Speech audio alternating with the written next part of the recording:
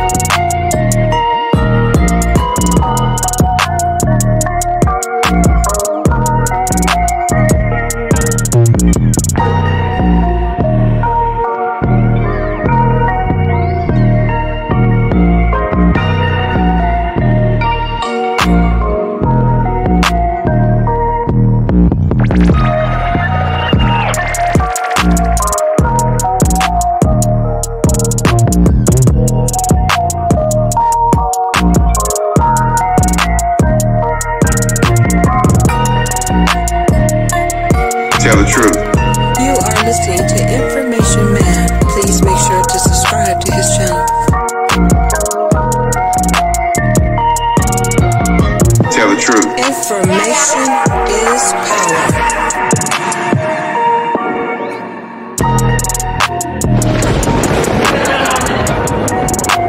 Tell the truth.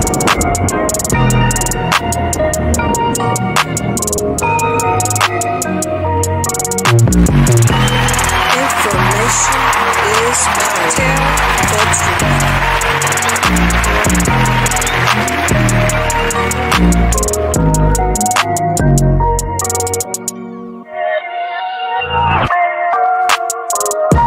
The Information Man Show.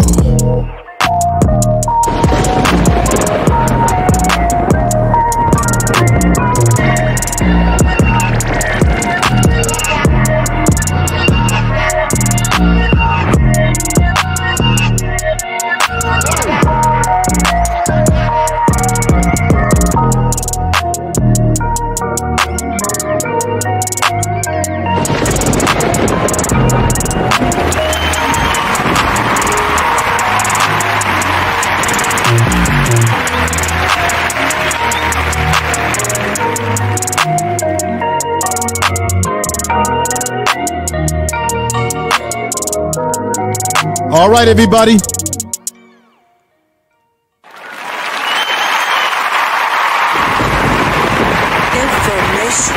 is power. All right, everybody. Peace. Peace. What's up with everybody out there? Peace. Thank you for your patience. Let's do a test before I begin today. And what I want to do is make sure that you can hear me. So if you can't, I will make adjustments to the volume. Let me know if I'm coming through clear by putting a 1 in the chat room. If you can hear me clearly, if the volume is strong enough, put a 1. Just let me know in the chat room if you're hearing me fine, if the volume is coming through nice and well. I hope that is the case. Let me go in here and look and see what we got. Everybody is putting 1s in there, so my voice is sounding great. Yeah, I've been spending a little bit of time, everybody, trying to make adjustments to my mixer, mic, trying to tweak a few things to make sound a little bit better. and I'm happy that you all can hear me. In my headphones, it sounds low, but it's projecting high out there, and that's the point of it all. Today is going to be interesting. I'm going to give you my monologue, my statements, my rhetoric, my analysis. Briefly, though, today it's time for people to come upstairs and give their opinions about this situation. See, I can't give this thought about this thing with R. Kelly. It's been going on for decades without having the foresight to make sure that I can pick the brains of the audience. So today what I'm going to do, and it won't be any technical problems, is that I'm going to drop the StreamYard. I'm streaming into StreamYards through my streaming system. I'm going to drop a StreamYards link in the chat room and have each person come upstairs, as many as we can get, to give their opinion, whether you believe that R. Kelly got railroaded, whether the ends justifies the means, whether he deserved it. You saw my thumbnail. I hope everybody looked at my thumbnail very closely, because while R. Kelly is being charged, let me read the charges here. Kelly was found guilty on 9 counts, 1 count of racketeering and 8 counts of violating the Mann Act. And I'm going to break down what the Mann Act means and how it got started. Of the 14 underlying acts for racketeering, the racketeering counts, he needed to be found guilty of at least 2 to be convicted of the counts. The jury found the prosecutors had proven their case on all but 14 of the underlying racketeering acts that he was being charged for. On my thumbnail, look at it carefully, I said, what about his enablers? Clearly, ladies and gentlemen, he had to have people who allowed this to take place. He had to have people in his inner circle. Thank you, Sister Mari. Thank you for the $10 super chat, sis. I love you for that. Thank you very much. Thank you for the super chat. I hope you all can hear me. He had to have security guards. He had to have family members. He had to even have women. His offenses were against ladies, underage girls that were teenage age, holding people in hotel rooms against their will. Oh, yeah. We're going to get into that. And I want people to participate in this very clearly. See, let's look at it this way. R. Kelly has been getting away with this for a while. Ladies, everybody tonight, some people are going to like what I got to say, and some people are not going to like what I've got to say tonight about this issue. Because ladies, this guy, R. Kelly, has that sort of sex appeal that makes the ladies drop their drawers. Tell the truth. We got to tell the truth about that. Tell the truth. This is how he was able to manipulate. Psychopaths and narcissistic personalities can manipulate in many ways, ladies and gentlemen. So the one thing that R. Kelly has going for him is the sex appeal. He's mysterious, and women like men that are mysterious. He has a good mouthpiece, a good gift of gab, which is why he was able to work his hypnosis, his hypnotis on Aaliyah that you see on that picture. He called himself the Pied Piper. Do your research about what the Pied Piper was. Remember, when you look at the Greek folklores, where they had the man that was half man and half sheep, like a billy goat, and he played a flute-like instrument, and he had little horns sticking out of his head like the devil. Like the devil.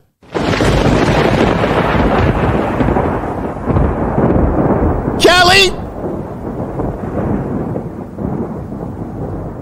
go Kelly.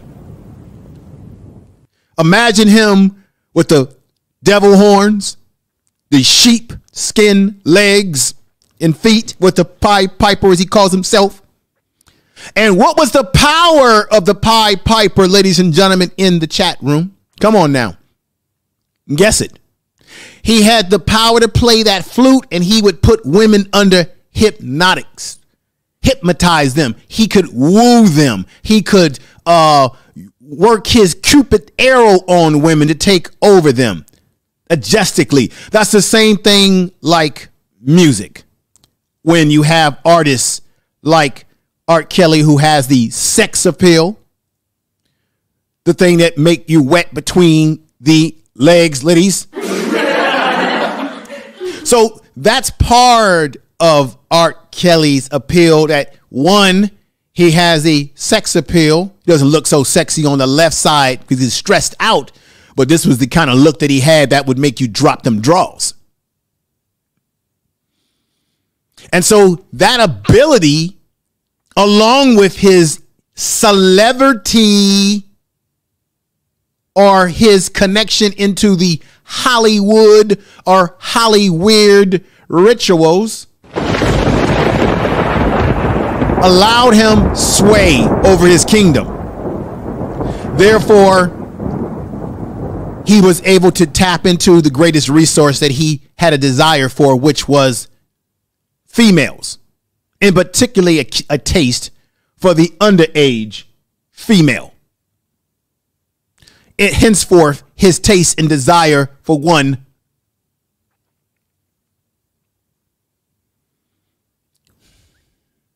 Aaliyah.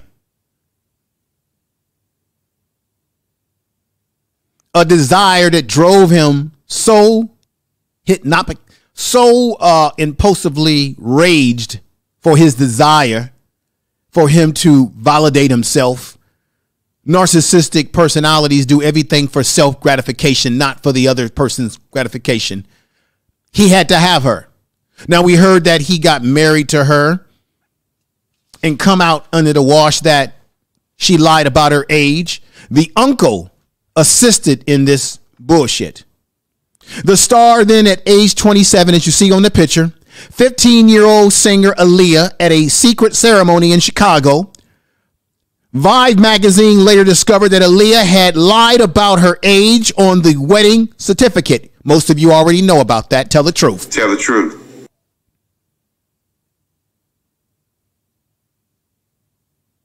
Listed herself as 18 years old. The marriage was annulled in February of 1995. Ain't nothing wrong with a little bump and grind. See, those songs that he was singing, ladies and gentlemen, he was telling you what he was truly doing. Can you all hear me out there? Is my sound working? Let me know. He was telling us everything that he was doing in his music. So hypnotic it was. We even have black people today who say that they're still going to listen to his music despite knowing that he did these things. Because, ladies and gentlemen, boys and girls, listen to me. Music is the only thing that can enter your self-conscious mind without your permission. Ladies and gentlemen, information is power. Tell the truth. Music is the only thing that enters your self-conscious mind without your permission, meaning you can't stop it. That's why when you were in school, how did you learn your ABCs? Everything that they taught you in elementary school, preschool, you would sing it. A, B, C, D, E, F, G. Tell the truth. Because music and singing something stays in the self-conscious mind. So I submit that the reason why some of us are so stuck on the music and we're willing to listen to the music despite the man's deeds is because his music has resonated in our minds. He's put out fantasies about what he wants to do to women. And us as men, we have some of those fantasies. I'm not saying that we want to be with minors, but certainly a lot of his songs in our mind, we were thinking that R. Kelly was talking about grown ass women. Tell the truth. Tell the truth. Aaliyah lied, ladies and gentlemen. A former tour manager for Kelly testified at his trial that he bribed the government worker in 1994 to obtain a fake ID for Aaliyah so the singer could marry her. For the rest of her career, Aaliyah dodged the questions about the nature of their relationship. When people ask me, I tell them they don't believe all the mess. She told one interviewer, we're close and people took it wrong in the wrong way, ladies and gentlemen. R. Kelly. Now, let me go on here and say this, and I'm going to shout out people in the chat room. I'm going to give people all the recognition as possible, but I just need everybody to bear with me. If I missed any super chats in there, I apologize. Thank you for the super chats. Thank you for shouting out my name in the chat room. Mods, just remind me when I come back and look at the screens, the computer to my right, the computer to my left. Just remind me by writing a message and saying, hey, info, you missed a super chat. It was maybe this person.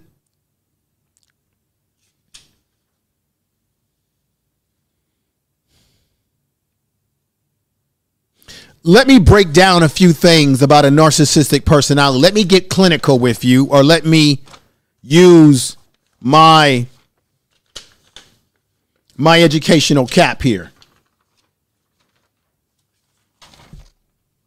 There's something that I need. Hang on for 1 minute. I'll be back in just a moment. I know where I put it. Hang on for just 1 moment.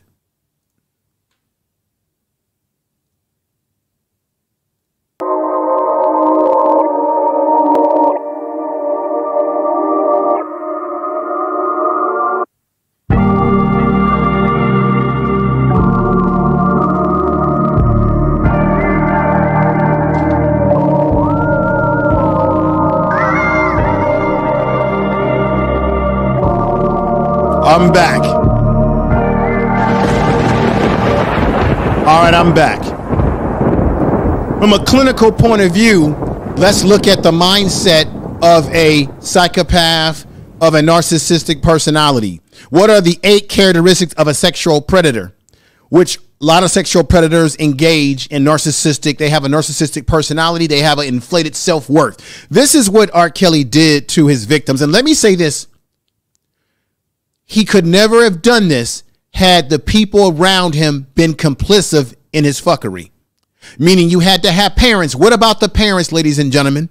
The parents who knew and heard rumors about him with kids, with minors. And then they still gave their child to Kelly because they got filled with the hypnosis of his Pied Piper, blowing his Pied Piper, that I'm going to turn your child into a star.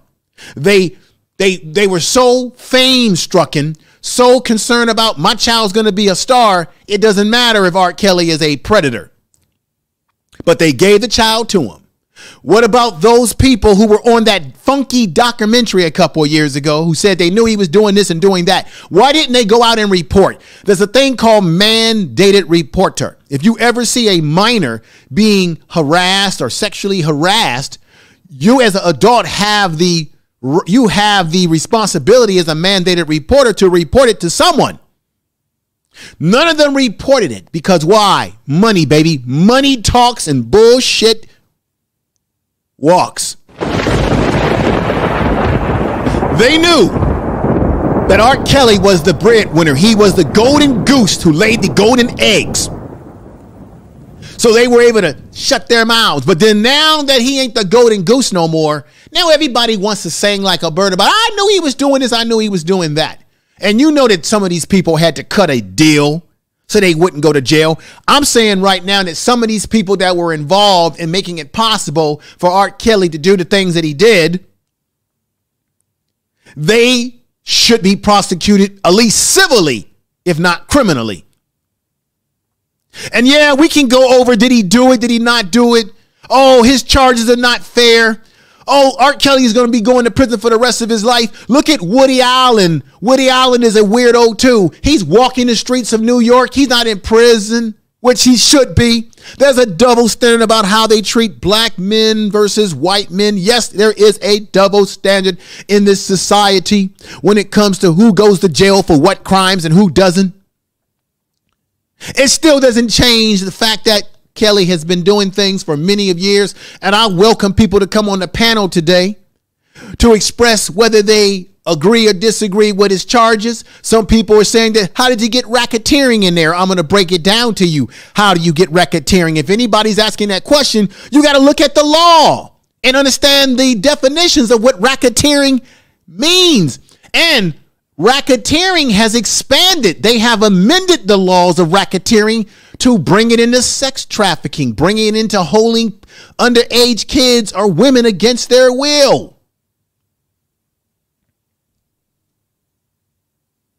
Now, everybody, you may be dealing with someone like this in your family. Pay very attention to these personality traits.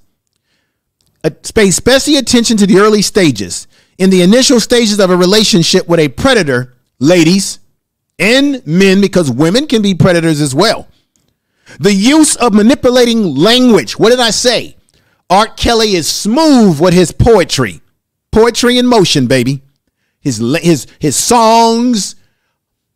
I want to fly. All of that was just some internal childhood shit that he was screaming out for.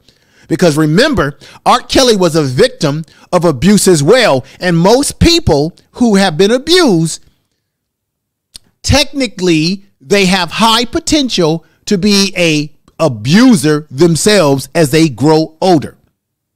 So a sexual predator engages in the use of manipulating language, ladies and gentlemen. A sexual predator engages in making it seem normal what they're doing. It's okay. It's fine. This is normal. Try it. Have some candy. A sexual predator will play the victim. Remember when he had that interview with Gayle King and he jumped up and said, I'm trying to save my life. This is my life I'm trying to save here. That was R. Kelly. He gave you the tears. He played the victim. And we've got people out there who are caping for Kelly, who also are playing the victim role, playing the victim for him, his handlers. People who are still hooked on his music. I don't give a damn if he plays music. People that sing and dance come a dime a dozen. Dime a dozen. We already had great singers before R. Kelly. How about Sam Cooke, Marvin Gaye? We've already had the classics. R. Kelly wasn't doing nothing that nobody else was not doing in the R&B field before him. So I don't know why we're so stuck on, we got to listen to his music. His music was so good, I can't give up R. Kelly.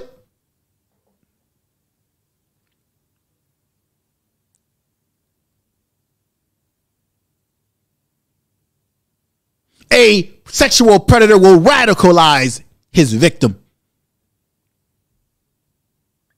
Get them to buy in on all his sick fantasies. The sexual predator, which is what R. Kelly did. We all saw the documentary and the video. A sexual predator will push the boundaries of sexuality. You heard what those girls said that he had them doing. We all saw the video of him pissing and defecating on females in the hot tub. Chocolate Factory and all those different albums that he came out with over the years, where he was telling us what he was doing in the music. Sexual predators are so, and I'm giving you a professional point of view here with the work that I do. Sexual predators will sometimes, because they're so arrogant, they will tell you what they're doing in secret code. In his case, it was the music. We got caught up in the music and didn't really hear we heard the message, but we didn't know he was doing these things behind the scenes. A sexual predator goal is to disempower their victim, whether it be female or male. Disempower them. A lot of the females on there told you they felt very lack of power. Oh, sexual predators always look for females who have low self-esteem, or a sexual predator can look for a man who has low self-esteem. Can I get a witness? Ladies and gentlemen.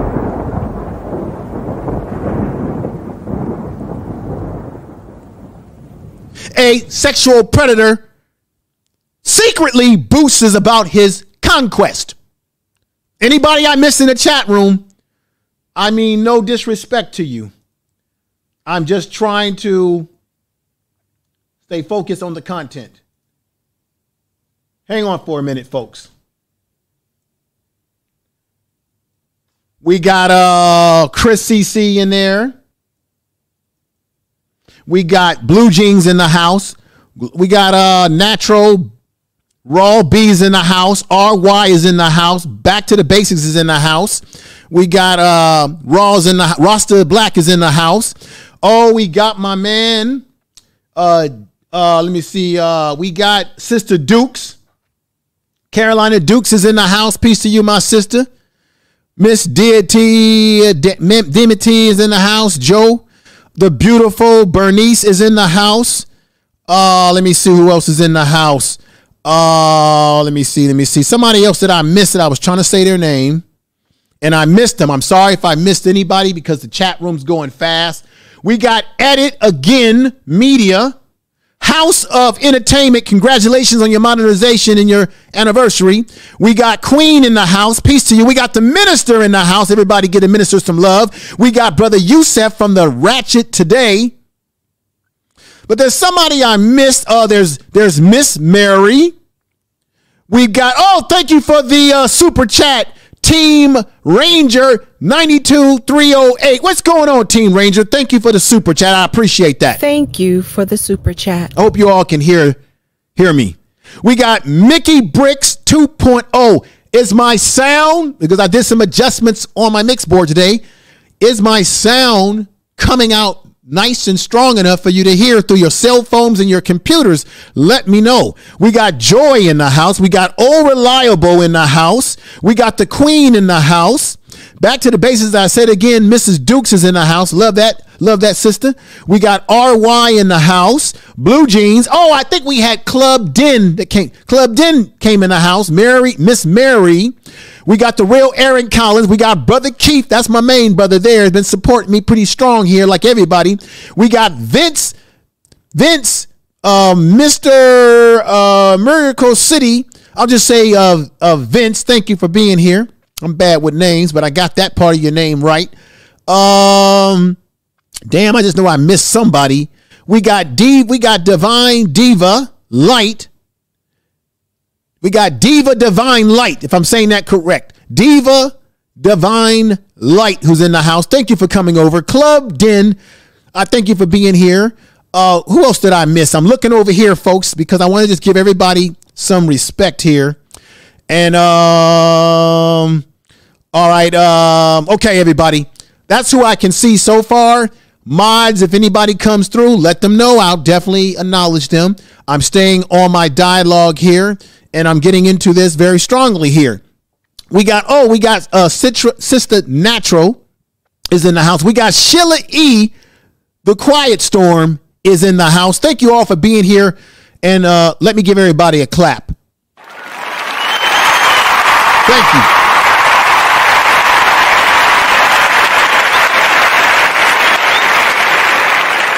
Thank you very much. All right. A predator, the pursuit of power and control. A critical part of a predator's self-image is being able to dominate others. Okay. Now, a sense of uniqueness, a sense of uniqueness. Everyone is unique. A physical, psychological, and experimental. But the person who engages in sexual harassment, assault, or the R word, I'm not going to say it, the R word, you know the R word I'm talking about, is considered himself one of the kindness parts of self-perception is certainly that it exhibits to, that he exhibits to a woman. They become irritable. A narcissist becomes irritable when you don't feed into their ideology. Deception. These individuals, sexual predators, are individuals who often they have often extreme intelligence. They're very charismatic. Isn't Art Kelly very charismatic, ladies? I'm talking to the ladies here because he's been dropping many a draws over the years of the ladies. Oh, and we know that there was a report that Kelly has had a taste for boys too. Oh yeah. Allegedly. A ability to compartmentalize and shut off fear of conquest. That's what a predator does, like Kelly. Here he is in his blues, or not blues, in his red jumpsuit. I submit to you all listening, because of the kind of work that I do, that Art Kelly might be in a mental facility in the prison. He might be getting a counsel from a psychiatrist right now.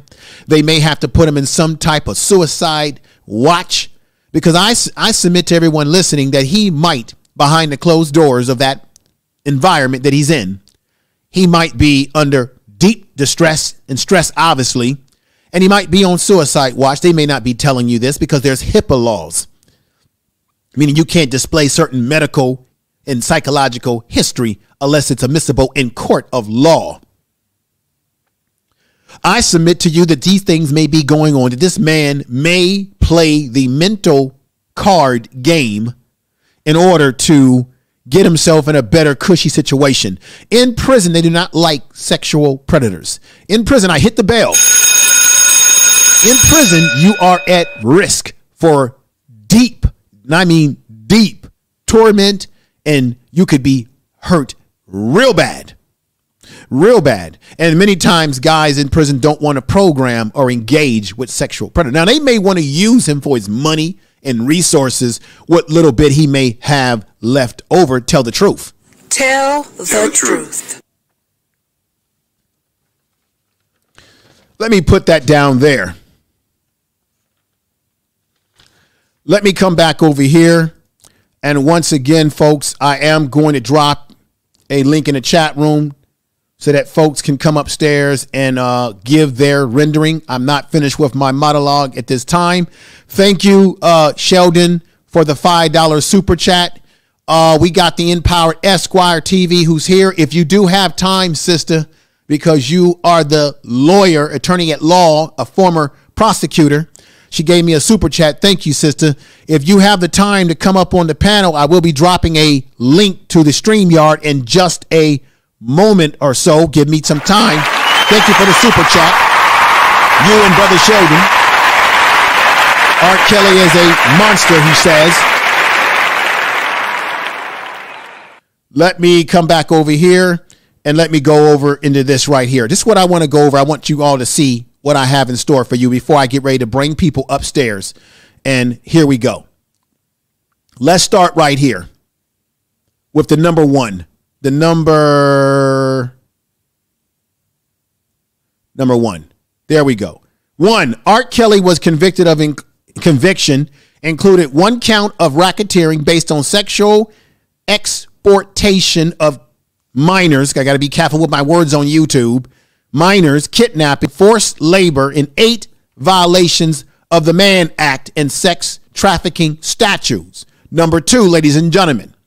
Human trafficking. For those of you out there that keep saying, well, what the hell is human trafficking? Human trafficking is a criminal activity that is characterized by the exportation of adults and minors for profit. Tell the truth. Tell the truth. The 2 most common types of trafficking are labor and sexual slavery. Tell the truth. Tell the truth. Number 3, ladies and gentlemen, before I bring people upstairs with me. Number 3, for people that keep saying, how they gonna give Art Kelly racketeering charges? Wait a minute. Their charges are overinflated. Once again, you need to look at the law. You need to look deeply and research. They expand laws. I think the Empowered Esquire would agree with me. They can amend laws and add things to it like they did with the Mann Act. I'll tell you why in a moment. Racketeering is a charge often associated with organized crime, but it can be applied. See, most of folks were talking about, well, he didn't do no organized crime, but it can be applied, ladies and gentlemen, to any ongoing coronated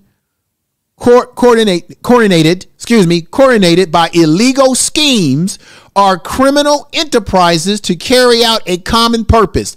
Now they're saying that when he was moving girls from different states and people around his inner circle were bringing him women into his lair from other states. Thank you, Back to the Basics, for the $9.99 super chat. I thank you for that. Thank you for the super chat. Thank you, everybody, for the super chats. When he was bringing his enablers were bringing females to him from out of state for the purpose of him to take advantage of them, especially if they were underage, and especially if he was putting them in hotels and not letting them leave, not letting them talk to their parents. Just like on that documentary, you had many of those parents saying, I don't know where my daughter is. I don't know what happened to her. We're calling her and she won't leave. Of course, he had grown women in the house who had to make up their mind for themselves. But all these things fit into that scope. Number 4, ladies and gentlemen, number 4. Prosecutors said that Mr. Kelly and his inner circle, as I spoke of, who should also be in prison, I'm not a lawyer, but damn it, I think they cut a deal. Yes, they did. They cut a deal, but they should get hit civilly or criminally, something, because they made it possible for his acts. Once again, prosecutors said that Mr. Kelly and his inner circle worked for more than 2 decades, ladies and gentlemen, 2 decades in multiple states to promote the singer's brand, to recruit girls. That's just what I was trying to say. To recruit girls and young women for sexual exploitation. Another thing that R. Kelly was engaging in is when he was messing around with these women, he was also when he was messing around with the girls and the grown women, he was also passing them around to other men in his surroundings. Tell the truth. In his inner circle. Number 5, ladies and gentlemen, within that single racketeering count were 14 individual acts. Can you all hear me? Let me know in the chat room by putting a 1 out there. Thank you, Tawana, for coming over, my sister. Everybody, check out Tawana. That's my girl. We're going to be doing a special series together, me and her, because she usually gets into this type of material. She kind of gets into this kind of material. Not kind of. She gets into it, and she gets into it heavily. She's got a big channel over there. So check her out. That's my lady, Tawana. Great sister, great YouTuber. We're going to be doing some collaborations on touching on these type of issues too. And Empower Esquire, if you're still out there, stick around. I want you on the panel to give legal expertise. Once again, within that single racketeering count were 14 individual acts. Those acts included bribery, kidnapping, forced labor, and violations of the Mann Act. The racketeering count carries a sentence of at least 20 years, lady and gentlemen. Tell the truth. Tell the truth. Tell the truth and definitely shame the devil. Tell the truth. Information is power. You are listening to Information Man. Please make sure to subscribe to his channel. That's right. Subscribe to the channel. Be a part of what we got going on over here.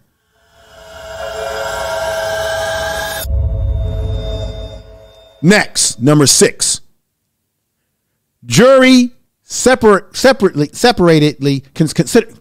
The jury considered 8 Mann Acts. Mann Act counts related to transportation in the coercion of 2 women, including minors, each of them. So he was basically manipulating. I didn't pronounce that correctly. Coercing. He was manipulating minors. And the Mann Act, as it is today, is designed to go after that type of crime. 2 women, including a minor. Each of the Mann Act counts carry up to 10 years in imprisonment. R. Kelly could be looking at a life sentence. But I'm going to give you some information about the Mann Act that's going to blow your socks off. Once again, here we go. Number 7. Mr. Kelly, who pled not guilty, was convicted on all counts, ladies and gentlemen, and could face up to a life in prison, as I had just said before. And here we go.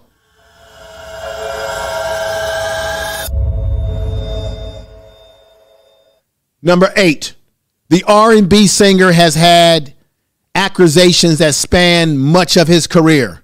In 2008, do you all remember this? Mr. Kelly was the defendant in a high-profile child pornography case that was tried in Chicago. In that case, he was acquitted of all charges. It didn't say he was innocent, ladies and gentlemen. It said he was just acquitted. And hopefully, if the Empire Esquire would stand to give me some of her time, she can break down what that really means. He was acquitted. But does acquitted mean he was found innocent of all charges, or was it that they just didn't have enough evidence to find him guilty? I hope she can come upstairs and bring more gravity to that right now.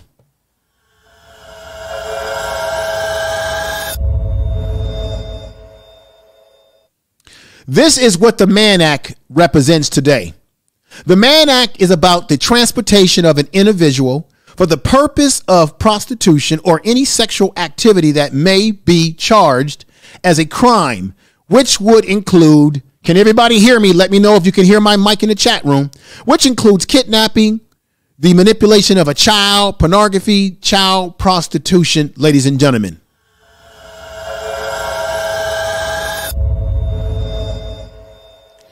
But let's talk about what the Mann Act was really designed for. You see, back in the 1900s, when you had boxers like Jack Johnson,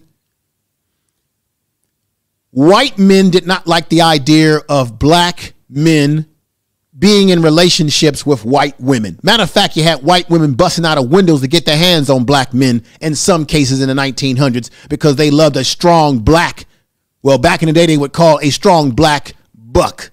Okay. And on the slave plantation, we always hear about the slave master going into the quarters to have his way with the woman. But you also had the slave master's wife, daughter, and many other white females on a plantation who had a taste for the Mandingo warrior. And they would go into those slave quarters and they would bang the black men. Well, Jack Johnson in the 1900s was the first black heavyweight champion in the 1900s. He was the greatest man back when men were real men, back when you fought 40 rounds of boxing. They didn't like Jack Johnson because Jack Johnson was Deion Sanders before Deion Sanders. He had flashy cars. He wore the fox fur jackets, or not jackets, but coats. And he had the cigars. He was rolling in his smooth rides, and there were white women that were attracted to him. Of course, he was attracted to them, right? That's what was happening. And so the Mann Act was designed for this reason. White men didn't like this. The Mann Act was known as a White Slavery Traffic Act of 1910. The law was invoked over and over again to punish black men for their relationships with white women, to charge the racial status quo. Ladies and gentlemen, ladies and gentlemen,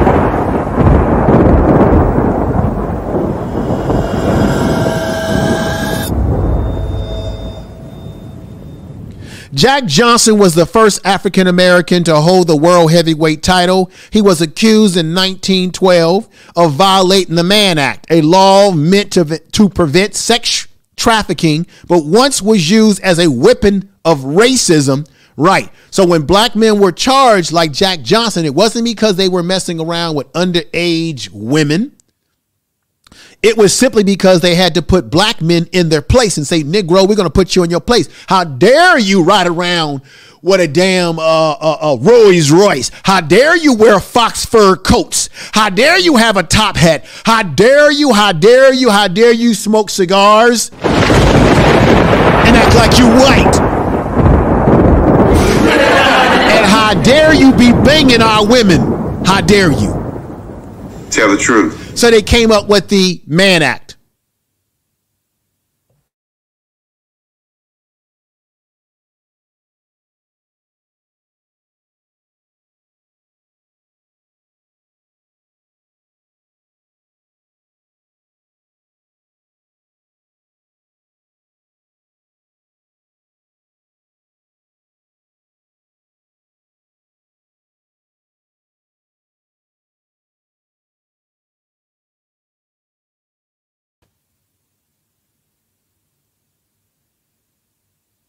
All right, looks like the StreamYard somehow cut me off, but I'm back on. So that means that you all didn't hear anything that I said. Damn it. Let me run through this again.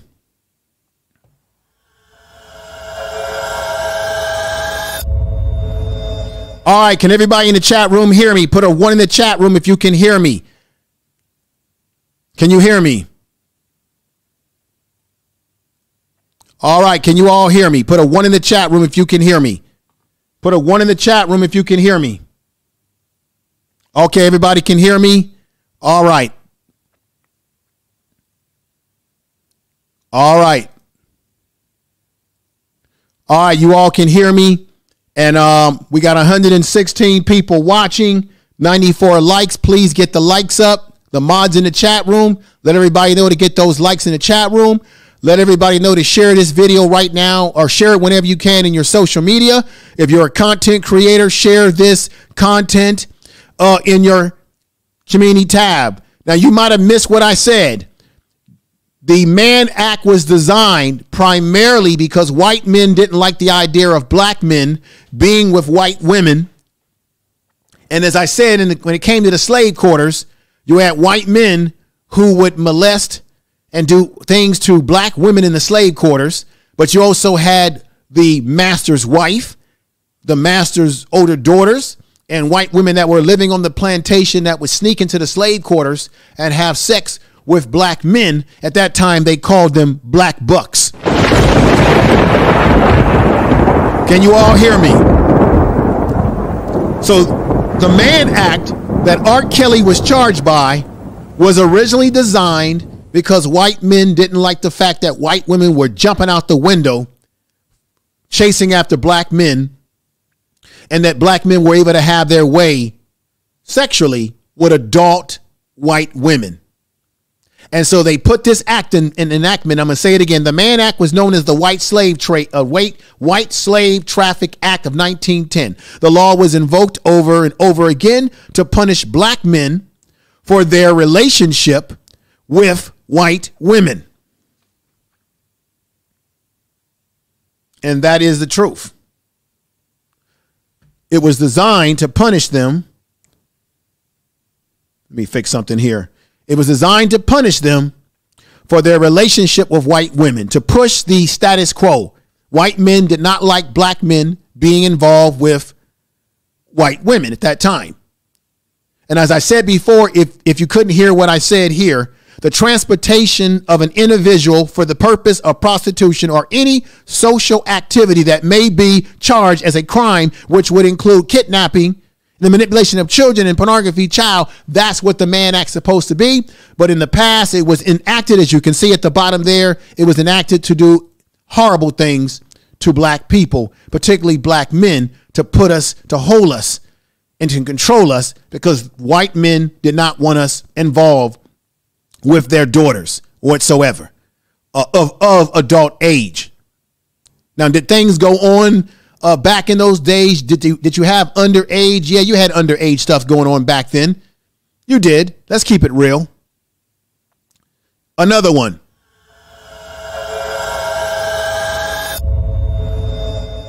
Just so you all know, for your own information, there are an average of 30 million people being trafficked worldwide in the sex trafficking rings. 30 million worldwide.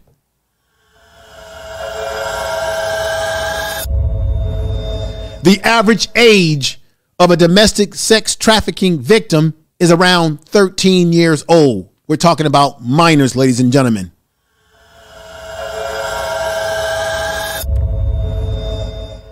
Just for your own information here, because I am the information man, sex trafficking victims were more likely to be white women, 26%, or black, this is very powerful, or black females, 40%, compared to labor trafficking victims who were more likely to be Hispanic, Latino, La Raza, 63%, or Asians at 17%. So Latinos or Asians or Mexicans or people within the Latin American world, they are at 63% when it comes to being sex trafficked, because that's something that heavily happens in South America, in Mexico.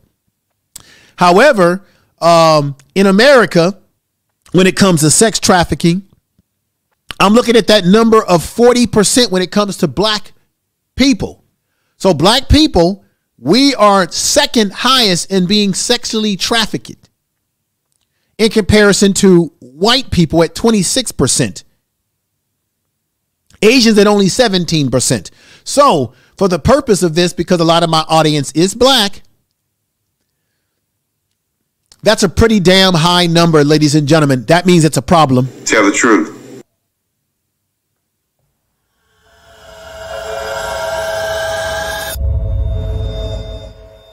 Next up here, and I've got to put this up here, ladies and gentlemen. Give me 1 minute right here. Give me 1 minute right here. This is about truth, ladies and gentlemen. It's about truth always. I got to bring this up because before someone looks at R. Kelly and say, oh, he's the barometer for the fact that black men are criminals. Black men do all the sexual deviant behavior. No, we don't. If you look at the 2019 FBI sex offense crimes by race, 74.6% are committed by white society. That's the truth. Tell the truth. Tell the truth. 20.6% is by black society. Tell the truth. But 26.6%, in my opinion, is too goddamn much. 1 is too much. 2 is too much. All of it is too much.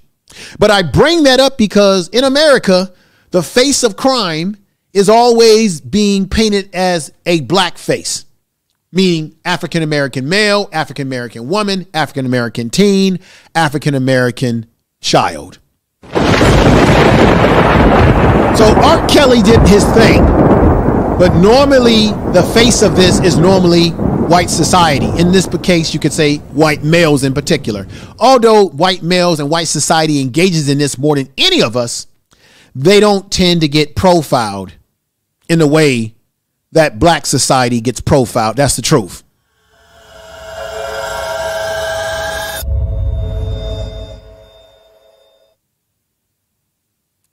So let me take this off the board here.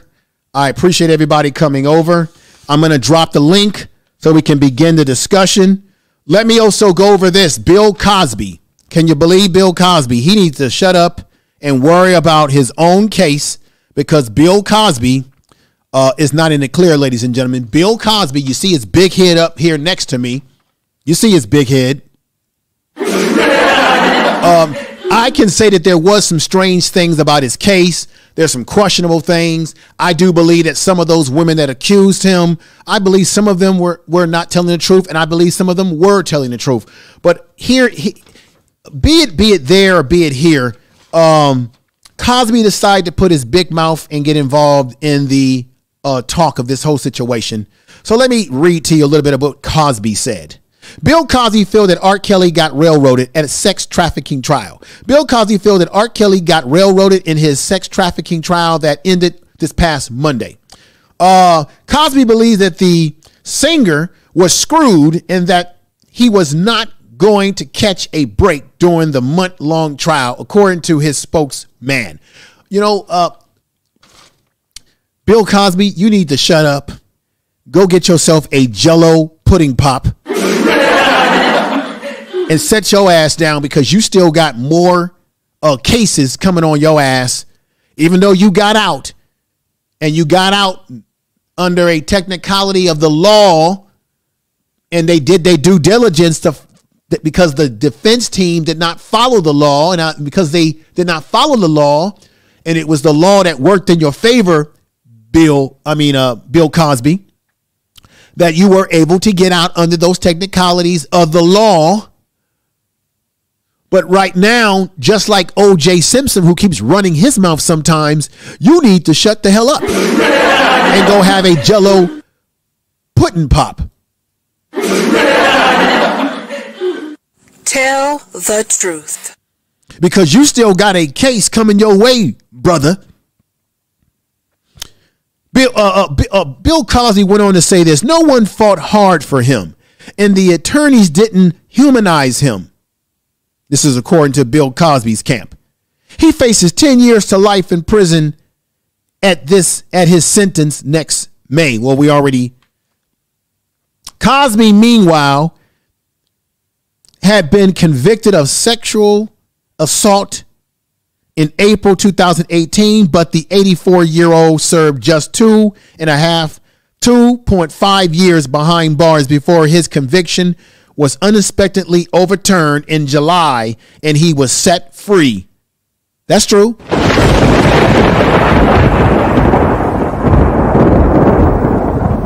That is true.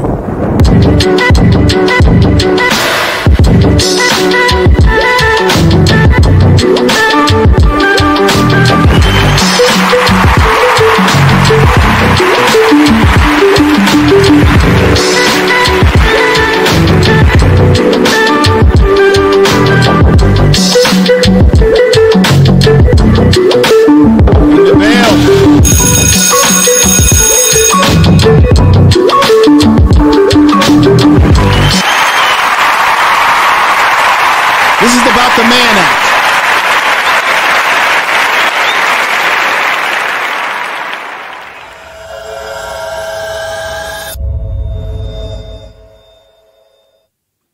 The Mann Act, ladies and gentlemen. Let me look in the chat room and see who we have here. We got Peggy Rosser, CC, Chris CC is in the house, Keith is in the house, the real Aaron Collins in the house, Gregory X is in the house, Mickey Bricks 2.0 is in the house, Joy's in the house, Tawana's in the house. All right, Miss Joe is in the house, J.O., the beautiful Bernice is in the house. A lot of great people in the house. The Queen, Robert Morales is in the house. Sister Murray is in the house. Let me see. Somebody said that Bill Cosby needs to have a severe seat. Yeah, he needs to set his butt down. We got Kiki in the house. We got Miss Mary in the house. We got Jane Toussaint in the house. Thank you for coming over. That's French, I believe. Kiki, Joy, the Queen is in the house. A lot of folks that have come in the house. Let me see if we got any other new, any other here. We got Back to the Basics.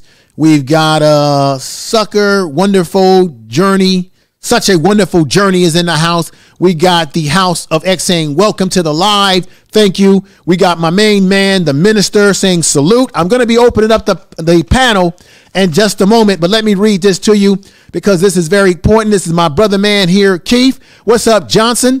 We got, it's your boy Leo in the house. Peace to you. He's part of the X Entertainment. We got Over 50 and Fabulous coming through. Welcome here. And we got Miss Mary says, that's just made me think of Kendrick's song. BC sure do need to be humble and set down. Yeah, he needs to set his butt down, sister Miss Mary. He needs to set his butt straight down. So let me read this to you, folks. This is very important right here. Okay. Rooted in the fear of women growing mobility and racist characterization of, this is the Mann Act that they charged them under. Characterized under the sexual appetite of non-white men. Characterized under the sexual appetite of non-white men. The law was designed to protect women against the supposed surge of white slavery, a term used to reference to sex trafficking in the early 20th century, meaning they were concerned about black men savage after white women. If you ever saw the original silent picture, The Birth of a Nation, which was, by the way, shown in the White House, and the president at the time said that it was truth written in lightning. Written in lightning, ladies and gentlemen. Literally written, and lightning.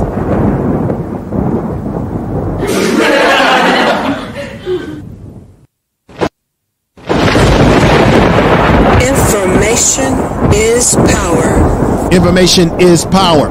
Literally written in lightning, ladies and gentlemen. And I do mean written in lightning.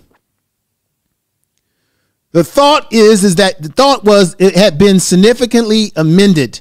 The thoughts out there is that since 1910, people believe that this law was aggressively amended. All right. The law, which was also used against figures like Chuck Berry, is still on the books today, ladies and gentlemen. Jack Johnson, the first African-American heavyweight boxer champion, was among those first to be charged under the Mann Act in 1913. He was accused of transporting a prostitute from Pittsburgh to Chicago. Jack Johnson was convicted and given the maximum sentence, 1 year and 1 day.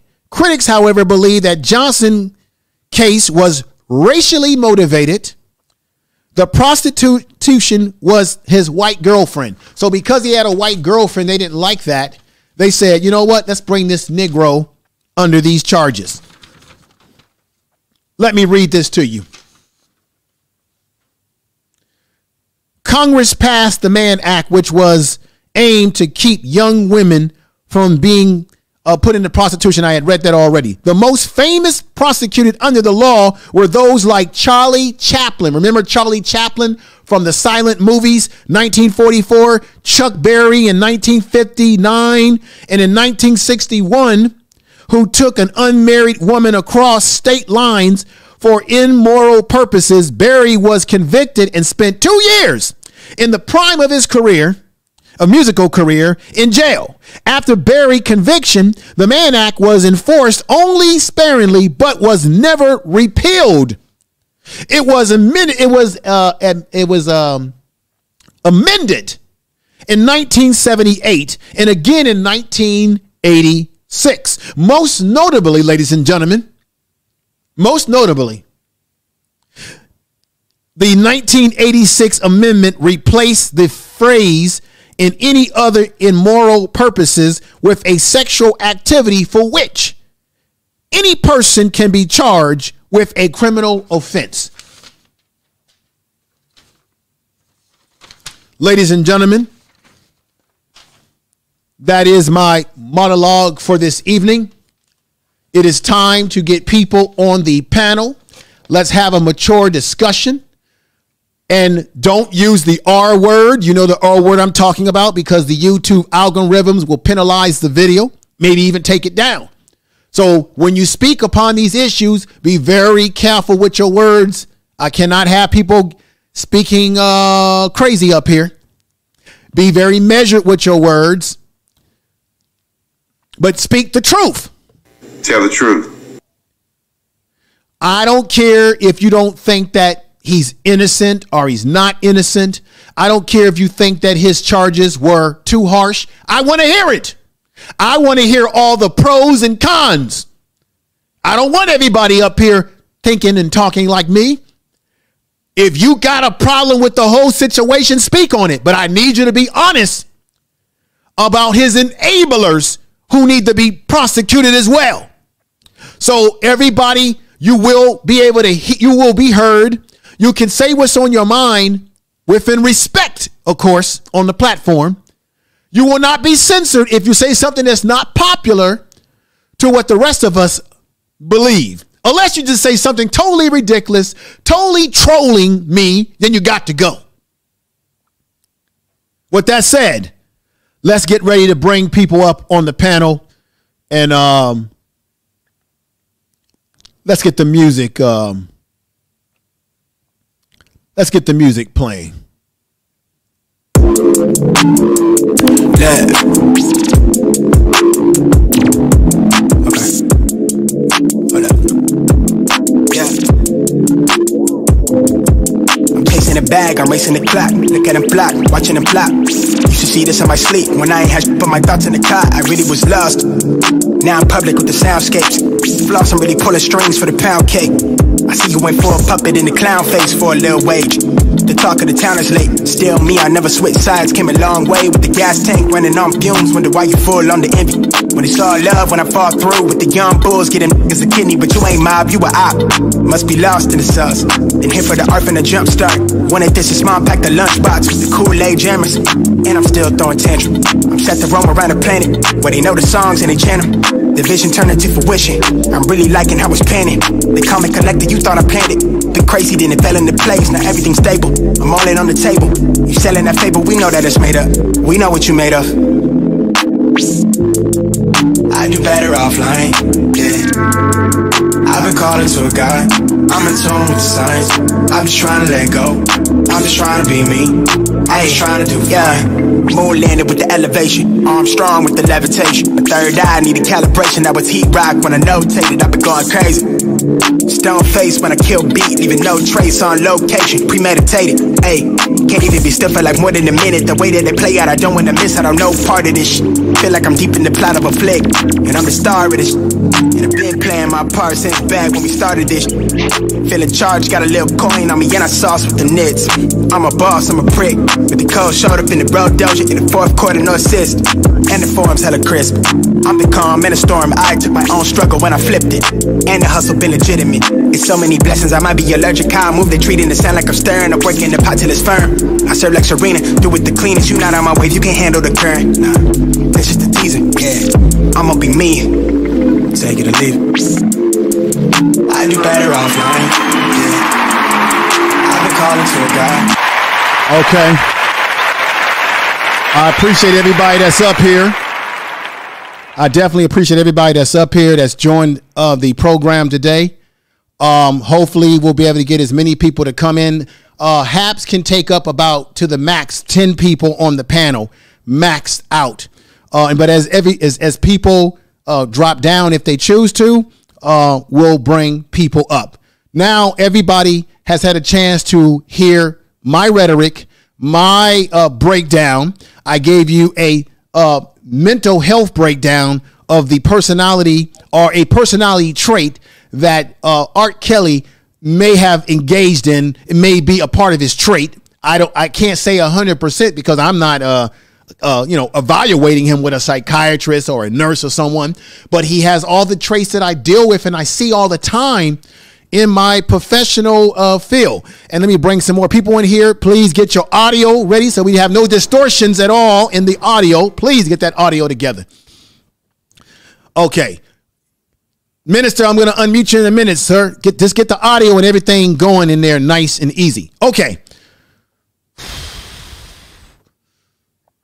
I've said my dialogue. I want everybody's honest opinions, whether it sounds popular or not. I don't give a damn. It's about just speaking your truth about this issue. So I'm going to go with Sister Murray because she was the first one who got here. Then I'm going to go with the other sister, Michelle. If I got her name, Positive Vibes Only, I'll go with her. Then I'll go with Real Aaron Collins because he was the next person that came up. And then back to the basics. And then I got my man who's come back on. And we got to mute that because the sound's got to get that sound together, brother. Please. You got too much static coming in. Just get the sound together, brother, and then we can hear you. Okay. Sister Murray, how you doing, by the way?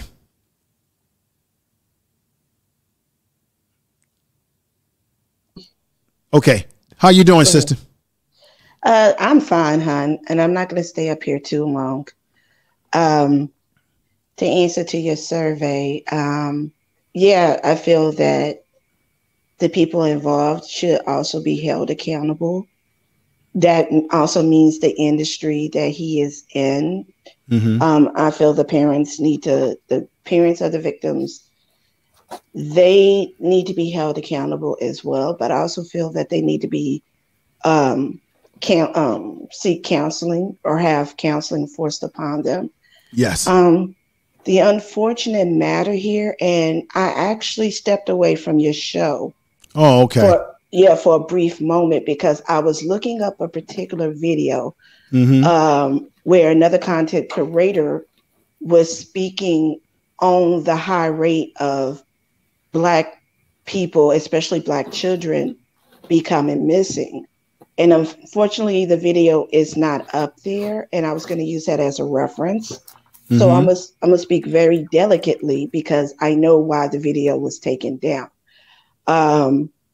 There was a lady a few years back when Hades had that earthquake. Yes. And this particular lady went over to Haiti with her Christian ministry, and under the guise that they was trying to help the families, especially the children over there in Hades, be able to give out resources and stuff like that to the families and the children. Yes. And it turned out that that particular woman was involved in child trafficking through her ministry. They were taking Haitian children out from Haiti through the Dominican Republic and was shipping them out. Now, this is why things can't always happen for us in America the way we want them to. After she was acquitted in the Haitian government, how you doing, Ray? In the Haitian government, she was free and she was able to come back to the United States. I don't know the time period of this, where she is currently the director of National Center of Missing and Exploited Children. I don't know if she currently has that title, but she became the director. So if you think about that, you was just accused over in Hades about child trafficking. You managed to be acquitted from that and was able to come back to the United States, and now you are a director for missing and exploited children. That's got to tell you something. And unfortunately, you have people like that in these high positions that stay hidden until, for whatever reason, their story comes out and they're finally prosecuted. And the laws here are not on the side of us, of our community. They never have been, and I feel that they never will be. So we're not always going to get the justice that is needed because you have too many hidden hands still controlling the system. Right. And I feel that R. Kelly, for whatever reason, was made today's public example. Okay. Yeah. So okay. I'm like, first of all, the industry knew who R. Kelly was and what he was doing. And you still allowed him to get a record deal. You allowed him to write songs for other entertainers, and you allowed him to make millions upon millions of dollars. Right. And right, So remember, and yeah. did you hear, I want to know, did you hear the fact that the Mann Act that they brought him under was an act that was used primarily to stop black men from engaging in relations with white females? It was a targeted law that was racially, and was R. Kelly an easy target? Yes, he was. Being black and being the fact that they love to put us in jail, yes. But does it justify it? Is he innocent of the things that he did? I have to say, in my humble opinion, based on what we know so far, no, he was not. And therefore, this is the problem, sister. A lot of times black people think that we can get away and play the same games that white people get away with, and then we're held accountable. I was just getting ready to say that, not to even hold you. Because look at who is not talked about. And you mentioned it. And also, Chuck Berry was hit with that same Mann Act. It was under a variation of that Mann Act, because he was charged with trafficking a white woman during one of his earlier concerts. He was charged with that as well. And I will also further say, who are we not even talking about anymore?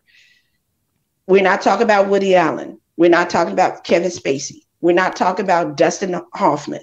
We're not even talking about that British guy that had back, I think it was back in the 60s or 70s, he had a children's show where he had children on his show. They would stand in the crowd, and I forgot his name. It's right on the tip of my tongue. But he was sitting up there abusing kids, especially female kids, in his crowd. In his crowd that was standing all around him. He was sexually abusing them during the broadcast of his show.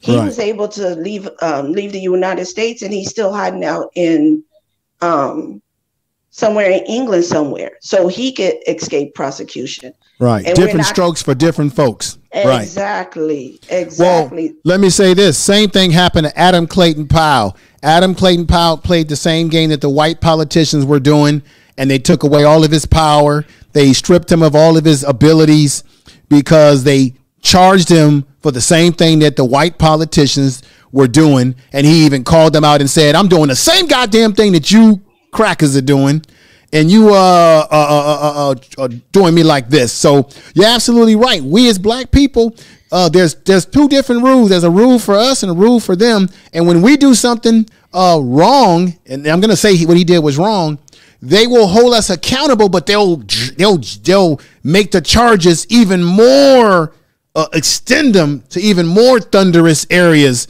that you can't believe, and it's unbelievable. But R. Kelly, he made the bid which he must lay in, whether we agree with it or not. And I don't mind people having a difference of opinion on this panel. Come have your difference of opinion, but let's make intelligent statements like what you made. What I'm going to do now, sister, if I can, is I want to go over to Sister Positive Vibe, Michelle. I want to get her a point of view.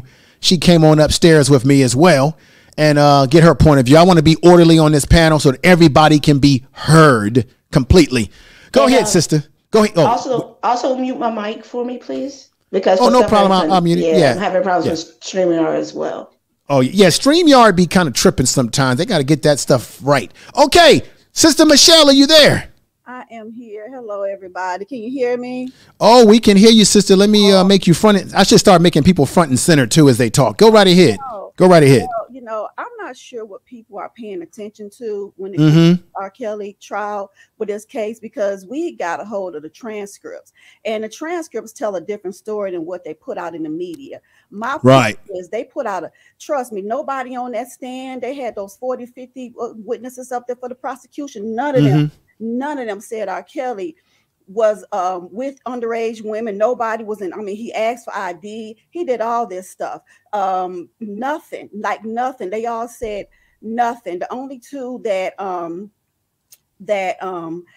basically was really in question was, I say Jane Doe number 4, her, because she was 16, presented fake ID, her story, and then Jane Doe number 5, who admitted on the stand that her parents set her up to lure R. Kelly in to lie about her age. When R. Kelly found out that she was 18 or not 18, he made her go home. Her family begged R. Kelly to come back, let her come back, sign her over so that she can go to school. And she admitted on the stand that R. Kelly was not attracted to her, nor did he not have sex with her until after she turned 18. This is admitted on the stand. Not one person that testified, even the ones on that testified for the prosecution,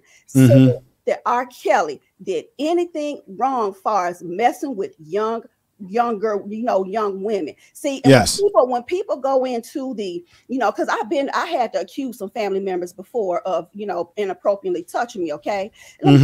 Most of the stuff go on when people try to shame and so guilt and need to be right.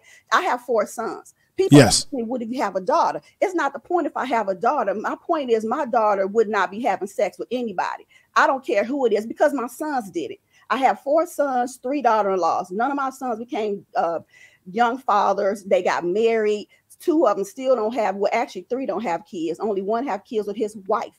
They're college graduates. I'm saying most of the molestation and things that we discuss when it comes down to violation is in the home. It's biological fathers messing with their children. It's brothers messing with their sisters. It's not a lot.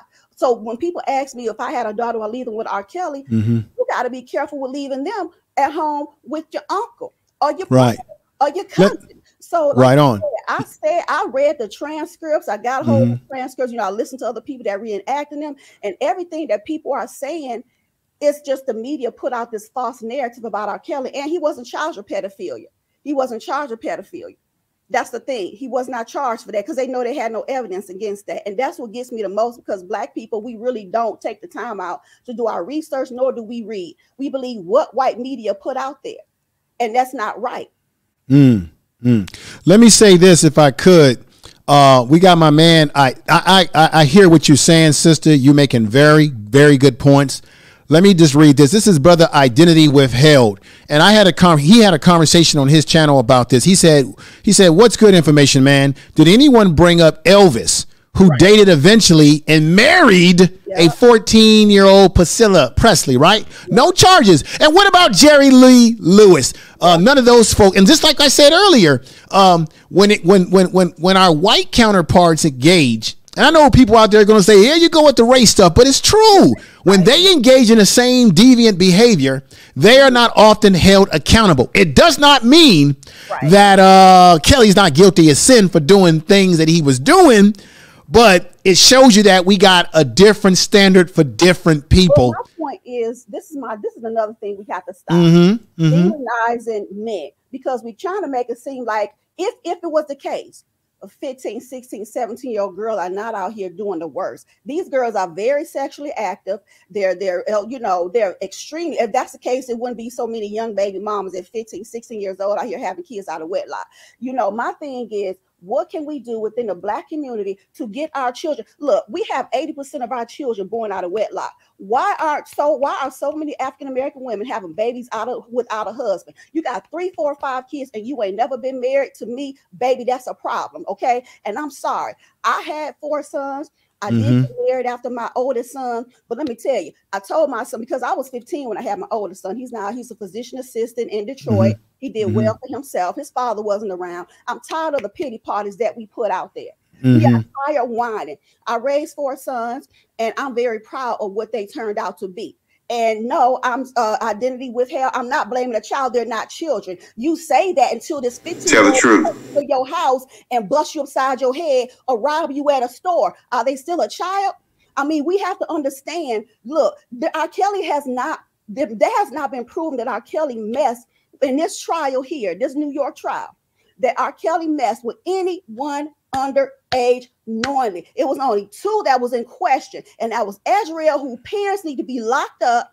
And then let me tell you, it got so bad. If you read the transcript, the judge even chastised. She was even telling, as you know, I shouldn't have said her name, Jane Doe number 5. Tell the truth. So many inconsistencies in her story. They were talking about impeaching her testimony. That's how bad it was. Y'all have got to go and listen to the transcript. And what we saying is, look, R. Kelly, he may have a little freaky side. So what? Anything you doing, whether it's oral or whatever, to me, it's all disgusting. But you do what you want to do in your bedroom, okay? But my thing is, if R. Kelly was guilty of something, charge him accordingly. Don't overstretch the law. Now, his first attorneys, before he got rid of them for whatever reason, that I didn't agree with, he got rid of them at the last moment before he went on trial, said outside of a few misdemeanors, there is no reason why they should be stretching this law and superseding this law and charging this man with the RICO and the Mann Act. If y'all want to be mad at something, you don't have to like R. Kelly, but dag it, fight for the law. Fight for the law. It's not fair. As a mother, sons that brother who was charged with murder before, who got acquitted, don't do this to your people. Right. But let me say this, because I'm gonna bring someone else in to let them render their thoughts about this. This is the thing. We as Black people, Black men, Black women, we already know we have a target on our back in this society. So if we know we have a target in our back, we can't afford to engage in behaviors that we think that, well, they get away with it. We're going to be held accountable. But I got to be honest with you. There were a lot of people around R. Kelly who were telling us on documentaries, oh, I saw him do this. I saw him get on his knees and lick her out of the booty, right? Well, you saw that, but you never reported it as a mandated reporter because why? Everybody was making money. Everybody was living good off of the golden goose, as I said earlier. And as long as the money is flowing in, then I'm willing to look the other way. And it's just part of the crazy nature of us as humans. One thing, okay? Okay, go ahead. If you and I, okay, I'm not no disrespect to your wife, anybody, but if you and I say, you know what, let's go over here in South Carolina and have a good time. Don't you know I can charge you with the Mann Act? Anybody, Judge Joe Brown said it himself. Anybody can be charged with the Mann Act. It's not a thing because R. Kelly wasn't charged with pedophilia. No, all black people. That's all I'm saying, y'all. But just keep this in mind, though. I just ran down the history of the Mann Act on this program today. So him getting the Mann Act should not be a surprise because it was designed to be thrown on black men. And shout out to Joe Brown and the real Dana out there. I will be getting Joe Brown on this platform somewhere down the line. So Dana, if you're listening, I gotta make contact with my brother Joe Brown. I talked to him before on her show. Let me do this. Let's bring in, to be fair about everything, let me bring in real Aaron Collins. And then I want to go over to back to the basics. Then I want to get to the minister. Then I want to get to, I believe it was Chris CC's in the house, Miss Mary. And then we got my man, the Ratchet Today show. I want to get to everybody. So say what you got to say. Be measured in what you say so that we can give everybody, because some folks have been waiting a while now. And I don't want people to say, let me get off the panel because I can't say what I want to say. I want everybody to say what they got to say. Go ahead, real Aaron Collins. Hey, what's going on, Info Man and family? Bottom line, I would agree that those who enabled R. Kelly, particularly the parents, they need to be charged also. And I've said that they're just as guilty for the simple fact that they literally pimped out their own children just to get the bag. And I don't care how much money someone has. If you would do that to your own child, you're just as depraved as the individual doing it. And as far as the racketeering case, I completely get it. And I just recently found out that he kept a steady supply of underage girls at his disposal to be accessible for either him or his guests. This is allegedly what I heard, and which would make sense for them for the feds. Let me finish. Let me finish. Well, we'll have time to rebut anything that anybody says. Let's just get through. We'll have time for people to rebut what's said. Go ahead, Aaron Collins. I'm sorry. Go ahead. It's like they literally enacted the RICO Act against them, which was originally designed by the FBI to go after organized crime figures. It's basically how it works is that there was once a time where say if you ordered a hit on someone and you didn't actually pull the trigger, but your subordinates did it, they couldn't touch you. That's where the RICO Act came in. And because RICO stands for Racketeering Enforced Corrupt Organizations. Now, R. Kelly may have not actually put hits out on people, but it was an organized effort, what he was doing. And it was a organized effort. That's why they came after him, I believe, with the racketeering charges. And back to what you were saying about your original question. Yes, the parents are just as guilty because they enabled him. And it's, to me, you shouldn't even be considered. You shouldn't be even allowed to have any kind of access or any kind of charge over any kind of children, because if you're willing to do that to your own just to get some money, there's no telling what you might do. And that's pretty much what I wanted to say. That's what I want to put my own 2 cents in that particular case.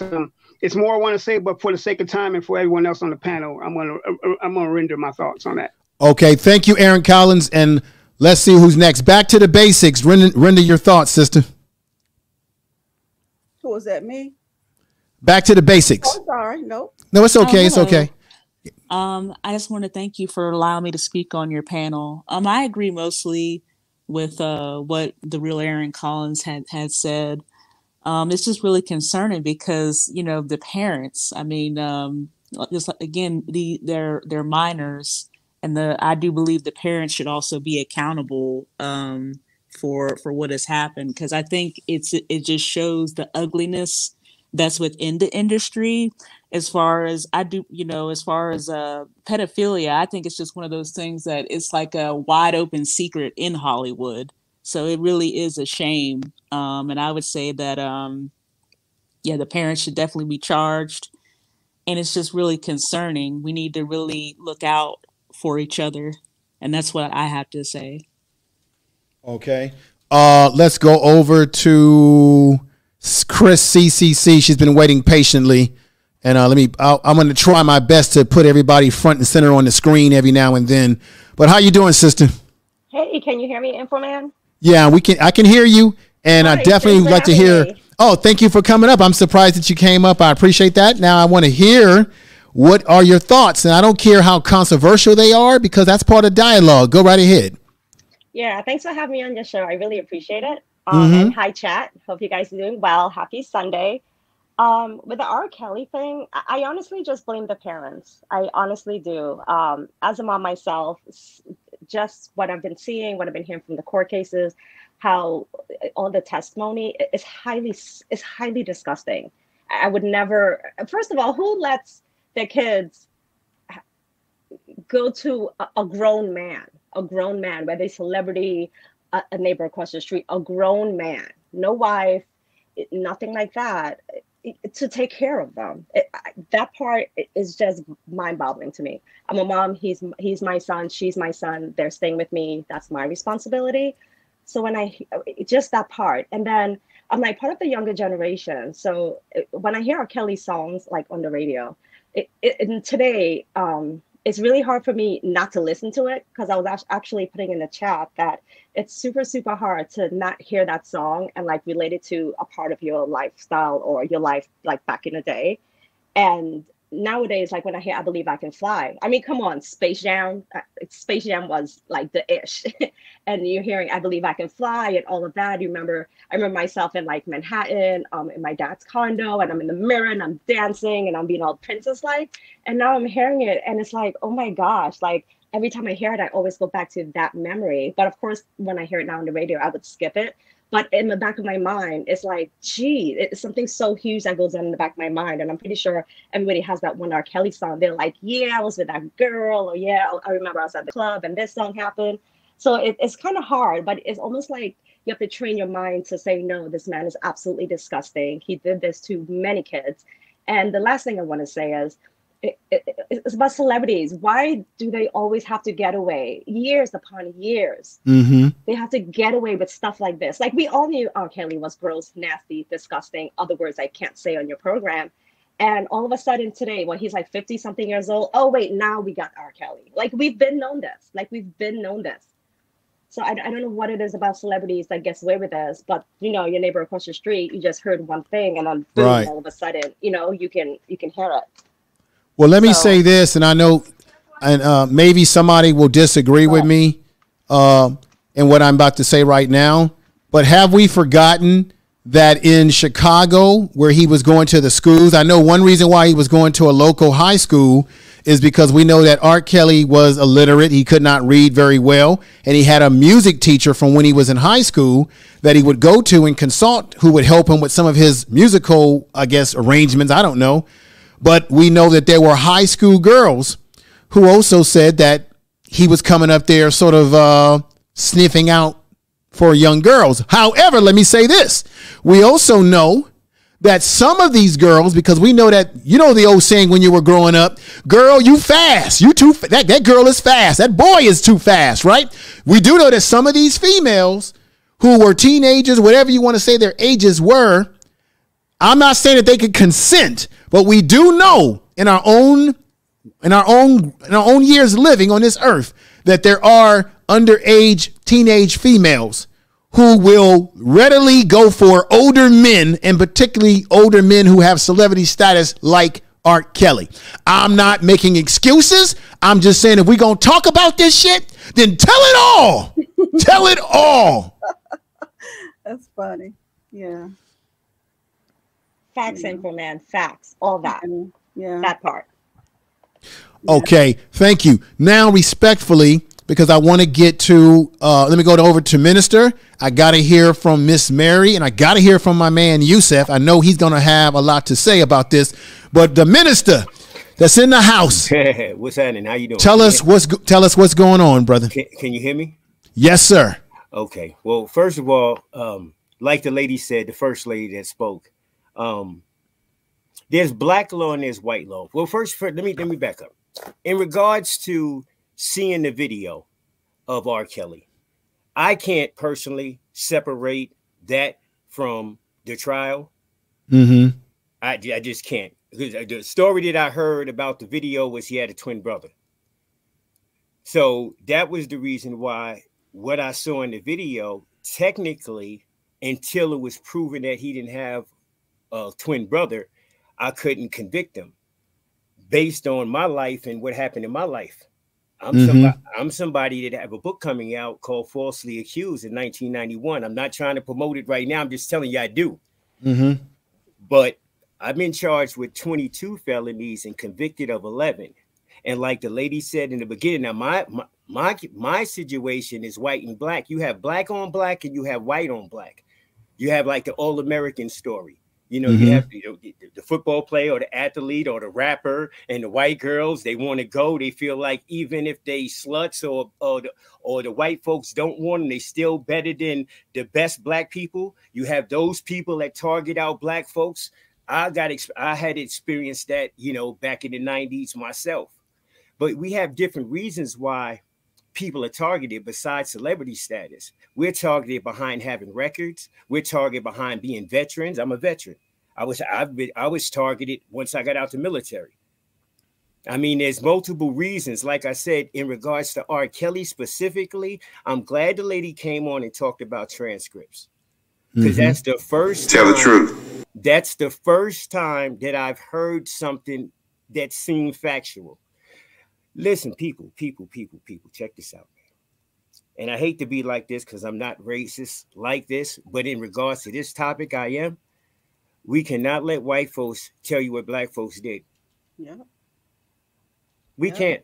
Tell the truth. We can't. We cannot let white folks tell you what black. Hey, listen here, if y'all had corroborating witnesses like that, why didn't y'all send somebody in on them? Yeah. It should have been so easy to do a sting operation with trusted employees that's already locking people down and doing all of the motions. Why not get him on camera? Why not send him in there with somebody with a, they make all these movies. They show us how to catch people. Why? Where's the video footage? Yeah. I mean, we do have a video. We have a video of the young girl, him pissing and all that stuff. You know, everybody saw it by now. Right. But what I'm saying is, though, where's the sting operation? Where's the video footage? Right. If you're going to get charged in organized crime, there has to be somebody else that goes to jail with you. Unless it's too late for it to happen. In this case, people were cooperating while there were girls in the picture. So why not put together a sting operation, get them on film, get them on wire. Tell the truth. And let there be no questions about it. Instead of, you mean to tell me that you want to take the head dude and leave the operation out there? That's crazy. Who wants to lead operation? He's one person. Don't we want the multiple people that was enforcing what he was talking about? Well, let me bring this up for food for thought for everybody. This is one of the folklores around the R. Kelly circumstances. I heard, and I don't want to know if anybody heard this before, that one of the reasons why this whole thing came out in the wash is because there was something going on between R. Kelly and a cousin or some family member who was sore at him. It might have been economic reasons because, you know, when you're a star like this, you have family that you're taking care of that's hanging all over your damn shoulders for this money and that money and that. But the rumor that was out there is that it was a disgruntled family member who said, Negro, all right, that's how you're going to treat me? Well, remember that tape that you made that night?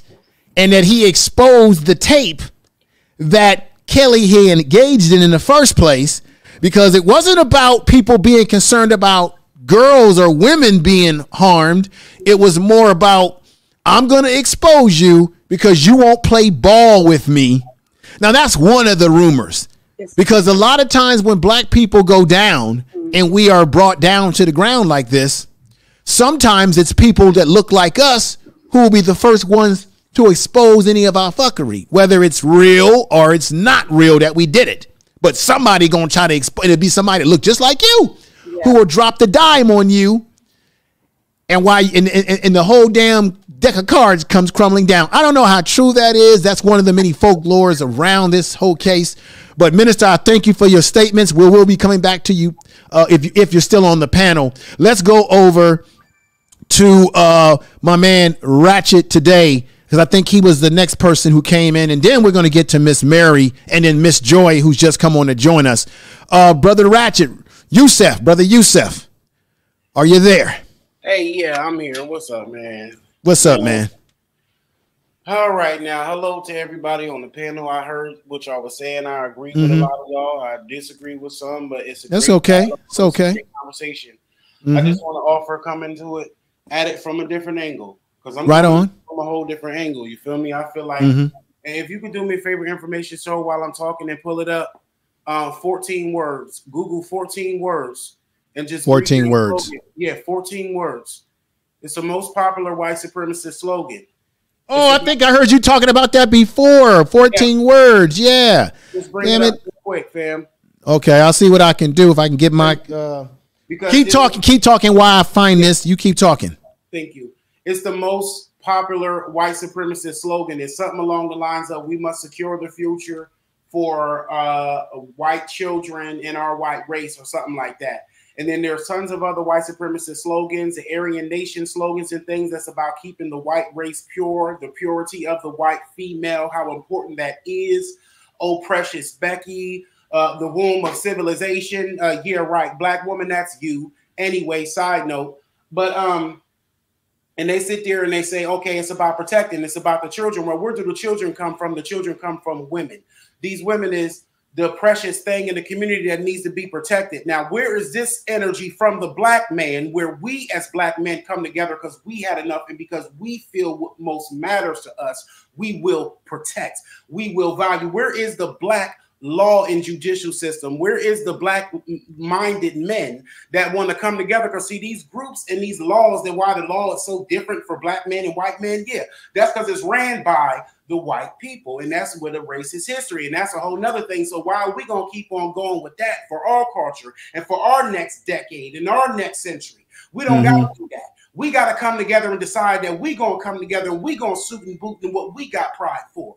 And the hair on a black woman or a black child or even my other black brother or my son's back better not touch. So when we hear these things happening to black people and we don't never get no justice and all this stuff, it's all confusing when you see people like R. Kelly. A lot of y'all know R. Kelly's in your family. A lot of y'all is R. Kelly. That's true. So, that's man, you ain't never lied. I know some people ain't gonna like what you saying. Some people, but you're telling the truth. I just want to say it because this gets on my nerves. We have issues and we can't even decide what's right and wrong, and whether they were underage or not. This is all the predatory behavior on black women that everybody is doing. Black women got a history of giving black life. Other groups of women and men have a history of taking black life. It is our responsibility to be the ones out here police guarding and what's going on. If somebody do something wrong, and like the minister said, it should have been already people in the camp already to pop him. That's how you knew he wasn't surrounded by nobody that was worth nothing. And why? Because none of us ain't barely either. Right. I found this this website's kind of tripping. But I found what you're looking for right here. The 1488, ladies and gentlemen, is a combination of two popular white. And you know what? I'm familiar with the 88 symbol. A lot of these white supremacists use these. I'm going to be doing a show on white supremacist symbolism. But 1488 is a combination of two popular white supremacist numerology symbols. The first symbol is 14, which is the shorthand for the 14th word slogan. We must secure the existence of our people and a future for white children. The second is 88, which stands for the Hail Hitler. Yep, that's right. Being the 8th letter of the alphabet. Together, the numbers form a general endorsement of white supremacy. Its belief. As such, they are sequentially within they're used adequately within the white supremacist movement. They're basically used within the white supremacist movement as a graffiti and graphic and tattoos. Yep, because I see guys where I work who have these symbols on their body, and tattoos, even in because Yusef, I deal with guys, gangs and all sort of stuff in my profession. So I've run across all these different symbols that these guys have on their body. Exactly. There's so many symbols that I'm familiar with that is unbelievable, the kind of stuff that I see. But let me continue this. Okay. The white supremacist movement as a graffiti, graphic, tattoos, even a screen name and an email address such as the Aaron Princess Fort. So anytime you see those email address like that, folks, and they put that 1488 in there and all that type of writing, like you see on here, for example, as an email, some white supremacists will even price racist merchandise such as t-shirts or compact discs for $14.88. That's right. And they also will wear the Nebraska hat with the N symbol for their movement. They wear all these different clothing that represent so many different things. I'll be doing a show about that. So you're absolutely right, brother Yusef Ratchet, today. Definitely, you're on the money right there, brother. So I'm gonna drop that right there off of there and bring us back. Oh no. Is there anything else you want to add? And I got to get to Sister Miss Mary real quick, because that's the point I'm saying is not to say, oh, look at what they're doing. My point is to say, pay attention to ourselves. Let's police ourselves. Them as individual males, individual white men and women who come together and do their little systems and their little this and that, and just because it's good don't mean we gotta fall for the okey doke another 100 years. And right. And again, if we was to come together and worry about policing ourselves, we would have a place to even deal with peoples in the R. Kellys in our community. We need our own black jails and stuff like that. It ain't just the people and lock their white ass up. It's a couple niggas that's going in the black slammer with the hammer and the gavel too. And that's all I wanted to say. All right, brother. Right, all right. Let everybody know where they can find you, about your channel and all that good stuff too. You can find me in hell. My bad. I get mad about this shit, y'all. I'm sorry. I love y'all. Y'all get Yusef from Ratchet today. All right. Well, brother, we don't want you in hell. We want you to be in a very divine place. However, a lot of the bullshit that's going on in this country and around us over the years, and even before we were born, has truly been hell. But we mentally have to take care of our mental health so that we don't let the hell in our environment bring us down that wormhole of no return. I really appreciate you. And everybody on this panel has been excellent. This is what I'm talking about. This is a professional panel. I got to give everybody a clap because nobody's talking over nobody. Nobody's cussing nobody out. Nobody's disrespectful. This is how a panel's supposed to operate and work. Now let's go over to Miss Mary, who's been waiting patiently before I get over to Miss Joy, and let her render her thoughts. How you doing, sister? Good. Are you there? How are you? All right, speak up just a little bit. You're a little low, but I'm glad you're here. Thank you. It's so hard to follow all that. There was a lot of good things said, and I agree with you, Seth. I guess I'd just say my feelings is that R. Kelly is guilty, and while I do believe he's a victim of extortion, he snitched on himself too many times. I'm never going to ignore that. Like, even though the court has ignored it, I can't and I won't. And if he is guilty of this, well, he's guilty, so he was charged with the RICO thing. So how, then maybe they are going to go after these other people, because who is the organization, right? Everybody's saying that the organization is the parents, right? Everybody blames the parents more than anything. So, I mean,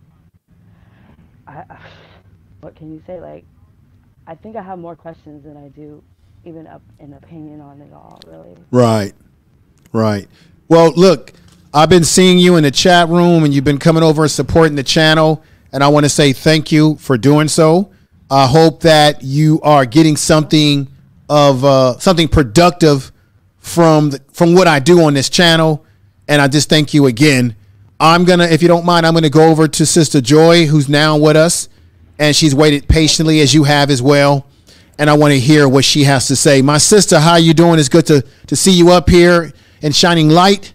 And thank you for the super chat, brother minister. Thank you for the super chat. I appreciate that. And everybody in the chat room, let me give you a clap. If I have not shouted anybody out, it's just that I'm trying to pay attention to what folks are saying up here on the panel. So thank you. I see we got Natural in the house. We got Big Dog, Philly OG, Golden Melanin, RY. I'll try to shout people out as I can, but we got to hear what people are saying. We got Barbie Girl, Tina's in the house. We got Smith in the house. We got Arto Sales is in the house. At It Again Media's in the house. Kiki's in the house. And you can come up on the panel if you like. I just put a couple of links in the panel. Okay, Sister Joy, what are your thoughts? It's good to have you here.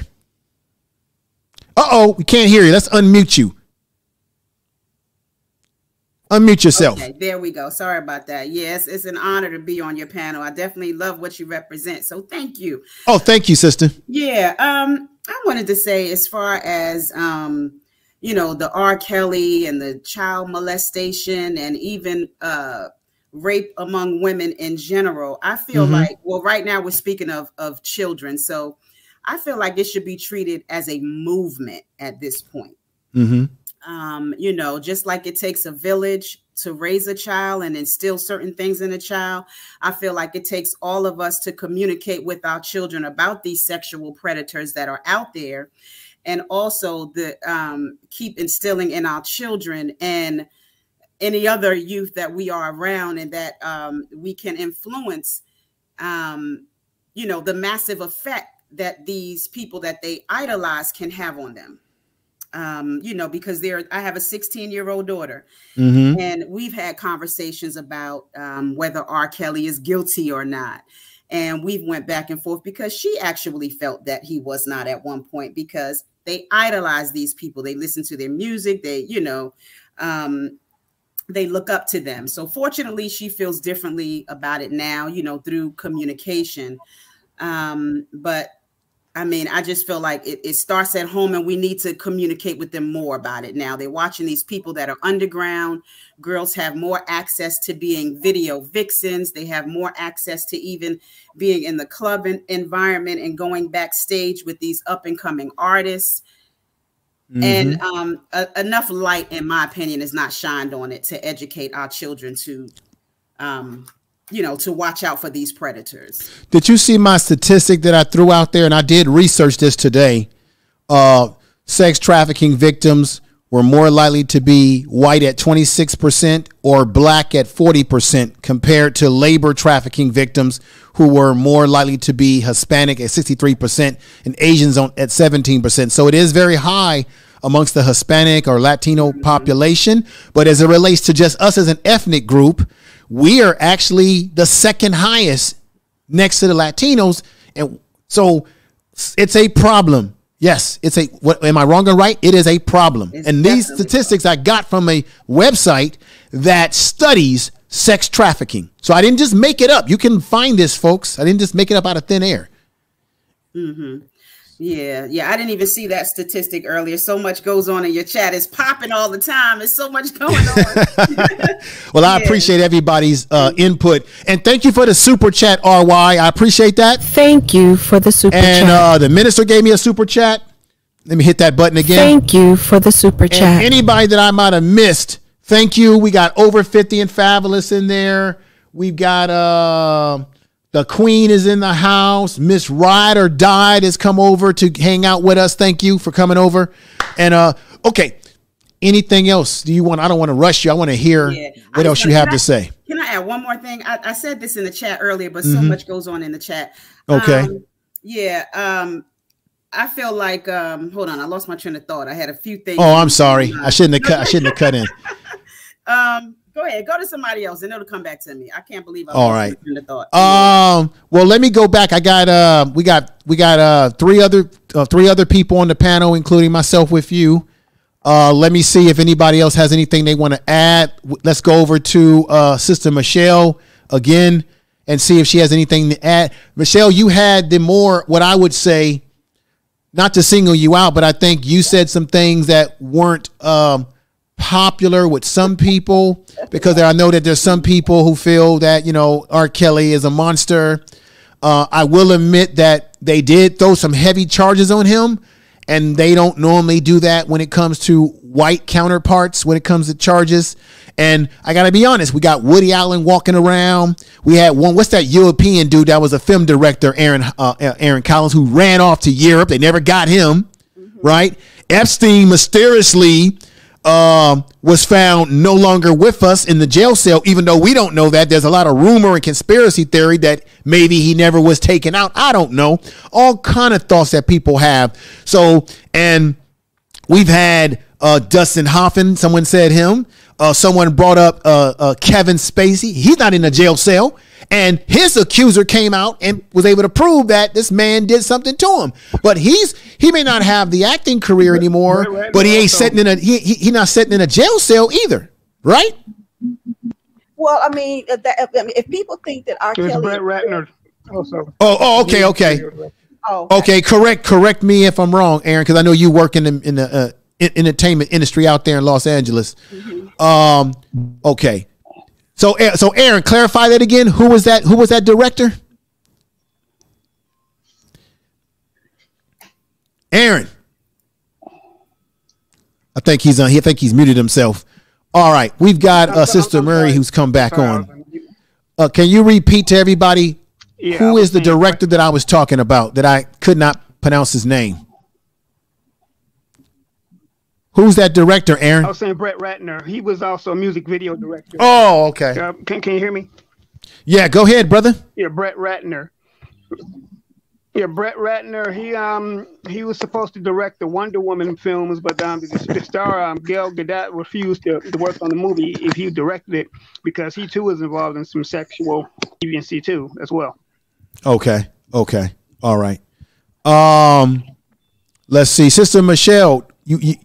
Did you have something that you want to add? I think I had cut into when you were making some points, and then I'm going to go back over to Sister Murray because she's come back upstairs to see what she would like to render to the discussion. Did you have something that you want to add as well? Yeah, you know, I keep hearing over and over again that Kelly was a sexual predator. There's nothing in this case that he was, and that's what we got to get out of. Y'all got to understand these women were going to him getting, you know, $5,000 a month, you know, and all of a sudden now it's a problem. These women were well over age. They admitted it on the stand. So that's why I really don't like having this discussion unless you actually went through the transcripts and read the transcripts. You know, now don't get me wrong, he got a bad deal. What we're saying is, as R. Kelly fans, if you're going to charge him accordingly, don't supersede the charge. That's what we're saying. You want your son, your daughter, you know, whatever, to be charged appropriately, you know, regardless of what it is. And as far as the videotape, you know, there was a big blog, I'm not going to say her name, but she had got a hold of some records that proved that the lady, and allegedly from the first video, was still putting money on R. Kelly books. And she has admitted over and over again, and her family, that it wasn't her. But he still has that Chicago case to prove that. So, you know, we still have that to look forward to. But my thing is, you know, as a mother of sons, and I get people have daughters. I have a niece out there. You know, I have a couple nieces out there. I charge people accordingly. Okay, it's not fair. You don't have to like R. Kelly, but understand the law. And if he's not being charged properly, y'all keep saying sexual predator. He wasn't charged with being a sexual predator. Okay, well then let me ask you the honest question. This is where I have to come in now and play judge, even though I'm not a judge in real life. But I've been around plenty of judges because where I work at, we have guys that go to court and they have to fight for their cases and you know all that kind of stuff. Are you willing? I don't mean to put you on the hot seat here, sister, but I'm going to have to put you on a little bit of a hot seat. Are you willing to admit that, given his long history, and I've got where's my document? I got a big fat document where I could run down in a complete sequence. All the way from the very beginning of 1994, 2016, I can run it all down of all the things that he had been involved in as it relates to women, girls, whatever. It's not whatever, but girls that were underage and women who were of age, who parents were like, I want to get my baby out of his house, but they would not leave the house because, of course, they were grown women. However, I have to admit that there were grown women who were laying up with R. Kelly And the police could not break in the house and arrest R. Kelly because he was in there with grown women too. But would you admit that R. Kelly has done something that does require that he should do some time in a penal system? No, this is what I record. This is what's going on. Okay.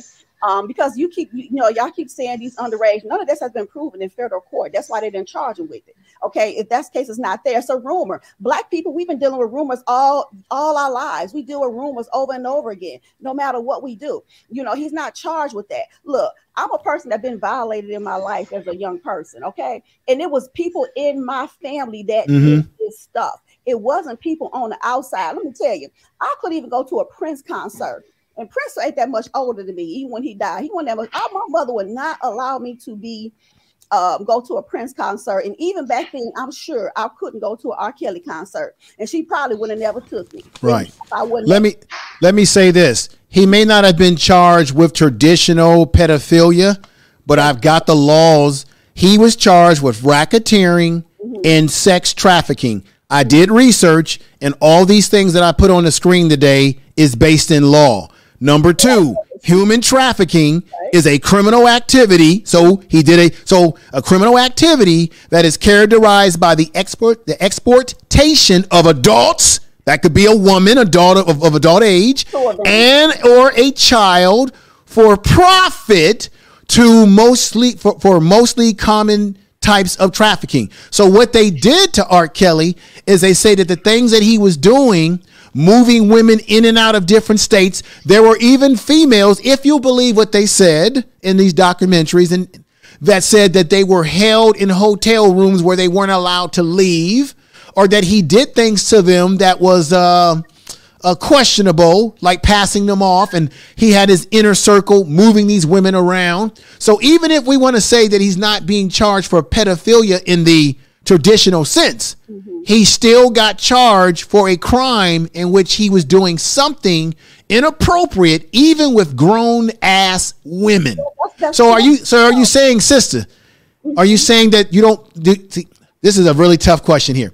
Okay. I don't hate to put you on the spot. Are you saying to our audience today that you don't believe he did anything wrong, or did he do something wrong, but they just overcharged him, in your opinion? Basically, at the end of the day, exactly. Whatever he did, his last attorney said that outside of maybe a few misdemeanors, there was, you're talking, look, at the end of the day, his sex life was on trial. Okay. What he did, a little other stuff, people don't like it, but I've seen her worse. I live in Atlanta. Okay. So look, I'm going to be honest here. Gotcha. I don't subscribe to being with underage females or minors. I'm a man who likes to be with a grown of age woman. Right. But however, we are all adults here. We all get a little kinky in our bedrooms with whoever we have a relationship with, a sexual relationship or a marriage or what have you. Let's not act like we're all saints up here. We all can get a little kinky. But this is the difference. Not all of us are sitting up here engaging with underage minors and holding people captured and moving people from in-state and having inner circle people moving people around. And that's my point. And that's Murray's point. That's the point. But that's going on tour buses, though. So that means everybody in the music industry can be charged with a man acting sex trafficking. It was a tour bus that he goes on. That's everything that you're saying. If you don't read the transcripts of what they testified to, I'm talking about all the ones that testified to on the defense side, on the prosecution side, because he didn't have, I don't know why, whatever. But anyway, on what the prosecution said and what they put out there, trust none of them testified to what you all are constantly saying up here. And that's why I say black people know the law. Nobody's saying he's an innocent. See, this is the thing about, I know for me, yes, I look, at the end of the day, you want to call me an R. Kelly supporter? I'm a true supporter. Because I had a brother who was charged with a very serious crime of murder, and he was acquitted. Okay, and I know how people can go put rumors out. I know how it is. It was very hard on our family. So look, that's why I don't really pay attention to the TV or the news, because y'all thinking you keep going back to him and young and underage women, then there has been no proof. This is federal court, y'all. People don't want to stand with this stuff. Inconsistent testimonies, almost threaten to have testimonies impeached by some of the two of the Jane Does, but none of of them has said they was with this man as underage. It was 18, 19, 20. Now, don't get me wrong. Look, somebody made a good point on his show. You know, I wouldn't have messed with nobody, didn't have a 2 in front. I would have checked, now ID you. I need you a college student. I need you somewhere, a social security card, fingerprint. I would have probably went above and beyond, especially, and not just relying on somebody saying they're 18. It's very easy for a 16 to say that they're 18. It's very. I'm gonna, you know what I gotta do? I'm gonna have some folks come in. They may have a rebut to what you're saying. They may have a difference of opinion.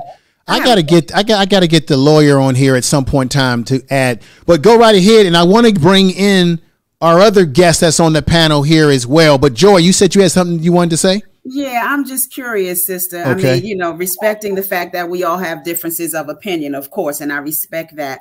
But the fact that R. Kelly married Aaliyah when she was 15 years old, and to my knowledge, if I recall correctly, R. Kelly was 27 and falsified the documents. He didn't falsify that. That's what I'm saying, man. Please. Okay, He had. Let me just say this. Wait a minute.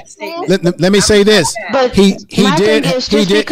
Just because things were like, just because things of what R. Kelly was accused of in the past was not brought in this court system, we can't really ignore what was proven in the past that he has done. The main example that Ms. Joy brought up was with the marriage between him and Aaliyah. Like, we can't because with if we're gonna go that standpoint for real, if we're gonna go through that standpoint, then nobody should be talking about Michael Jackson being a pedophile. Nobody should be talking about others being a pedophile because they were railroaded the same way. Right. Let me say this. Let me step in and say this. Let me say this. It goes back to the theme on my thumbnail: enablers and family members. Well, guess what?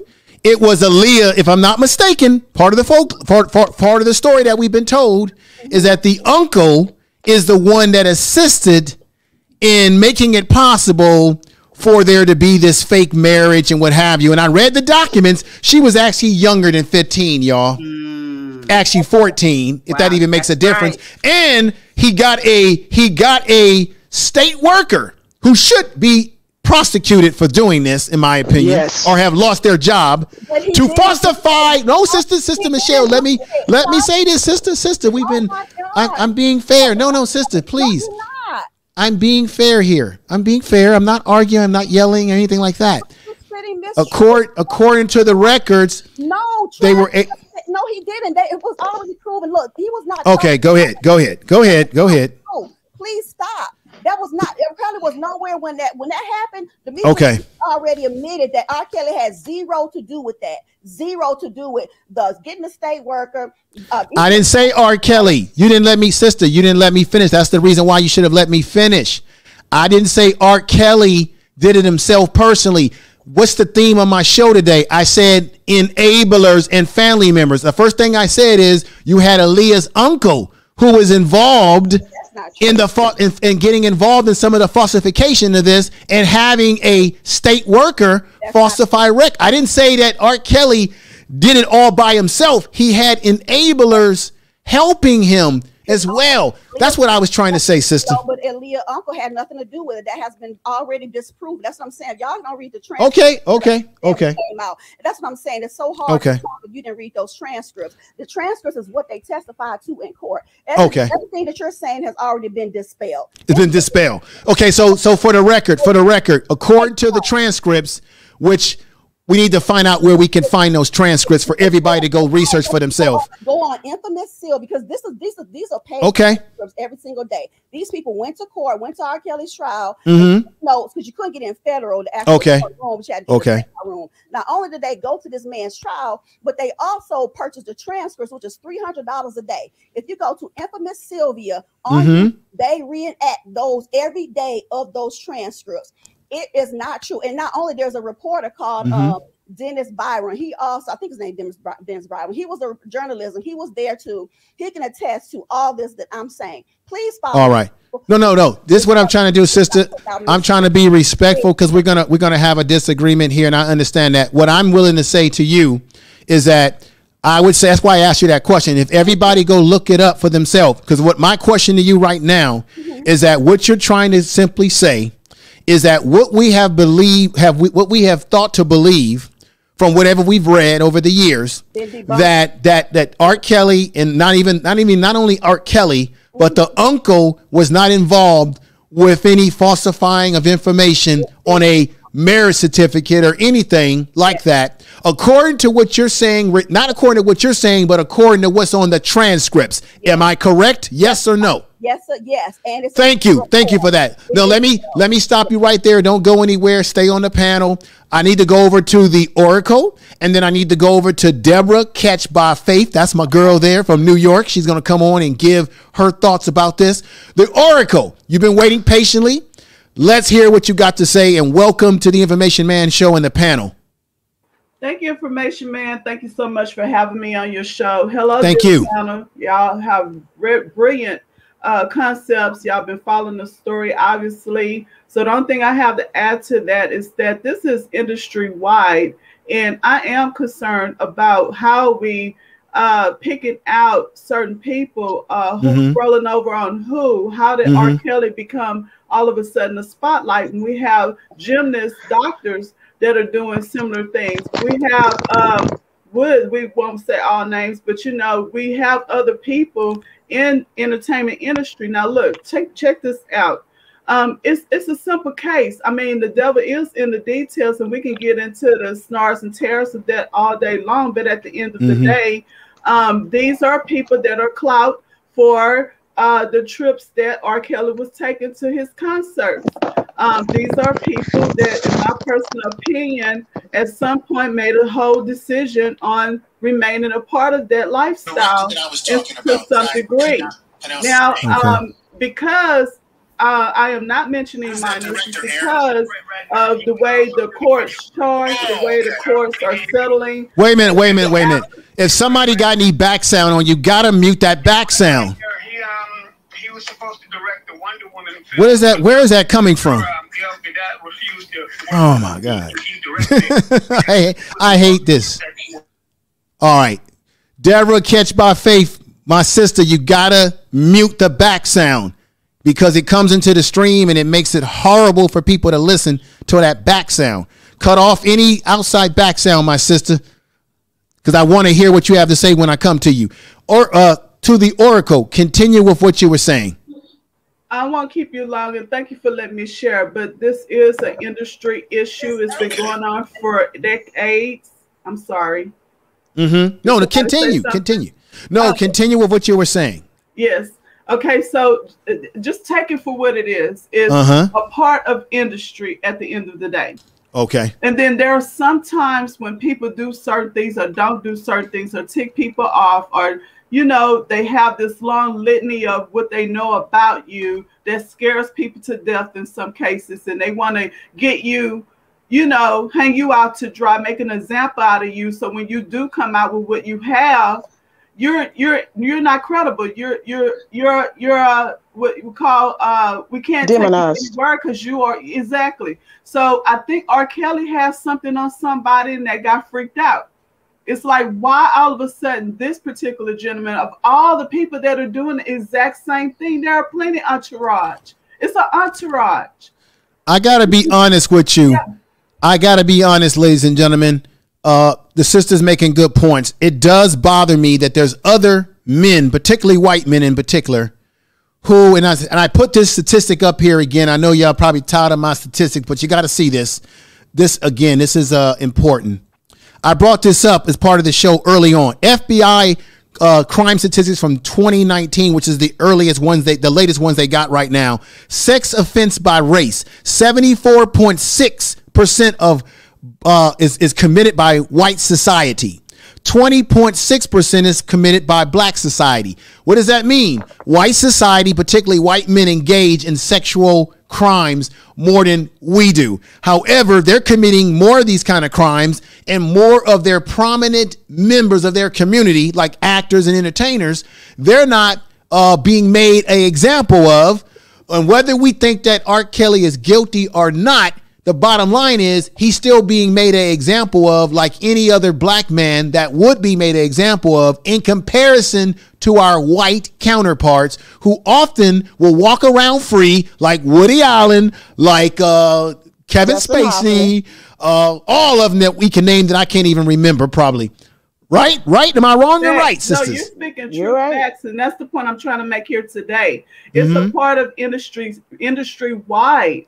It doesn't even have to be just in entertainment. It could be in sports. It could be CEOs, major mega corporations. They're all in on some form of this type of activity to some degree. Yes. I mean, who's paying that bill? It's a whole big $1 trillion industry. That's everywhere from what you see on porn sites to the worst that goes into other countries. I mean, we could really go there. This is digging a rabbit hole. Right. You're right about that. I'm not going to deny that. Very good points. Let me go ahead and do this because she's been waiting patiently. Let me go over to Sister Deborah Catch by Faith. Let me bring you in, sister. All right, sister, get the audio. Sister, your audio. You got back sound coming in. You got to turn the back sound off.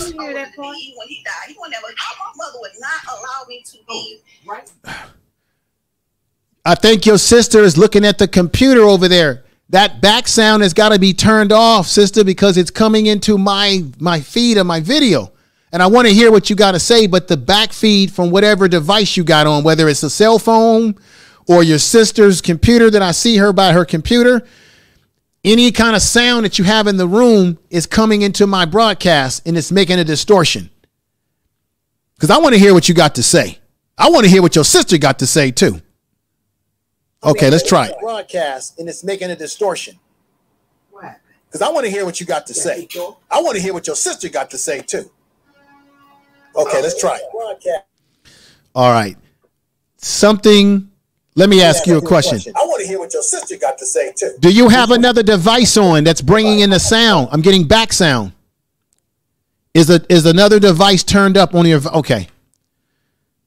I'm trying to work through this. I really want to hear what they have to say. All right. Let me see this. Can you hear me? Yeah, this is what's going on. Because another device was on in the room there, it's bringing that back sound in. And I want to hear what you got to say, and I want to hear what your sister got to say too. So go right ahead, Catch by Faith. Mix up how we was trying to get it together over here. It's okay. Personally, I think that the charge of life is too much. Okay. I think the charge of life is too much. Yes, he should be charged. But yes, he was with underage women. Yes, he was being manipulative with the parents. Even though some parents allowed their kids because they wanted their kids to be these stars, they actually put them in his hands. And I think some of the parents should be charged also because they added to what's going on with their children. Also, too, he should be charged because R. Kelly not only has sex with women, but he was having sex with the guys too.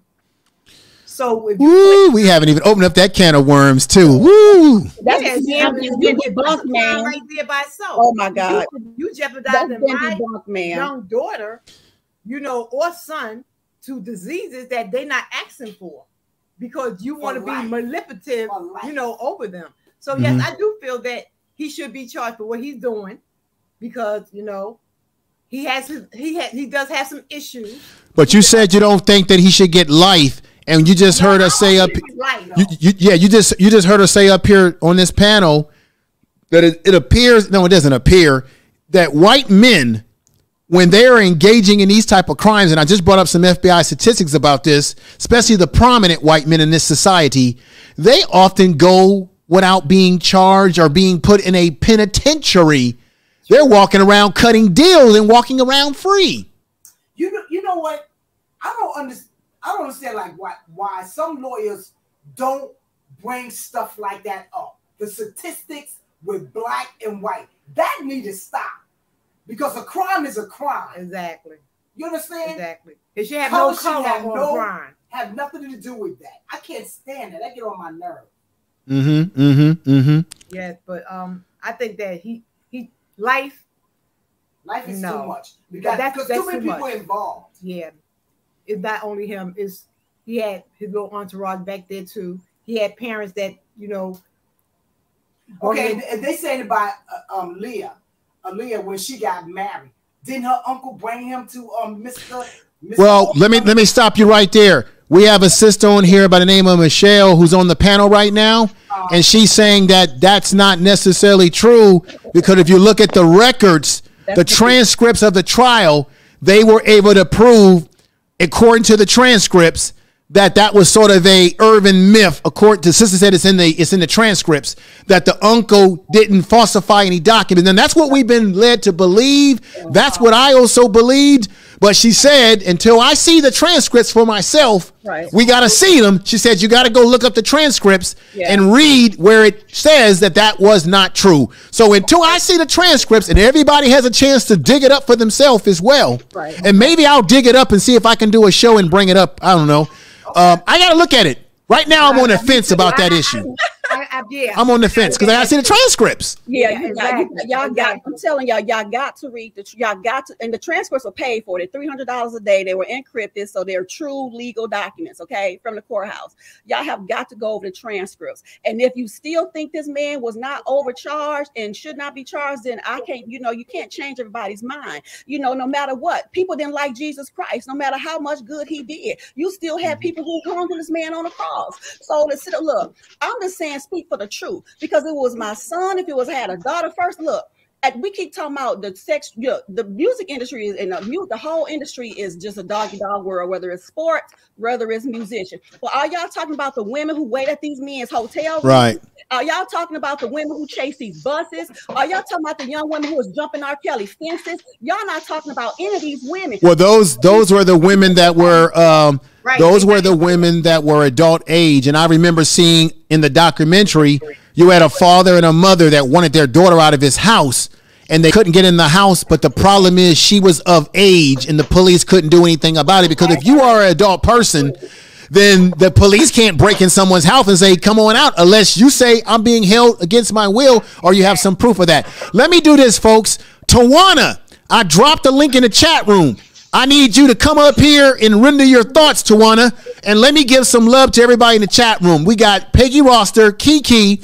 We got Peace Within in the house. We got Peace Within Free. Kales is in the house. We got Chris CC, who was up here rendering her thoughts. We got Faith in the house. We got XX Ride Dog XXX.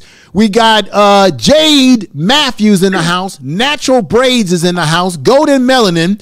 The Real Aaron Collins. We got my man Nappy Yankee in the house. If you want to come upstairs, come on upstairs, Nappy Yankee. Come on upstairs. Come on now, Nappy Yankee.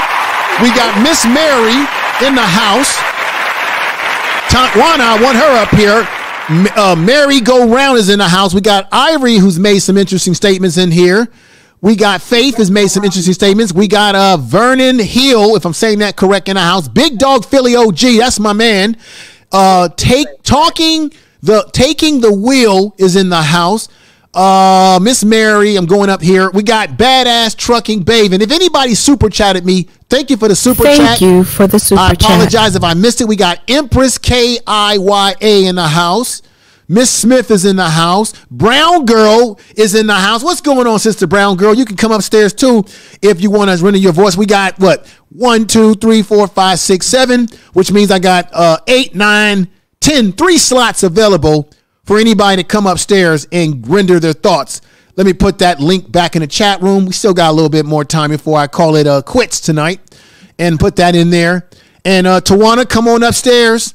We got we got Spill Radio in the house as well. And we got a good turnout tonight. Good 141 people watching.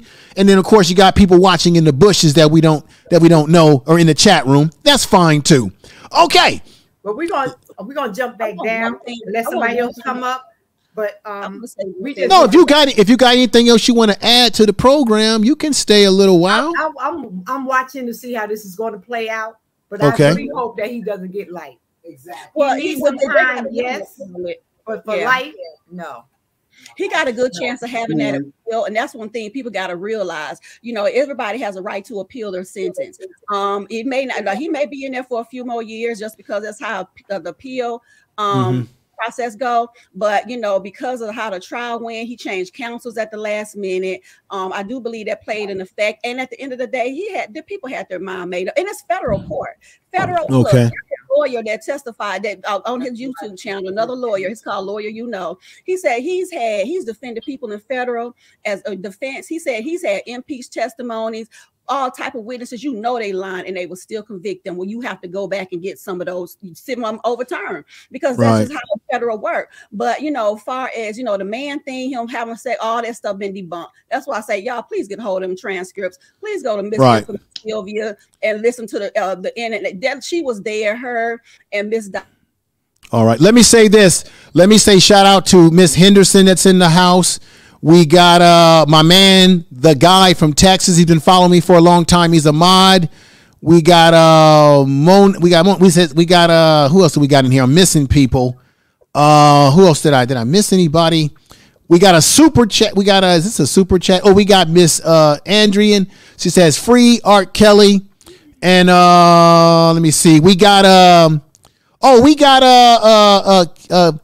Catherine and Friends is in the house. That's Deborah Catch by Faith. That's her sister who was in the room when she was up here with us talking on the other computer there. Peggy Roster, Kiki. We got Miss Henderson is in the house. Big Dog. And I just want to shout some people out because once I go back over here to hear what people have to say, I'm going to be right there for a while before I can come back and shout people out because I really need to hear what they say before we put a crescendo on the program tonight. Okay, let me see. Out of respect, we got Jade, if I'm saying the name right, Jade is on the panel with us with the Key Sweat avatar. Let's try to get through everybody who wants to add more to this. Before I go over to Jade, Joy, and as well as Real Aaron Collins, do you have anything you want to add, sister? I can tell you got something you've been wanting to say. I do have something I want to add to it. First, in regards to statistics, I feel like the Black statistics for child molestation, sexual exploitation, and sexual trafficking will be a lot higher. Mm-hmm. I feel a lot of it goes unreported. You're right. Simply because, you know, they feel that Black girls are not credible. You know, they could be manifesting these stories within their mind to get attention, to get public attention. And, you know, it's just, they don't feel that they could speak up because their voices would be heard. So I think that statistic is way off. That's not a Black girl thing. That's a victim thing. I just told you that I was violated before. I didn't speak out to my 30s, and it was somebody in my family on multiple occasions. Not a Black girl thing. It's a whole person that's been raped because they feel ashamed. You got family members. Because look, who wants to believe that their brother is running around here touching little girls? Your daughter come to you and say, "My own daddy fooling around with me." It's a shame thing of all races, of all over. All just everywhere. It's all of it. We gotta stop singling out as just Black girls. It is all races of women. Well, sister, the reason I agree that it is a problem of kids being preyed upon, but I have to be honest. I don't know if you had a chance to see my show on missing people a week ago, and it is a fact that that there are a lot of Black children, Black males, and Black women going missing, and the media does not give the same gravity that they're giving to this Gabby and Brian Laundrie case. Right. And I laid out the numbers, I laid out the facts. There's a sister who has a website. It says "Help Us Find Us," and they're talking about the fact that there's about 2.5 million Black men in total that have gone missing. There are thousands of Black women that have gone missing just last year. And in Washington, D.C., there were tons of Black females that were going missing. And nobody seems to give a damn. Now, I'm not saying that nobody up here doesn't give a damn or nobody in the chat room gives a damn. But I'm saying the larger society doesn't publicize what happens to us. Look at the situation with Daniel Robinson. His father had to go get other people to do the damn job that the police weren't doing for him. And oftentimes when Black people, Black girls in particular, and Black boys go missing, The police usually say, "Oh, this is a runaway situation." That's how they treat us. So let me go over. Yeah. Sister, statistics can be skewed, but I do believe when it comes. No, I don't have to believe. I see it. When we go missing, the media does not ring the bell for us when we don't have blue eyes and blonde hair and white skin. Statistics are skewed.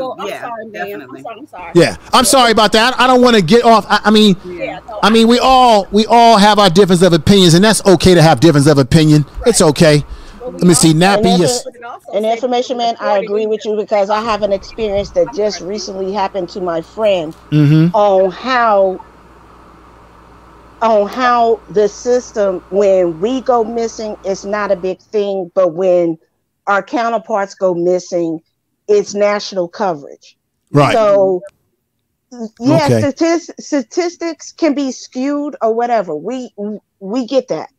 But when you deal with real life, you tend to believe that, okay, when our people go missing, it's rarely talked about. I'm gonna let others talk, but I'm not gonna stay up here for too much longer. It's okay.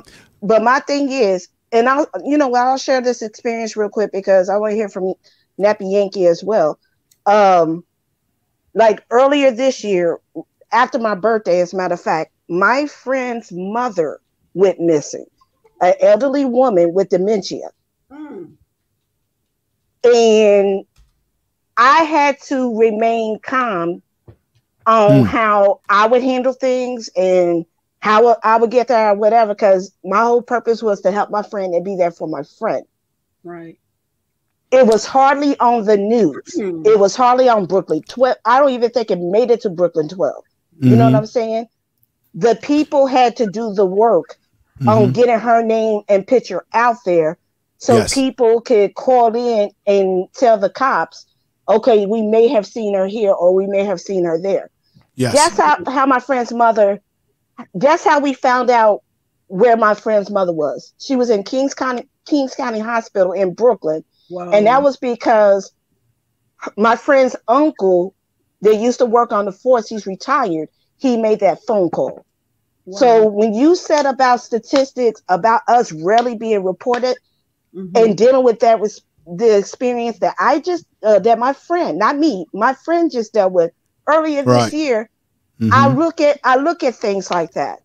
And also we all have to understand something here. We don't live with these people unless you right there living with R. Kelly, if you right there living with Bill Cosby, if you right there living with Michael Jackson.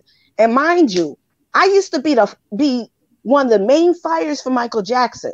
But I had to come to realize something. One, the industry is very dirty, it's very evil, and it's very demonically ran. So whatever happens behind closed doors with their little parties, that's what happened behind closed doors at their parties.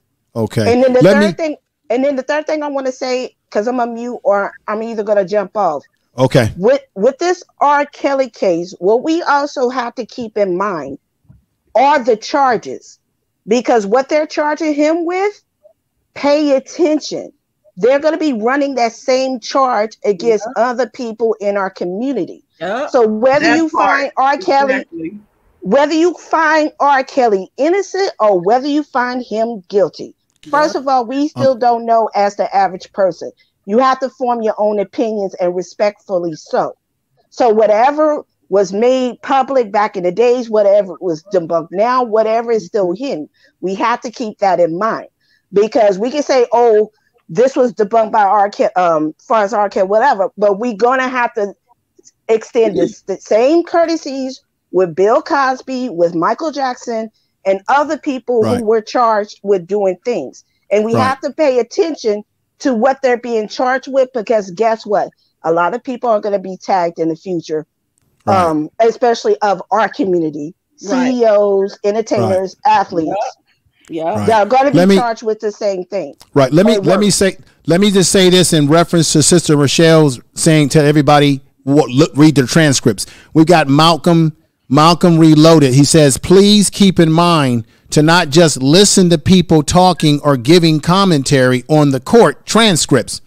Actually attain and read the transcripts in its entirety on your own. And I would say to add to that, so that you can come to a conclusion. Now, the next thing I'm going to say here before I bring any in is that what you're saying is true, sister. They've always used these situations to create a system to make us the example. Didn't I just bring up tonight that Jack Johnson was the first African-American male to hold a heavyweight title, and he was accused in 1912 of violating the Mann Act? The Mann Act was specifically used to punish black men for having an appetite to dating white women. The white woman that they charged him for, that he did a year and a day in court for, was actually his girlfriend. And white men were concerned about non-white men savaging after white women. Henceforth, the movie, what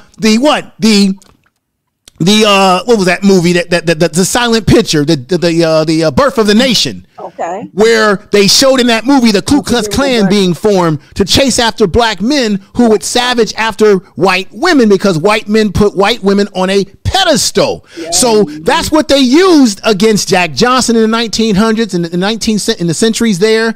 And that's what they used on Chuck Berry and many of the other artists, black artists, while white artists like Elvis Presley, Jimmy Lewis and all of them, they keep living and keeping their legacy alive, and they're made heroes out of. Everybody think that Elvis Presley was a hero, but if you use today's standards, if you use what they're doing to R. Kelly, we should be calling Elvis Presley the same goddamn thing. Now I'm going to end there, and I'm going to bring in Jade, who came in, and then I got to bring in my man Nappy Yankee, and then we got to bring in Tawana. And then we got to bring in, I don't know their name, but they got a T on their logo. So let's go over to Jade. Jade, render your voice with the time that we have. Okay. Hello, y'all. I am so sick and tired of the name Michael Jackson being thrown in along with R. Kelly, because the difference between R. Kelly and Michael Jackson is there's actual proof that Michael Jackson was extorted. R. Kelly, there's a sex tape still out there in the hood somewhere. I don't know what site it's on, but it's still out there. And we can't deny that R. Kelly got cocky and arrogant. He should have made an effort to have good people around him. He knew he couldn't read.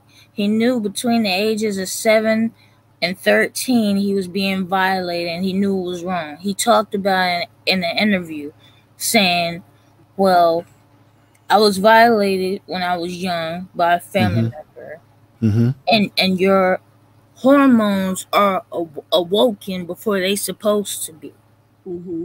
So he knew that it was wrong. He knew what was happening to him was wrong. And he knew he couldn't read, write, or count. So what he did during his career when he was out was top lining. That's what you call top lining. And just because we think we know these celebrities doesn't mean we actually know these celebrities. Michael Jackson, when they were saying he was where he wasn't even there. I could add John Travolta as an example. He was sued and accused of sexually violating a man. But turns out not only was it false, it was a BS story, because he wasn't even there where the person said he was. And we also have to be careful with having trials by media. The main reason why R. Kelly is exactly where he is and where he has been for at least 2 years before the trial even started was because of surviving R. Kelly. So you had smokes and screens, people making money, then coming out saying, oh my God, woe is me, I'm a victim. When you were living girlfriends. Right. So, you know, and I talked on Whitney DTV, and yeah, I probably talked out of pocket and said that the victims were too protected. but I was talking in the sense of how a traditional case normally occurs. The accused know the names of the accuser, and the accusers know the name of the accused. So when they had Jane Does and John Does, to me that wasn't necessary, because you use those names when the person is dead and you can't recognize them. And there's certain things that I witnessed occur in the media, like real time during the actual case. And I noticed it where the media, it was like they were all in agreement. They had all had some secret meeting where they agreed, okay, we're going to say this. Even though the defense might be whooping the prosecution's butt, we're going to stick with the prosecution, and we're only going to present the prosecution side of the story. And we're going to sensationalize it. Because mind you, believe it or not, and I'm not making this up, but the relationship between R. Kelly and Aaliyah, that was sensationalized. And it was once considered folklore. So, and then you had Lifetime, right? They went from romanticizing it to, by the time Surviving R. Kelly came out, to Catch a Predator. First it was cute, now it's bad. So of course you're gonna have a public that's confused. They don't know what to make of it. To me, I just have mixed feelings. I feel anger towards R. Kelly because I feel he was cocky, a brilliantly talented musical genius, but cocky. Then I feel angry for R. Kelly because I feel that people took advantage of his situation. They took advantage of the fact that he was generous. He was illiterate. He wasn't that bright, but he was bright musically. But cognitively, he wasn't there. And he's mentally off. Okay. Let me do this, sister, for the sake of time and everybody on the panel. You made very strong points. There may be someone who disagrees or have a different opposing idea, and that's okay. This is what this was all meant for today. I'm going to go to Nappy Yankee right after Tawana because I know that he's going to have something explosive to tell us. Because he's a brother who may have a different opinion, and he's going to tell it like it is, whether you like it or not. But Tawana, how are you doing, sister? I'm wonderful. How are you? I'm glad that you finally were up here, and I noticed you were at the bottom down here. And I said, oh, shit, Tawana's in here. So let me get you up here, and let me hear your voice, because I've been wanting to hear what you have to say, and then I got to bring in Nappy Yankee to see how explosive he can bring us back to focus, right? Because he's been on this pretty strong, and he has great investigative skills as well. But go right ahead, sister. You have the mic for the time. Okay, so all of us have been fans of somebody at one point in time. R. Kelly thrown in there. When you find out that someone you sensationalize and he's like a god of music does something wrong, you're gonna get this split. Some people are gonna be like, R. Kelly is innocent, and some people are gonna be like, he should burn in hell or whatever. Listen, this man started shenanigans in 1994 that we know of. He was 27 when he met Aaliyah. He was 14, but they married at 15. Okay, Aaliyah lied about her age on the wedding certificate that she was 18.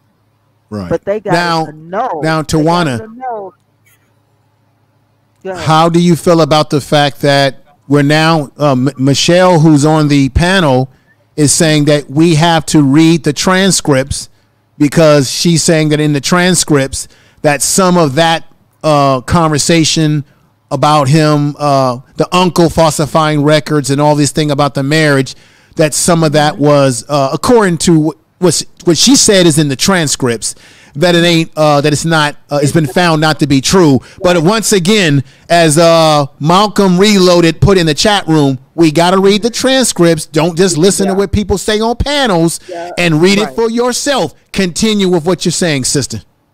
Okay, so the marriage was annulled in February of '95, right? But on record, a former tour manager for Kelly testified at his trial that he bribed a government worker in '94 to obtain a fake ID for Aaliyah.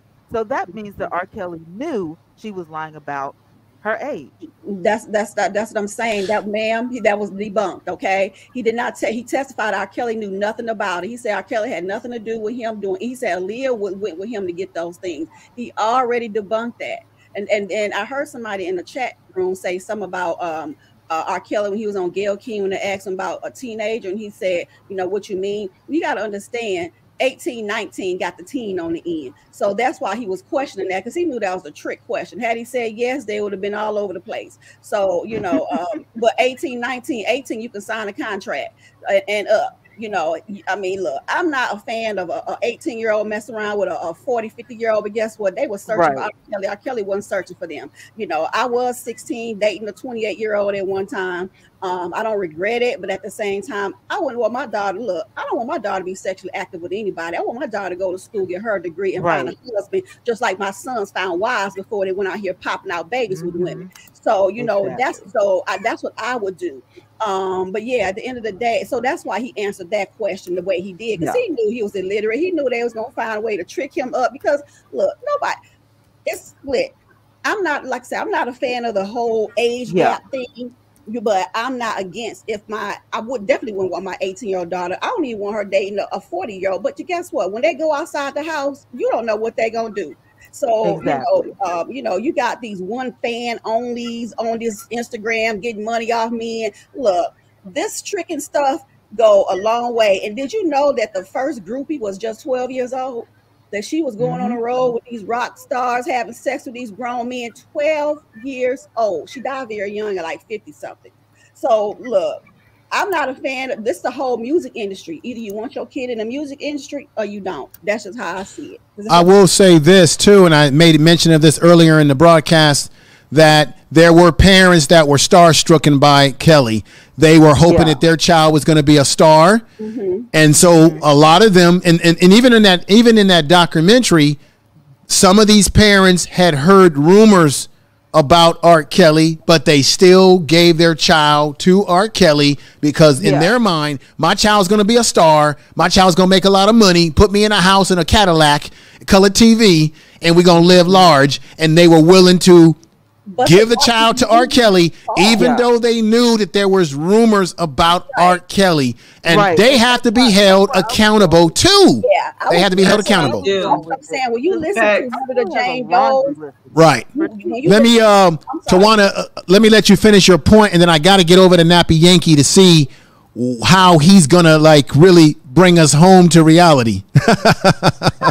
What I was saying was, he has, for 2 decades, this man has a laundry list of crap, starting with Aaliyah.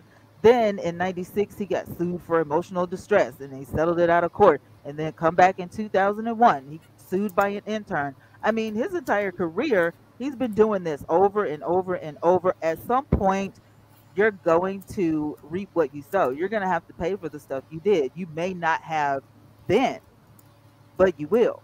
But a lot of celebrities pay out, though. That's the thing people don't understand. And he's grown. And you know better than to do stuff like this. R. Kelly already said he took the advice of his attorneys, y'all. I'm saying. But let me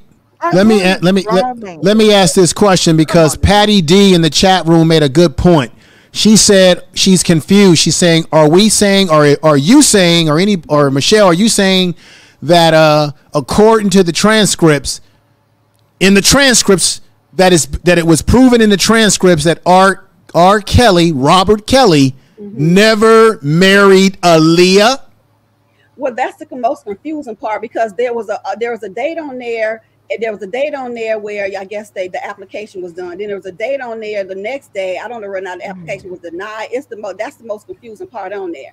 But to be honest with you, so you know, like I said, there was a person that came in and testified that he did the that he did the ceremony, but he signed a non-disclosure agreement. That is the most confusing part of it. But he wasn't charged with that.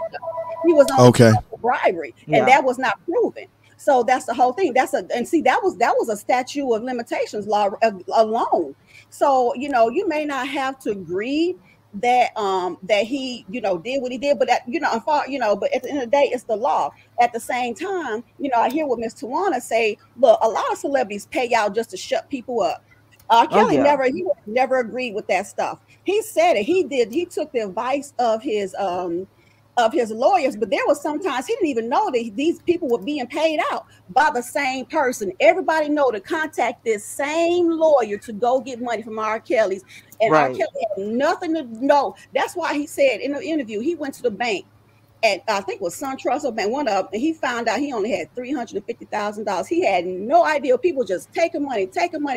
People suing. He had no idea a lot of this stuff was being paid out. A lot of the stuff. It's sad. All right. Let me say this, and peace to everybody in the chat room. We got a brilliant audience tonight. It's fantastic tonight. I'm going to give everybody a clap. Let me say this.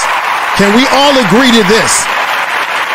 Can we all agree that the parents who gave their child to this man and all the handlers around him who were looking the other way at suspicious behavior, if they're going to put R. Kelly behind bars for the rest of his life, shouldn't these family members, these hangers-on, security people, all the people that were rocking with Kelly and living off of his resources and looking the other way, shouldn't they at least be civilly charged, if not criminally charged? Can we agree with that before I get ready to go to my man, Nappy Yankee? No, they need to be in jail.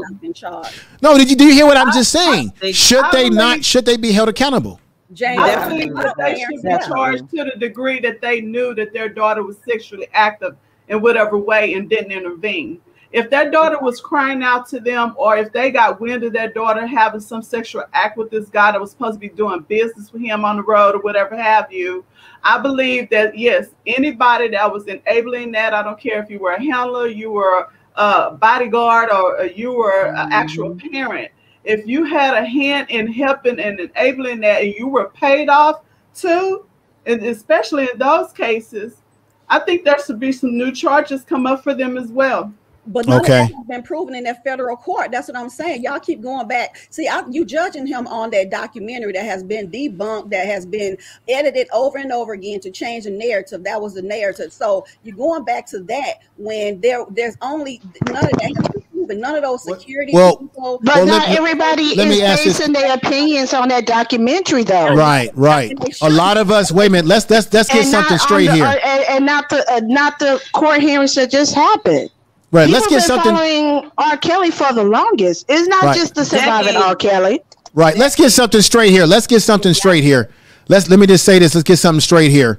I don't think that we're all going with the documentary. Some of us got age on this stage, okay? I'm 51 years old. Some of us been watching R. Kelly since we were young, since we were teenagers, or since we were in our 20s. Let's say in our 20s, because he was popular, very popular in the 90s. So some of us have grown up even before that documentary, and we have heard things. If you go to Chicago, Chi-Town, people who live in Chicago, they will tell you that it was a known fact that Kells was going out there and hanging out near these high schools, and that there were girls who willingly hung out with him, and there were some girls that he was targeting.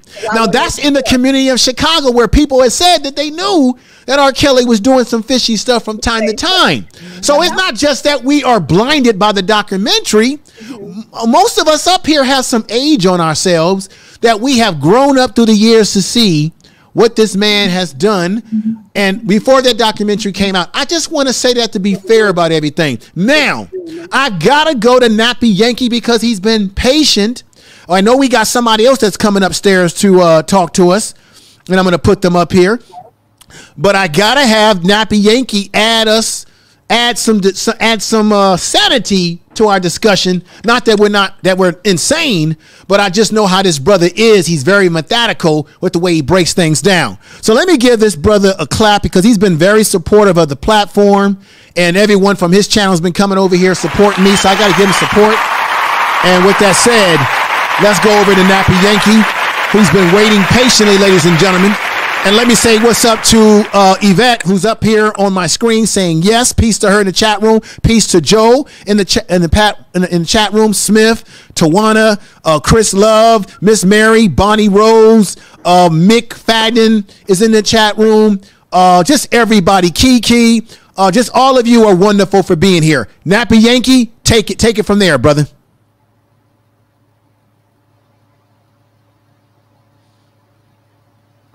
Go right ahead. Take it from there. Yeah. Can you hear me now? Yeah. You got a lot of back noise, brother. You must be using your phone. Hold on. Better? Yeah, brother, because there was a lot of back noise. I don't know where yet, but go ahead and render your thoughts. Not a problem. All right. Peace to everybody in the chat, on the platform.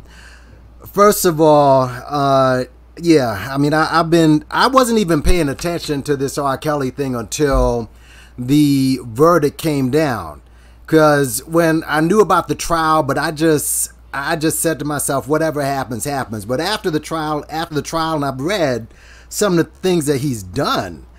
Okay, I mean, some of y'all, you R. Kelly supporters, and let me give a full disclosure. On my platform, I am very, very, very anti-celeb, anti-black celeb. I think they're a problem. I'll enjoy their talents, but the black celebrities are just by nature anti-black. And it seems the trajectory with them is whenever we allow them to have their faults throughout their career, they get in trouble, you know, we stick up for them, and then they get cocky, and then when they get really, and of course on their journey, they completely distance themselves from us. Okay, like again, to be completely anti-black, and then when they get into major trouble like this, then we feel this need to protect them. All right, I mean, Kells, you know, to be quite honest with you, should have been done back in '95. Now let me just deal with the Elvis situation, because people brought that up. Well, look at Elvis. Elvis married such and such a 14. Yeah, he did. Yeah, matter of fact, Patricia Presley was making a story. She brought up a story one time about how her and Elvis used to sit in bed with each other all night and just talk. I'm like, bullshit. This was a long time ago. She said when she was 13 and Elvis was 24. I'm like, come on, bro. But everybody was sitting down. They were cheering it for some reason. Now, Kells himself messed with a 15-year-old as well. But nothing happened to him. This was on the front cover of Vibe magazine. Why? Because both of those stars were in their prime and making people money. Okay, I had a couple of people up here try to cape for Michael Jackson.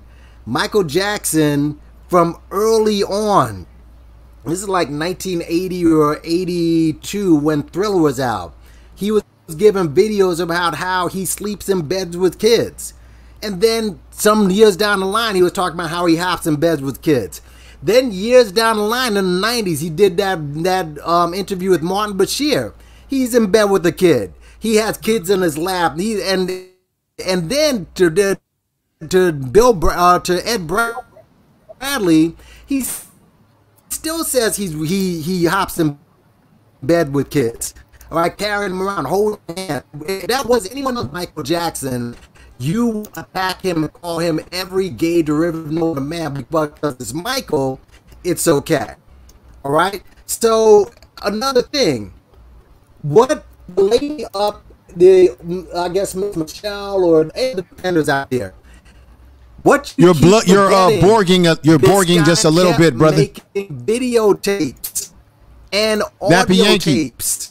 Nappy Yankee, move around Nappy Yankee, wherever you are, move around a little bit, brother, because there's some borking. You sound like, you must be somewhere that's affecting your Wi-Fi. Yeah, still borging. Move around a little bit. Maybe there's something. Yeah, you sound better now. Go ahead. Better? Yeah, that's better. Stay wherever you are. Go ahead. Okay. Let me stay there. What all the R. Kelly defenders seem to forget, he had videotape and audio tape. All right? That came out. We saw he had videotape and audio tape. Period. It wasn't. Look, you can say, look, R. Kelly could do Sir, I mean, miss. Look, Let me finish. Hold on. Let me finish. You act like he's paying you to be his internet lawyer or something. Let me finish. Don't try to shame me. Videotape and audio tape. Period. This is what we're gonna do. This is what we're gonna do. This is what we're gonna do, ladies and gentlemen, because I want to have order. I'm not having one of those panels where people are shouting over each other. I don't get down like that on my program. So what we're gonna do is that Nappy Yankee, finish your. I'm not trying to rush anybody. Say what you're trying to say, brother. And then anything that anybody wants to, have a difference of opinion with, you go ahead and you have that difference of opinion, and then Nappy Yankee, you should be able to make your statement back to anybody's disagreement with what you're saying. Let's just be respectful. Don't take this personal, folks. Black people, my people. Even if we have difference of opinion with each other, don't take it personal. I know we are invested in many ways because some of us grew up watching R. Kelly. We like his music. He became a part of our life with the music. I get it. And I mentioned all of that before, that just like the Pied Piper that he is, music is the only thing that can enter your self-conscious mind without your permission. And it does have an effect on us, how a person's music can be powerful in our self-conscious mind and how we see them. So don't take it personal. We all have the right to our opinions. However, we don't have the right to our own facts, but we do have a right to our opinions. Nappy Yankee, go ahead. And then whoever wants to, Miss Michelle, if you have any difference of opinion, I will come to you, sister. I'm very fair on this program. Go ahead, Nappy Yankee. Now, you see, and let me say this with what happened there. People, it doesn't matter even if you have video or audio tape, or if something came out on the internet, which it did anyway, that R. Kelly was doing these things. None of it matters when it comes to black celebrities. It just doesn't matter. We'll still find a way. There are people who are defending him, who want him off on everything from Aaliyah to the videotape of the 13-year-old to rack everything. All right. But let me say this, and I'll let other people come on. People, you mentioned Jack Johnson.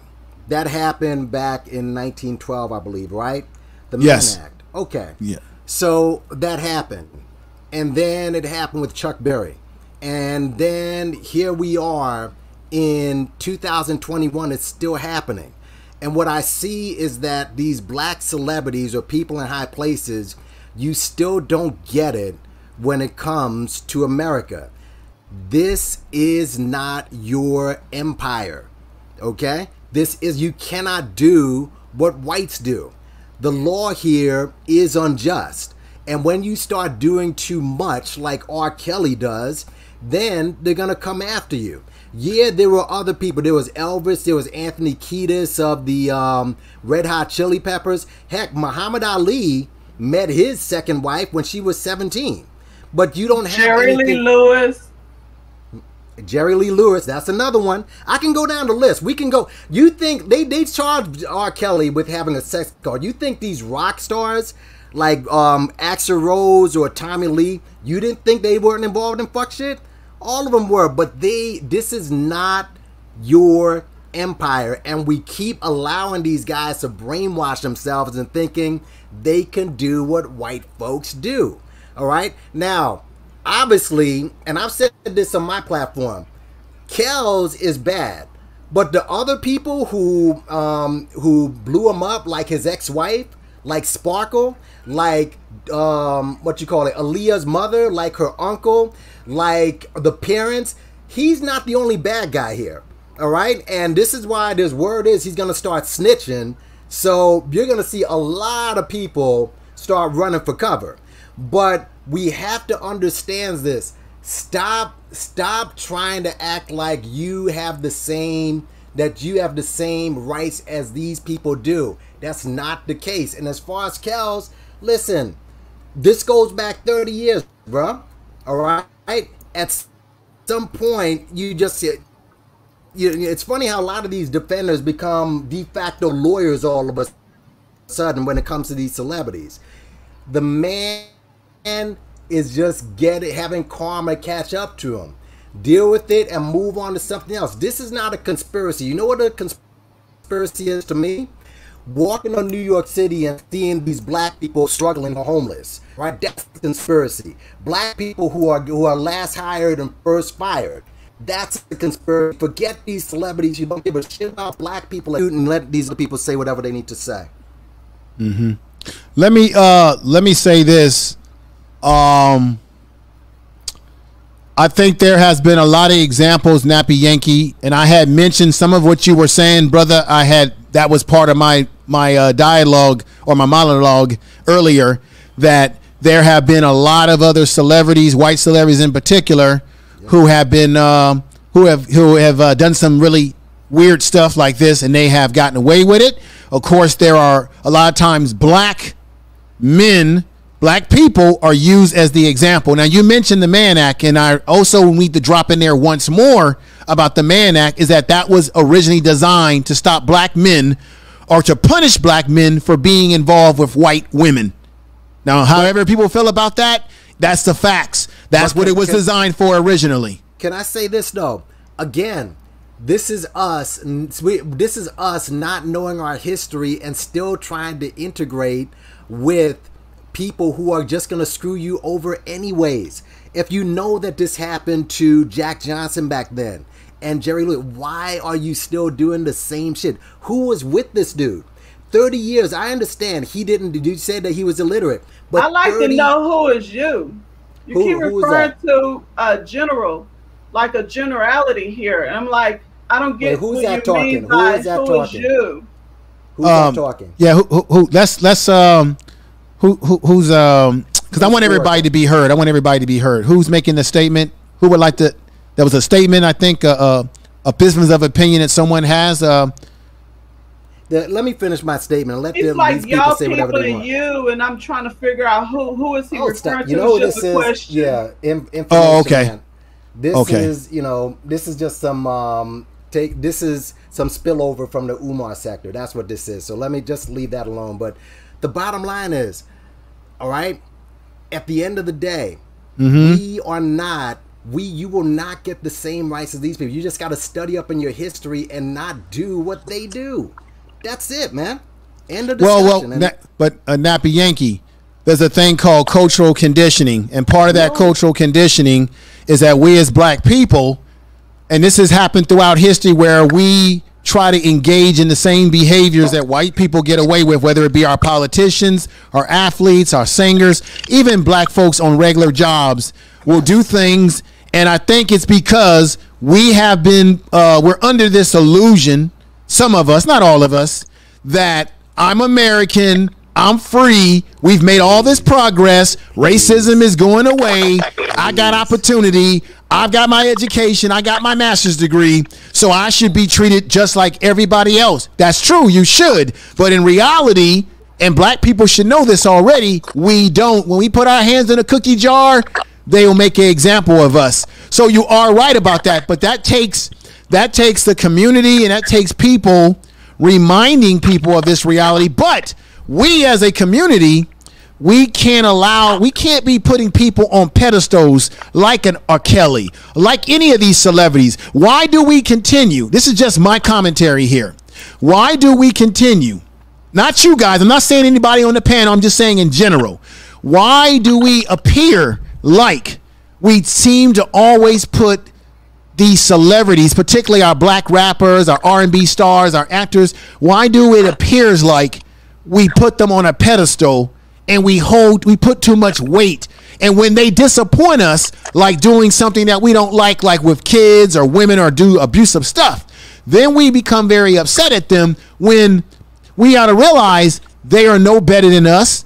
They are human. They make mistakes, and sometimes their mistakes are even more magnified because they have an inflated sense of themselves, because everybody does what? Yes, yes, yes, ma'ams, and yes, sirs. We pat them on their back. We ask them for their autograph, which makes them feel that they're bigger than life.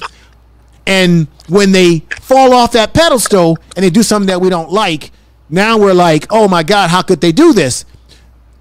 And no, they shouldn't do these things, but they are a byproduct of us putting them on a pedestal too often. Me personally, I'm finished with celebrities. I really don't care about celebrities. I don't really look at I don't look at Grammys and all of that. I really don't take part in it because they're no better than me. They put on their pants 1 foot at a time. They might have a little bit more money, but they're no better to be worshipped as gods, in my opinion. I'm going to stop right there. Can I jump in? But they do it to pastors. They idolize pastors too. Right. We have the same problem. Yeah. We have and we have that problem because y'all may not like what I'm going to say here, but black people are some of the most religiously oriented people. We've been religiously oriented by Christianity, whatever our beliefs are. No respect to anybody that's Christian, but it all started with that preacher. The preacher's Catons who repeats things over and over again, who we look up to. And when you can make people oriented to following a Messiah complex, we do the same thing with celebrities. Jim Jones. I know people personally who lost their family in Jim Jones. I could personally walk past the church in my community where he pastored growing up. And black people were bamboozled by him because he used religion and he used this thing that I'm a God and I can save you. And black people brought into it because we're always looking for a Messiah. Not you, not all, but some of us. Let's stop right there and get somebody else in here to speak their piece. Hello, I just want to say something real quick and then I'm done. My name is say your name, let us know who you are, and thank you for coming over. Hi, Information Man. Hi, everybody. My name is Nico B. Okay, thank you for coming over, too. No problem. R. Kelly's sick, guys. Like, that's just what it is. He's sick. He went to trial the first time with a video and everything and got away with it. And if he had knew better, he would have stopped right there. But it not only made him worse, he started calling himself the Pied Piper, and we all know who the Pied Piper is, right? So it was like slapping all that stuff in everybody's faces. And then on top of that, he continued to do what he was doing. So he should have been in jail or been reprimanded a long time ago. White, black, or indifferent, if you are sick like that mentally, you should not be around children or anybody else if that matters. He got a godlike complex because he got away with it the first time. He got away with it for 30 years. I don't want to hear anybody sympathizing with a guy who obviously has an issue. This is a mental illness. A mental illness. Okay? Let's not take up for someone who is obviously sick and took advantage of his power and of little girls. Yes, there's girls, not women, girls who were willingly wanting to do this with him, but him as an adult should have not partaken in it. Period. And that's all I have to say. I love you guys and have a blessed night. Oh, well, let me say this before you go. I opened this panel up today simply because I did want to solicit people who have difference of opinions. So that's why I don't have a problem with people having a difference of opinion, because that was the whole purpose. I don't want everybody, I don't want everybody to be like robots and think the same. We all have different experiences, and you have the right to how you feel, and other people who disagree with you have the right to how they feel as well. We have to have this dialogue. See, this is therapy. We got to get this stuff out. That's our problem. We don't have enough. And this is the thing that's been great about this today. Yeah, people have had disagreements, but nobody has really been super nasty to each other. Although people have sometimes cut in and said what they want to say. For the most part, this has been a pretty civil discussion today. So don't run away from the channel. Subscribe if you have not subscribed. I've seen you over at the Queen of Thrones in her channel, and shout out to Queen of Thrones. Thank you for coming over and being a part of the program today and share the video. I appreciate that. Thank you so much for having me, and you are the best information man. And I love the fact that you have an open door policy, and you allow everybody to have a difference of opinion in a respectful manner. I really appreciate it, and thank you all for listening to me. And I hope you guys have a blessed night. Okay, thank you for coming over, sister. All right. So I'm gonna let someone else in on the screen. And Big Dog Philly, I see you in my queue. You're in the green room. Hang in there. When there's room on the panel, I'll get you on, brother. Okay.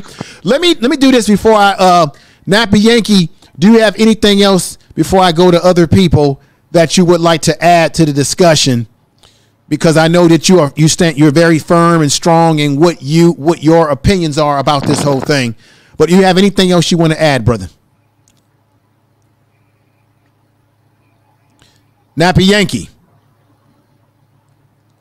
Nappy Yankee, you have anything else you want to add, brother, before I go on into someone else? I was muted. I apologize. Oh, okay. Okay. Yeah, like I said, when it comes to celebrity, bro, it doesn't matter what comes out. People are still going to cape for these celebrities. You had mentioned why people follow these celebrities. It's simple. Celebrities, for the most part, in this society, are shown as success, and they're shown as the ones who are closest to whites that are successful. That's why we follow them so much. And it's just, again, if you're waiting, I think I heard someone say that these celebrities are a harbinger of things to come for black people in a whole.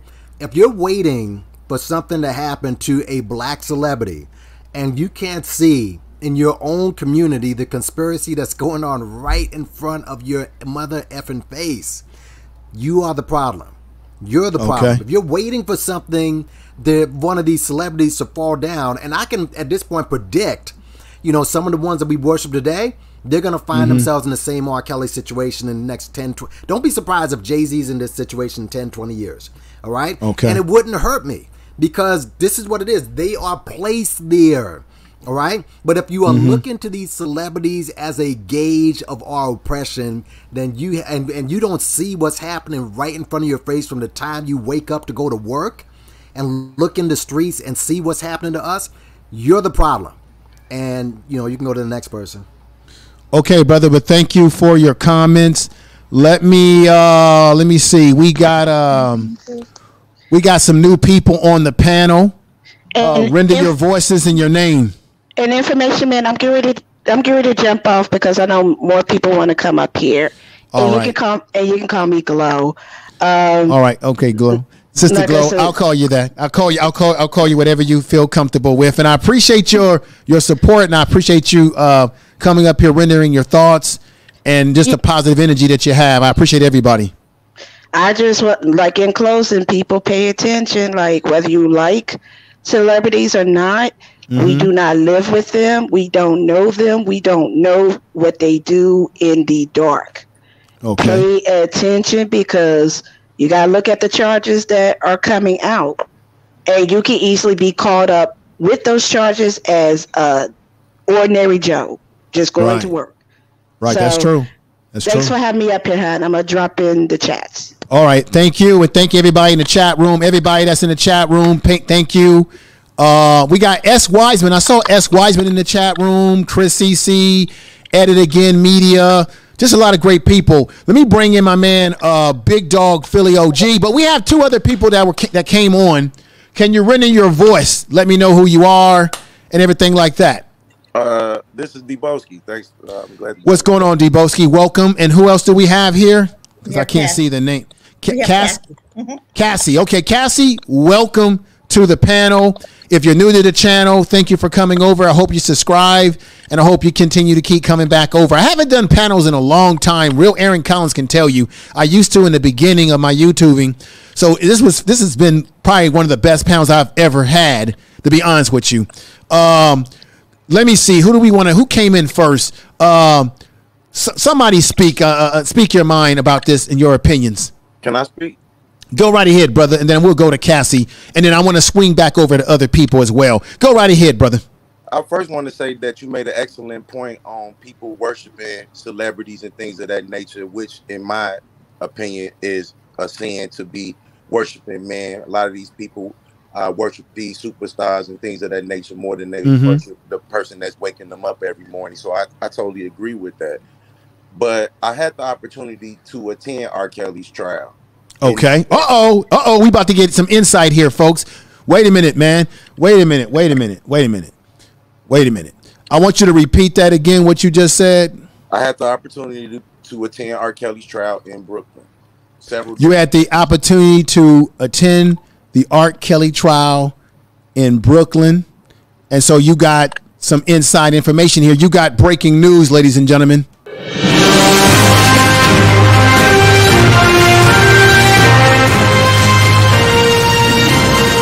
Information is power. And what did you experience in that trial for yourself firsthand? Firsthand, I would like to say that, it was a grueling process. To even get in the courtroom, you had to show up 4 o'clock, 6 o'clock in the morning to even get in there. And it wasn't because of it was a packed courtroom or something like that. It was, they only let eight people from the public in the courtroom. So most people that's on YouTube talking about this R. Kelly case are talking about what happened in court. Only a handful of people ever saw what really happened. They had R. Kelly down on the 4th floor. They had the people up on the 6th floor. The same way you have a panel like this right here with the, with the screens and people up on it. The top right corner, they had the judge. The top left, the bottom left corner, they had the witness in the jury box. And they had on another panel where the state's attorney was standing in front of a podium and she was talking or whatever. It's just my opinion that everything that I saw, whether for Kells or not for Kells, that's not really my concern at this point. Everything that I saw the media saying and regurgitating, a lot of the media people didn't even make it into the courtroom, but yet they was out there just regurgitating something that they really didn't witness. The doctor came and he testified that R. Kelly had contacted him about wearing a leather suit while performing and had the itches or something like that, and he just gave him a herpes simplex medication and never and when he performed the test on him, he didn't test positive for herpes, but when they come out in the public, that's what that was. The Aaliyah marriage certificate, the lady that worked for the state explained that when you get a certificate, how long it would take for it to process in the computer system, and it was a flaw in that certificate that they had, but that still went in.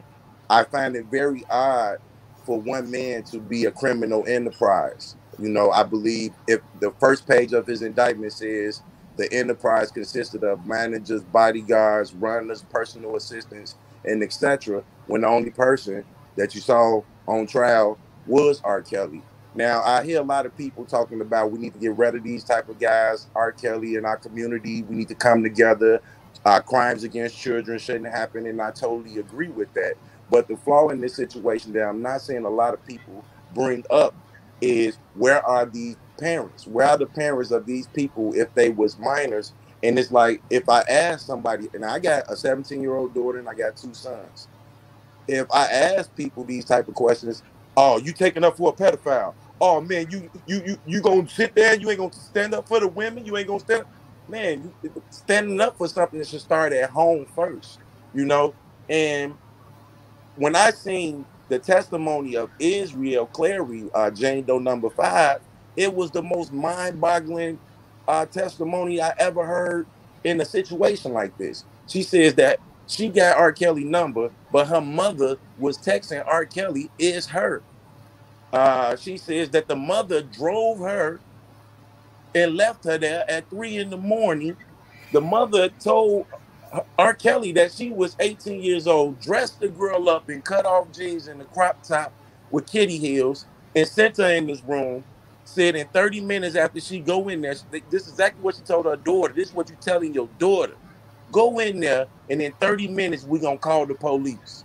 Go in there and do whatever you can, get in a compromising predicament. In 30 minutes, we're going to call the police. And she did that, too. The police came, checked this girl's ID, checked R. Kelly ID, asked him, do he need any security or anybody to work for him, and gave him their number and left. To hear how complicit that her parents was in and putting her in this situation, and she had the most charges out the whole situation, was crazy. A lot of people don't mention that it was 5 black girls and 1 white girl, and even though R. Kelly was found guilty, they did not believe the white girl. And parents was trying to work for R. Kelly. They wanted to drive his buses. They had dildo deals. Like, they wanted to make a dildo with R. Kelly voice in it, the parents, and sell it. Now the question I have, you know, they say in a lot of these charges when you read these indictments that minors can't consent. So if your parent is consenting to your relationship with this adult, who's at fault at this point? Something else that was odd was the lady who, a lot of these people, you done seen them on Surviving R. Kelly, you done seen them on these Good Morning Americas, but then they wanted to go to court and be in secret. And the whole thing that's the most worrying thing to me is you pick this man up in front of the Trump Towers, you put him to court, and really nobody, you know, I came to see what was going on. I don't really feel that this was open to the public. I don't think the public really knows what even happened. Even though I was there, I can't really tell you facial expressions. I can't tell you movement or nothing, because it was on the screen, and when somebody was testifying, they had them way back, way back, and it was the distortion on it. They had more camera on R. Kelly. He never even moved. He never moved or nothing. He just looked straight ahead. And the state's attorney, every day, these state's attorneys was coming in. Man, I got to give it to them. They was coming in talking from 9 in the morning to 5, nonstop, every day for 35 days. Then they closed with an 8.5-hour closing argument. Wow, brother, you are really giving us some insight here. A lot of people, I think, in the chat room are definitely caught. They're listening. Everyone's listening. I really appreciate you. You know, everything is meant for a reason. I really appreciate you coming upstairs and dropping this type of jewels on us, man. This is powerful information that you are providing to everybody out there that's listening. I gotta say that, brother. I gotta say you're dropping some good information on us. A lot of people say they read these transcripts. I just want to give y'all, because I was there and I seen people who took notes go live on their channels and discuss it. Some of y'all transcripts is not matching what was actually said at all, and I believe that these transcripts was redacted. Kennick, he did a good job of cross-examining people, but I definitely want to say it was people lying, and whenever they was getting questioned and back into a corner, they was constantly saying, I don't recall. And after the 8-hour closing by the state's attorney, it was followed by a 3-hour jury instruction by the judge. Right. Let me do this right here, brother. You really have dropped some information. Don't go anywhere. Stay on the panel.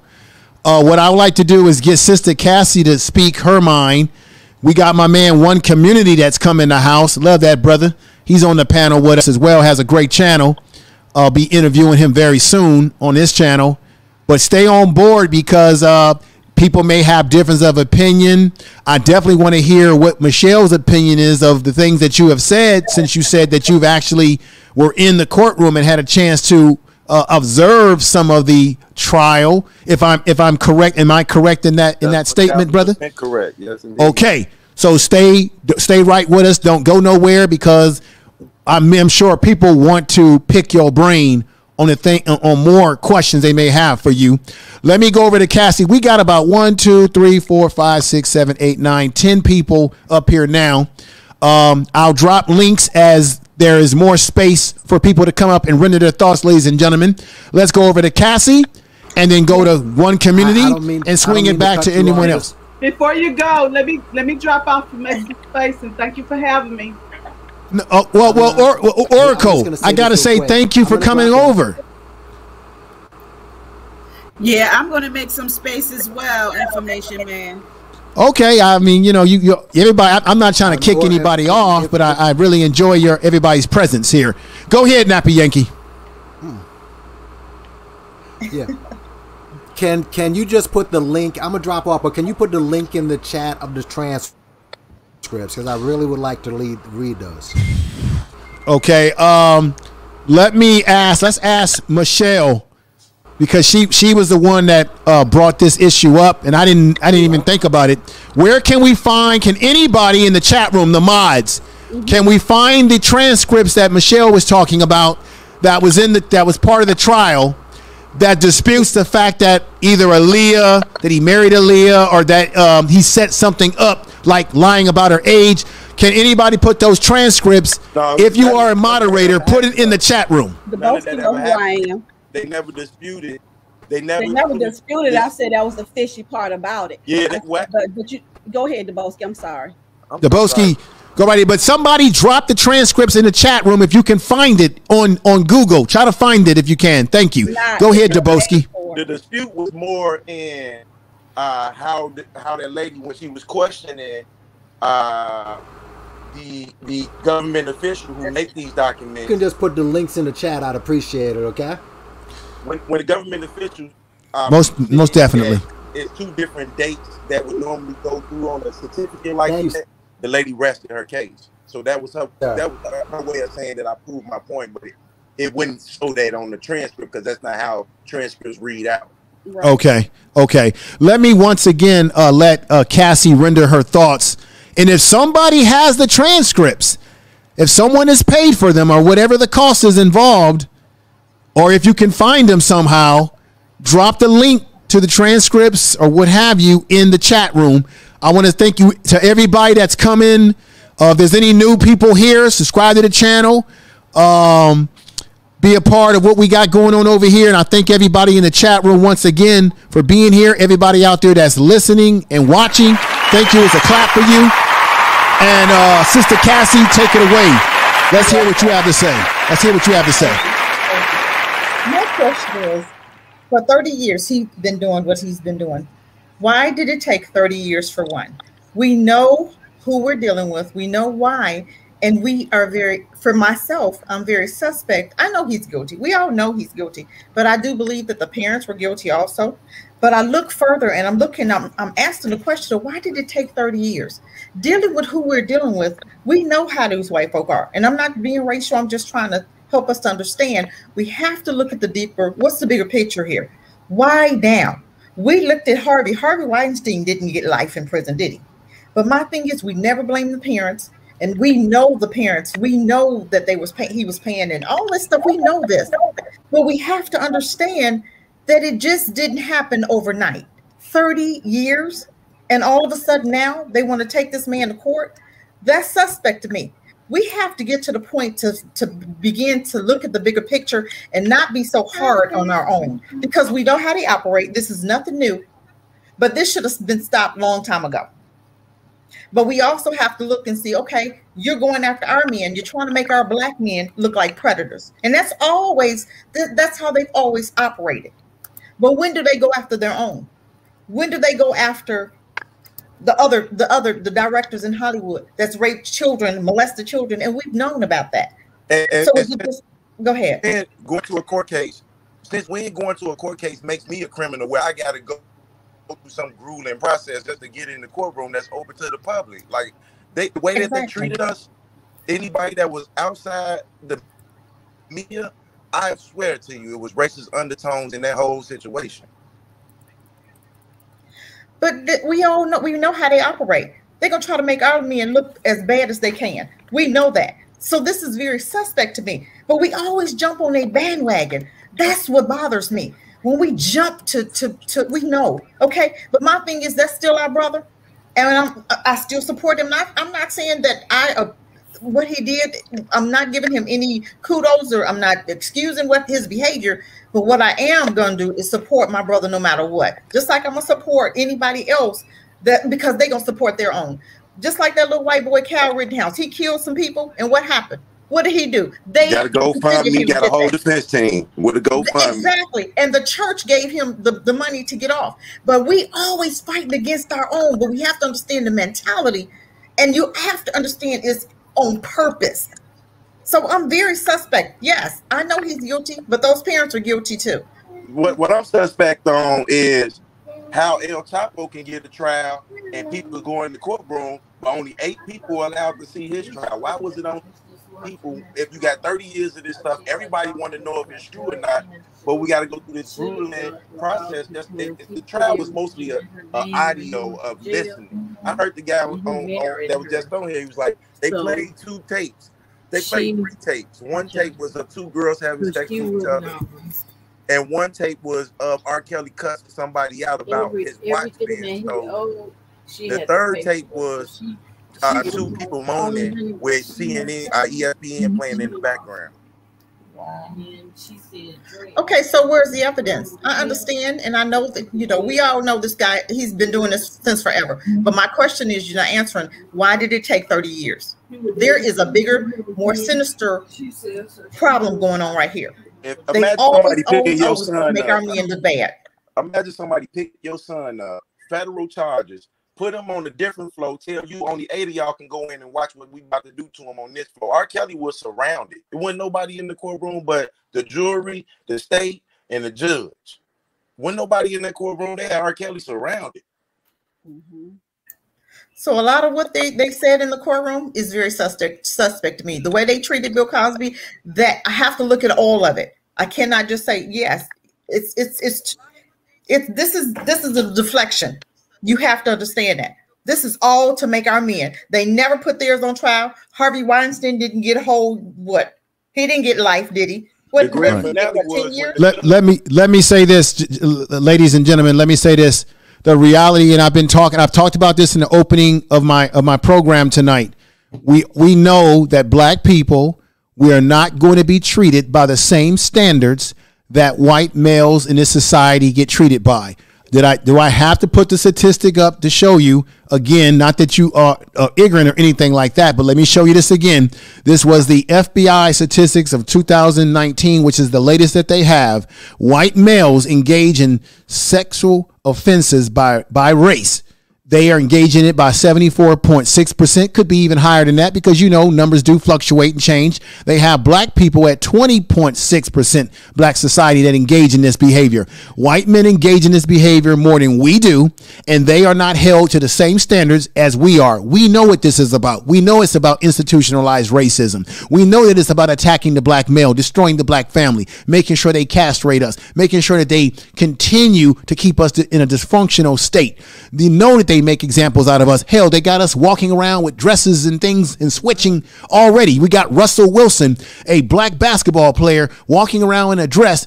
Think about what that does to young black males out there when they're getting these mixed messages from men who are supposed to be masculine men. And I know these things are social constructs. I get it.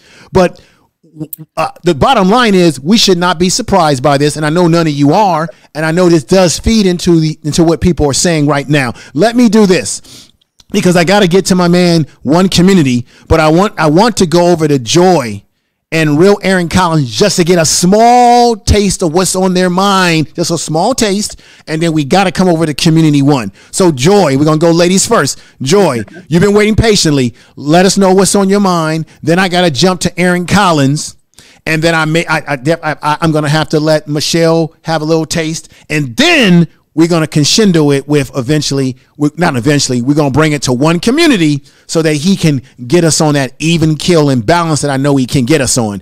Go right ahead, Joy. Okay. What's on my mind basically is that I'm all for supporting our people. But when a crime is committed as far as sexual molestation on our girls or boys, there's no support on my end, period. I mean, right is right, wrong is wrong. You know, like you mentioned, Information Man, that Messiah effect. You know, R. Kelly knew that he had that. And the sister that was up there that for a short period of time stated the Pied Piper. I don't think I've heard us even say Pied Piper yet. A lot was going on. But that goes into what you said, Pied Piper, the control of the mind. Right. You know, he lured those young girls in. Because he knew that that was a form of control. They were mesmerized by him. It was sort of like that Moon Club effect as well, a brainwashing, basically. Right. So definitely. Yeah. Go ahead, sister. Go ahead. Yeah. Under those circumstances, I mean, you know, I had much love for R. Kelly and his talent.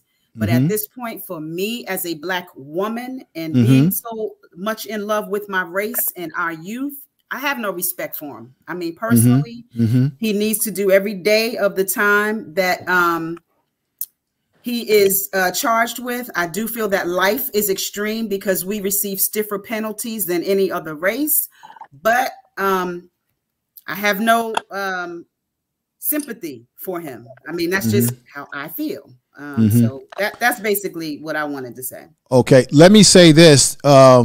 I don't know if you heard me say this in the beginning of my dialogue of the program today. I kind of broke down the mythology of the Pied Piper. Remember, the Pied Piper is sort of I think a Greek mythical creature that's half man and half goat, has billy goat-like legs, animal-like legs, and he had the little flute that he plays. And part of his power was to play music that was hypnotic to women, to subdue them, right? That was part of his skill set, right?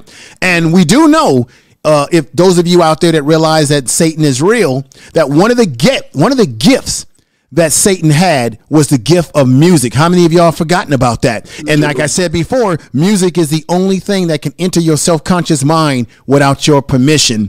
And so that's what I said earlier, that his music, his style really has a trance over our people. Because let's be honest, we have people right now that are saying, okay, R. Kelly did this or didn't do this, but I'm still going to listen to his music because it's damn good. Because that music really gets you into that mood. And through his music and his videos and his art, R. Kelly was telling on himself, ladies and gentlemen. He was telling you in a very interesting way some of the things that he thinks and some of the things that he may have allegedly engaged in or did engage in.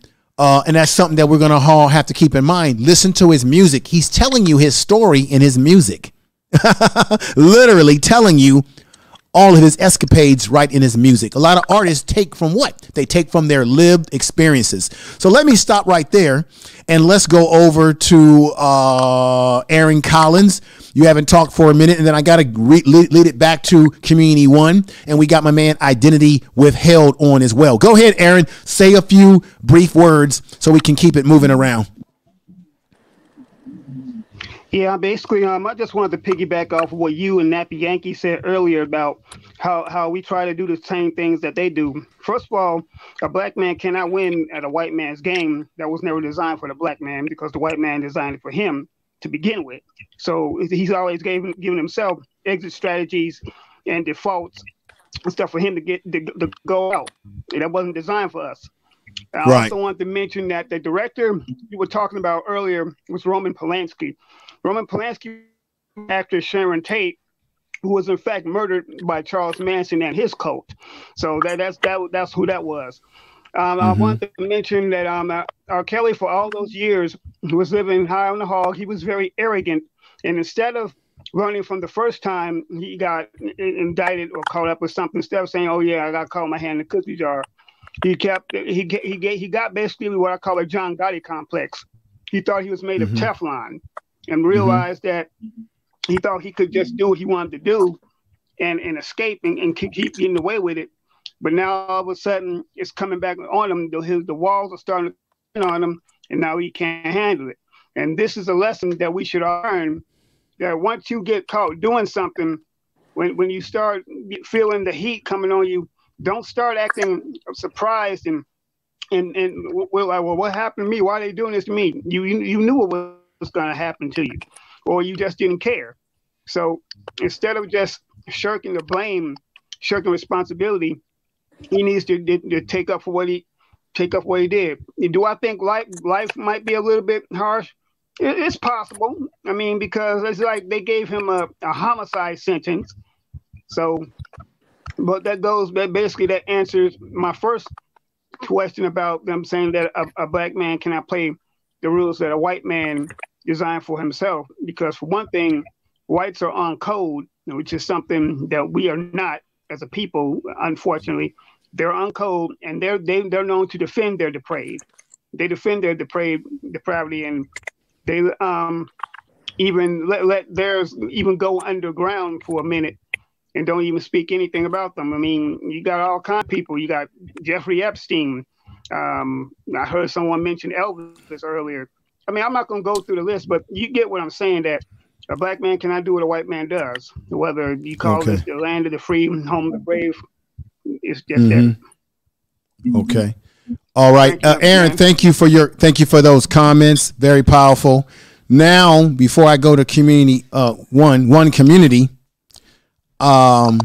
Michelle, you've been rocking with me for a minute up here for a minute, and even though you have a different point of view than some people's point of view, I do have to say to you that you are correct, that we should do more digging into the case, like looking at transcripts so that we know exactly what we're talking about. But we have to read it for ourselves.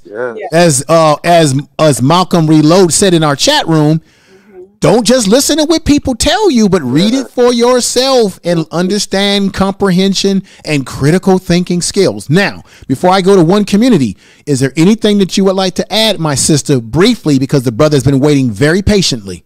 No, well, a little bit. Basically everybody that got up here and spoke, even Dubowski, I actually followed Dubowski on his channel. So everything that people say, everybody makes some good points. But understand, there's a difference between rumors and what's true. We as black women face rumors all the time. Black men face rumors all the time. It's a rumor. To me, take it to the courtroom, see what's true. And then as far as the videotape, he was acquitted. And then there's a little more to the video that's coming up in Chicago, because he has the cases in Chicago. He was acquitted. And like I say, they're trying to bring that back up, but I can't even go into that. Okay. So I'm just saying he was acquitted from that. There was now he could do whatever he wants. He's a grown man, but they could not prove that was we saying it's a 13-year-old based on what somebody alleged aunt said, who didn't really have proof herself. She just, or whatever. But I'm just saying he was acquitted. He was acquitted. And from what I understand, this young lady still deals with R. Kelly. It's not in a sexual way, but she was, still putting money on his books and stuff like that. So we don't know the whole story. He was acquitted. You guys, let it go. You want your son or your daughter that's acquitted or something to live a life. And R. Kelly did the best he could from 2008 to now to live a better life, to make sure that he extra vets people. You know what I mean? So at the end of the day, to the lady, you have to go follow Miss Infamous Sylvia. She actually has the reenactment. They bought the transcripts, okay? So they bought the transcripts. It was a couple $100 a day. Go listen to that, and if you want it from her, please contact her, okay? It's like $1,500 for the whole transcripts and $1,500, okay. So my thing. Ooh. $1,500. Yeah, $1,500. Oh, let me say, I ain't gonna be looking for no transcripts. I made a statement earlier, not on this channel, but it's just in general on Twitter, that they were talking about, Charlie Sheen, HIV. Charlie Sheen is another one who's been doing some nasty things over the years, and he has not been held accountable. I think black people get too caught up in this white and black stuff that it's one thing I've been saying from the start of this, that it just went over people's head. They was only let the 8 people in to see what happened. Why is this so secretive? Right. Okay, so wait a minute. Let's break this down right here before we bring one community in. Can anybody on the panel? Does anybody know? Because I've gone to court. I've been summoned to court, but I've never been on an actual trial. You know what I'm saying? But I've gone to court summons where they try to weave you out. How many people do they normally let come into a major trial like this? Man, how many people do they normally let in? At least 60. 60? Now I was in the courtroom with 32 people. I was in the courtroom with 32 people, but only 8 of them was allowed to be regular civilians. Okay, wait a minute. Let's break this down. Out of the 38 people, you said 38 or 60? 32 people was okay. We got 32 people, and only out of that 32 people, only 8 were civilians. Well, who the hell was the rest of the people? Was it the court reporter? The press. Yeah, and unlimited for the press. But if you're a regular civilian trying to see what's going on, only 8 people can go. Now, let's stop right there. We can all make an educated inference that if you got press in there who are going to write their own narrative, ladies and gentlemen, when have they never written a narrative for black people that may not be right? If you only got 8 civilians and all that press, Well, then you don't have real everyday people able to say, nah, I'm calling bullshit on that. The press will write the narrative for us, and then we read it, and then some of us, if we don't use critical thinking skills and we don't understand the case, you might go along with whatever the press is going to push. And the press, let's be honest, the press has never been the friend of a black woman, a black child, or a black man in this country ever. Now, wait a minute, brother. Now I got to bring in one community, but what were you about to say, brother?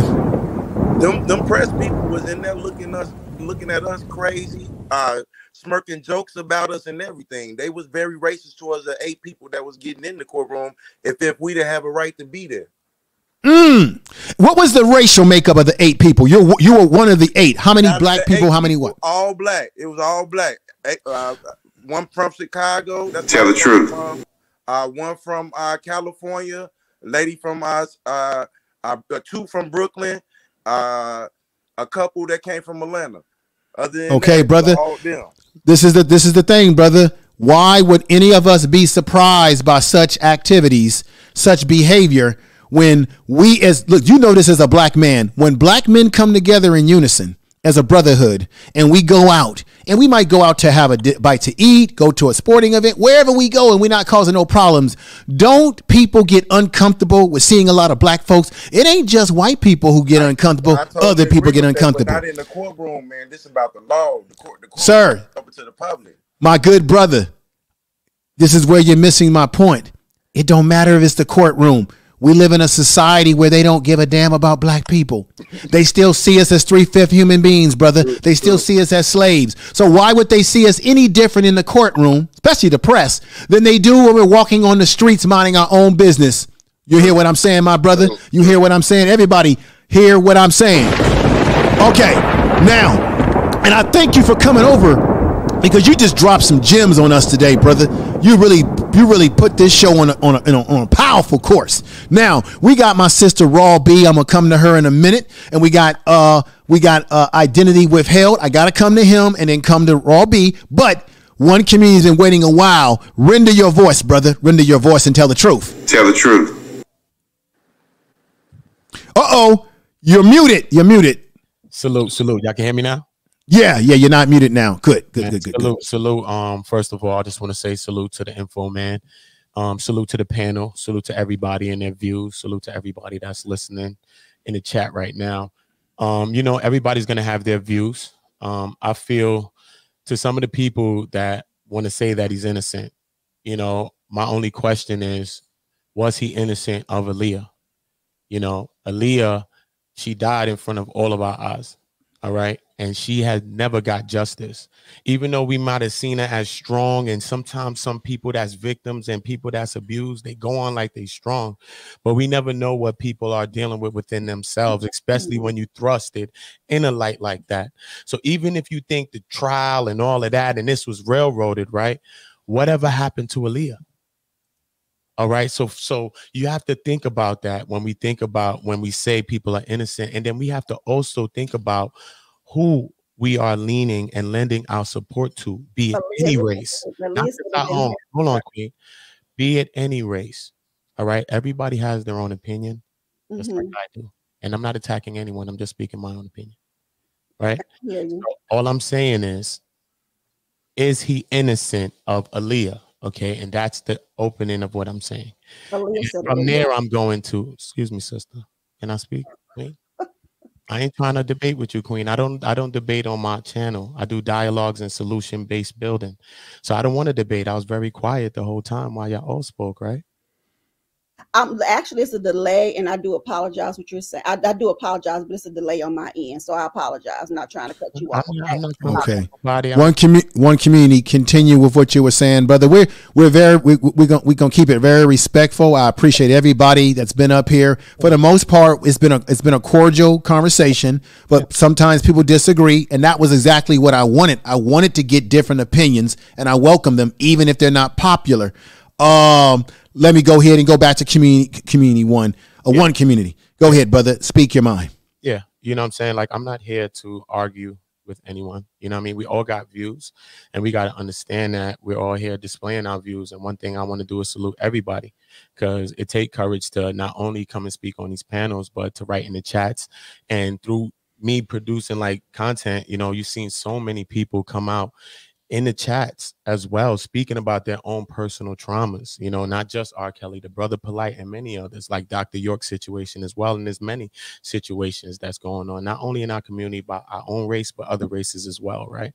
But it just brings me to a thought like this, you know, I see people say, you know, you got to give some blame to the mom or the parents and things like that. And I can understand in some instances or inferences when you say that, you know, but I also, just by podcasting, right, I met a guy that came on my podcast, right? And I had, like, it'd be women on my podcast, everybody. We were always just talking. It's really open, and everybody talks about their own views. You know, I had one guy that said, I think we need to end all white people. I was like, the hell? So people just have their own views. That's what I'm just trying to show you, right?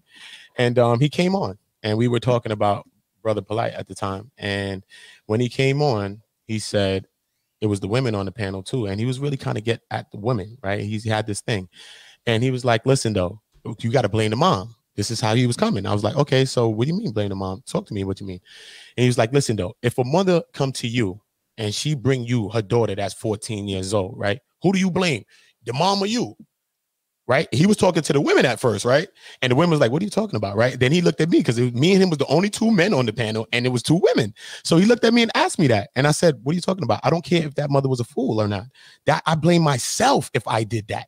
But he didn't really take it like that. You see what I'm saying? He was trying to use that as a point to say that if the mother of a 14-year-old child brings in, like, she pushing on you, whether it be for drug, whether it be for whatever the reason is, okay, there shouldn't be no reason, you know what I mean, for a person, I feel, to accept that reason. You feel me? Because there's not a reason. But he felt like, you know, we got to blame the mother. Oh, what if you the brother? Then we got to blame the mother and things like that. And I was like, and it's just something that made me think about, you know, the way we think sometimes. You know what I mean? Some of us, the way we think, and the way we think sometimes as a community. You know what I'm saying? Because he's really saying, like, it's okay. You know what I mean? If the mother's okay with that, then that's okay. But regardless of the fact, the adult, which is the person, the male or female, who is the person that's we deeming to be the predator in this situation, you see what I'm saying? We have to still think about this child. You know what I mean? This is a child. And regardless of the fact, somebody. You hear me when I said that the mother was texting R. Kelly is her child? Yeah, I heard about that, but not Aaliyah, though. Probably Aaliyah, though. What about Aaliyah said it didn't happen in numerous videos. It's all on the internet. She denied it all the way up until her death. So what are you talking about? That's what I'm saying. Y'all keep doing this closing. And with the Aaliyah thing, I was going to be finished, but with the Aaliyah thing in court, they never made it clear. That what they did was they showed some paper. They showed a marriage certificate. They brought in the guy who got the marriage certificate. They asked him, did R. Kelly participate in you getting this marriage certificate? He said, no, R. Kelly didn't have no knowledge about it. At some point, the judge was like, you're wasting our time. And he told the judge, well, let's go home then. And she, down the line, told him, go get up out this courtroom. She kicked him out of there.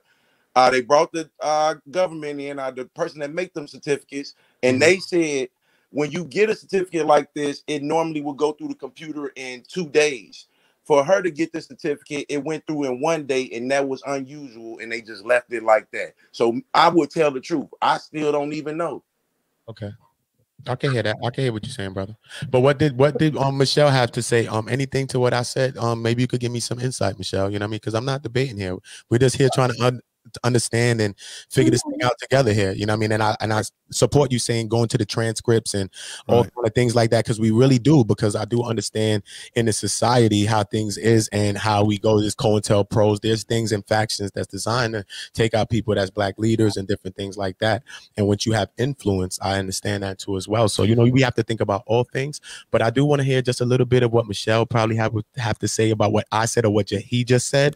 Okay. Let's do this. Let me say peace to Spill Radio.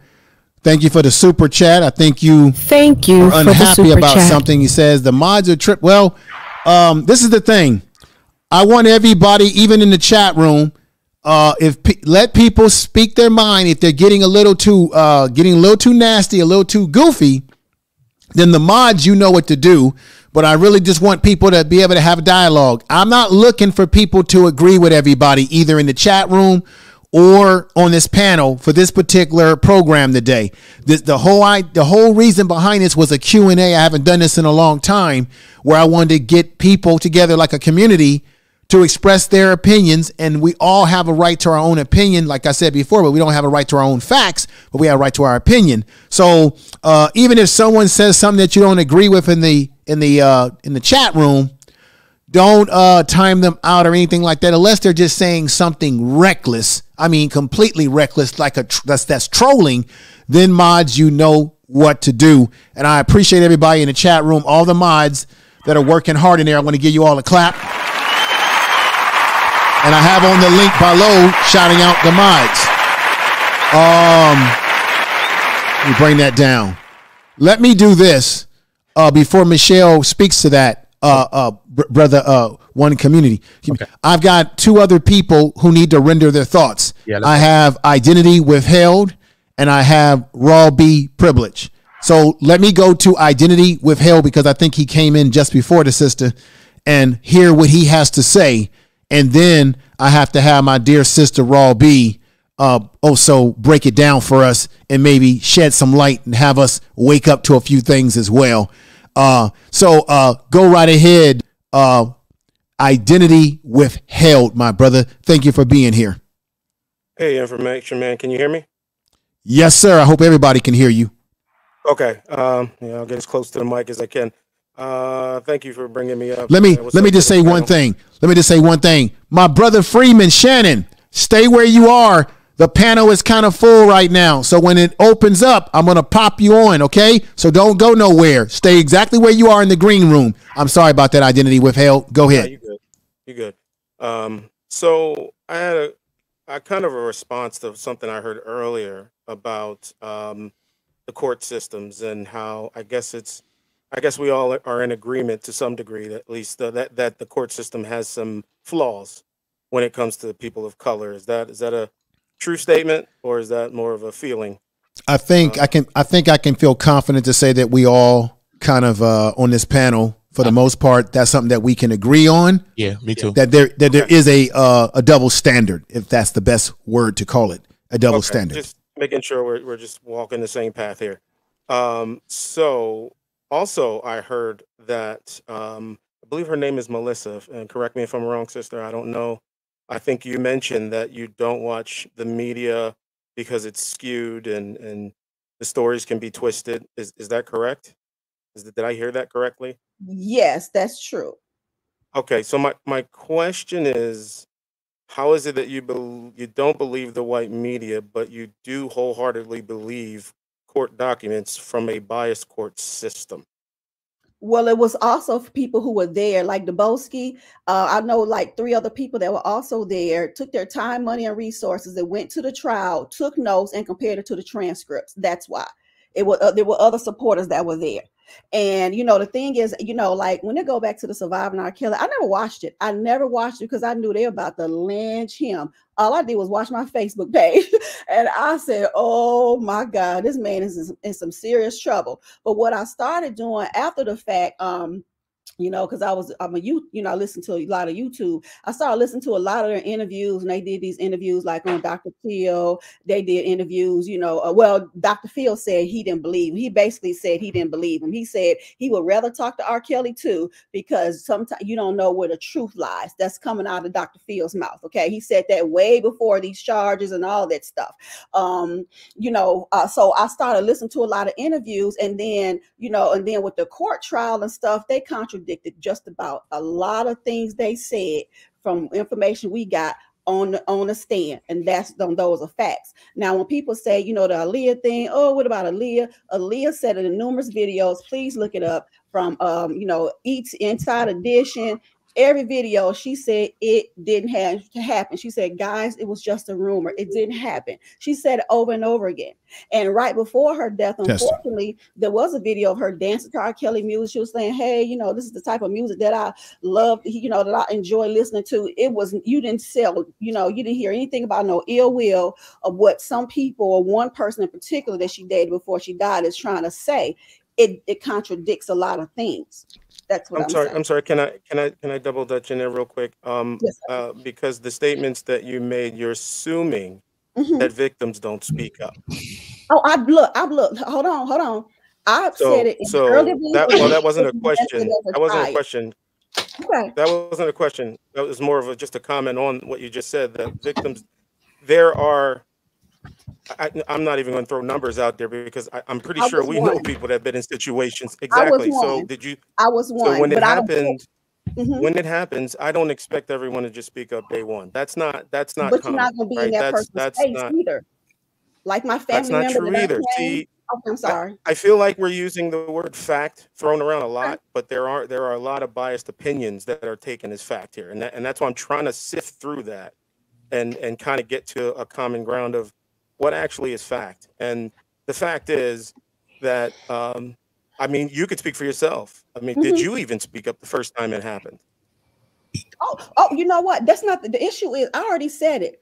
This is the thing is, and anybody that So the, talk to me know that what I said. It's not even about them not speaking up. Look, what I'm not gonna do is be in your face. The family member that I accused of being that too, I never want to be around them. Don't be around them. Got cut off by the family. I don't even care. I want to give a daggone. That's what I'm saying. I'm not gonna be in your face. I'm not gonna be smiling with you, knowing you did those things. Now, see, when it comes like at the I end of definitely don't want to hold on. disrespect you.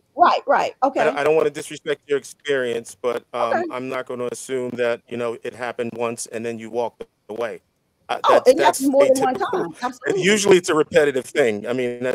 that's common as well. It's usually repetitive over years. So to Yeah. say that hey, one time and I was out of there, well, yeah, that's kind of a slap in the face to anybody who wanted to get out but couldn't, or felt like they couldn't, or felt like they shouldn't, or felt like they can't, because somebody could get hurt. So there's a lot of assumptions in those statements. That's why I'm a little leery on just making strong statements of if I was Well, doing I this, then wasn't I would getting have five walked away. thousand That's dollars a in money. strong. I wasn't getting $5,000 a month in fake boo jobs either. Okay, so it's a different. Those are girlfriends. Those are not All victims. right. It's just easy for people to Oh use it yes, they did. now They did because of get the Me Too. $5,000 a month and the $10,000 on holidays. I'm Exactly. sorry, I have no Well, idea what why we're about putting sex monetary value traffic on. victims? Yeah, I'm not Oh, going to put a wasn't. monetary value on a violation of a child.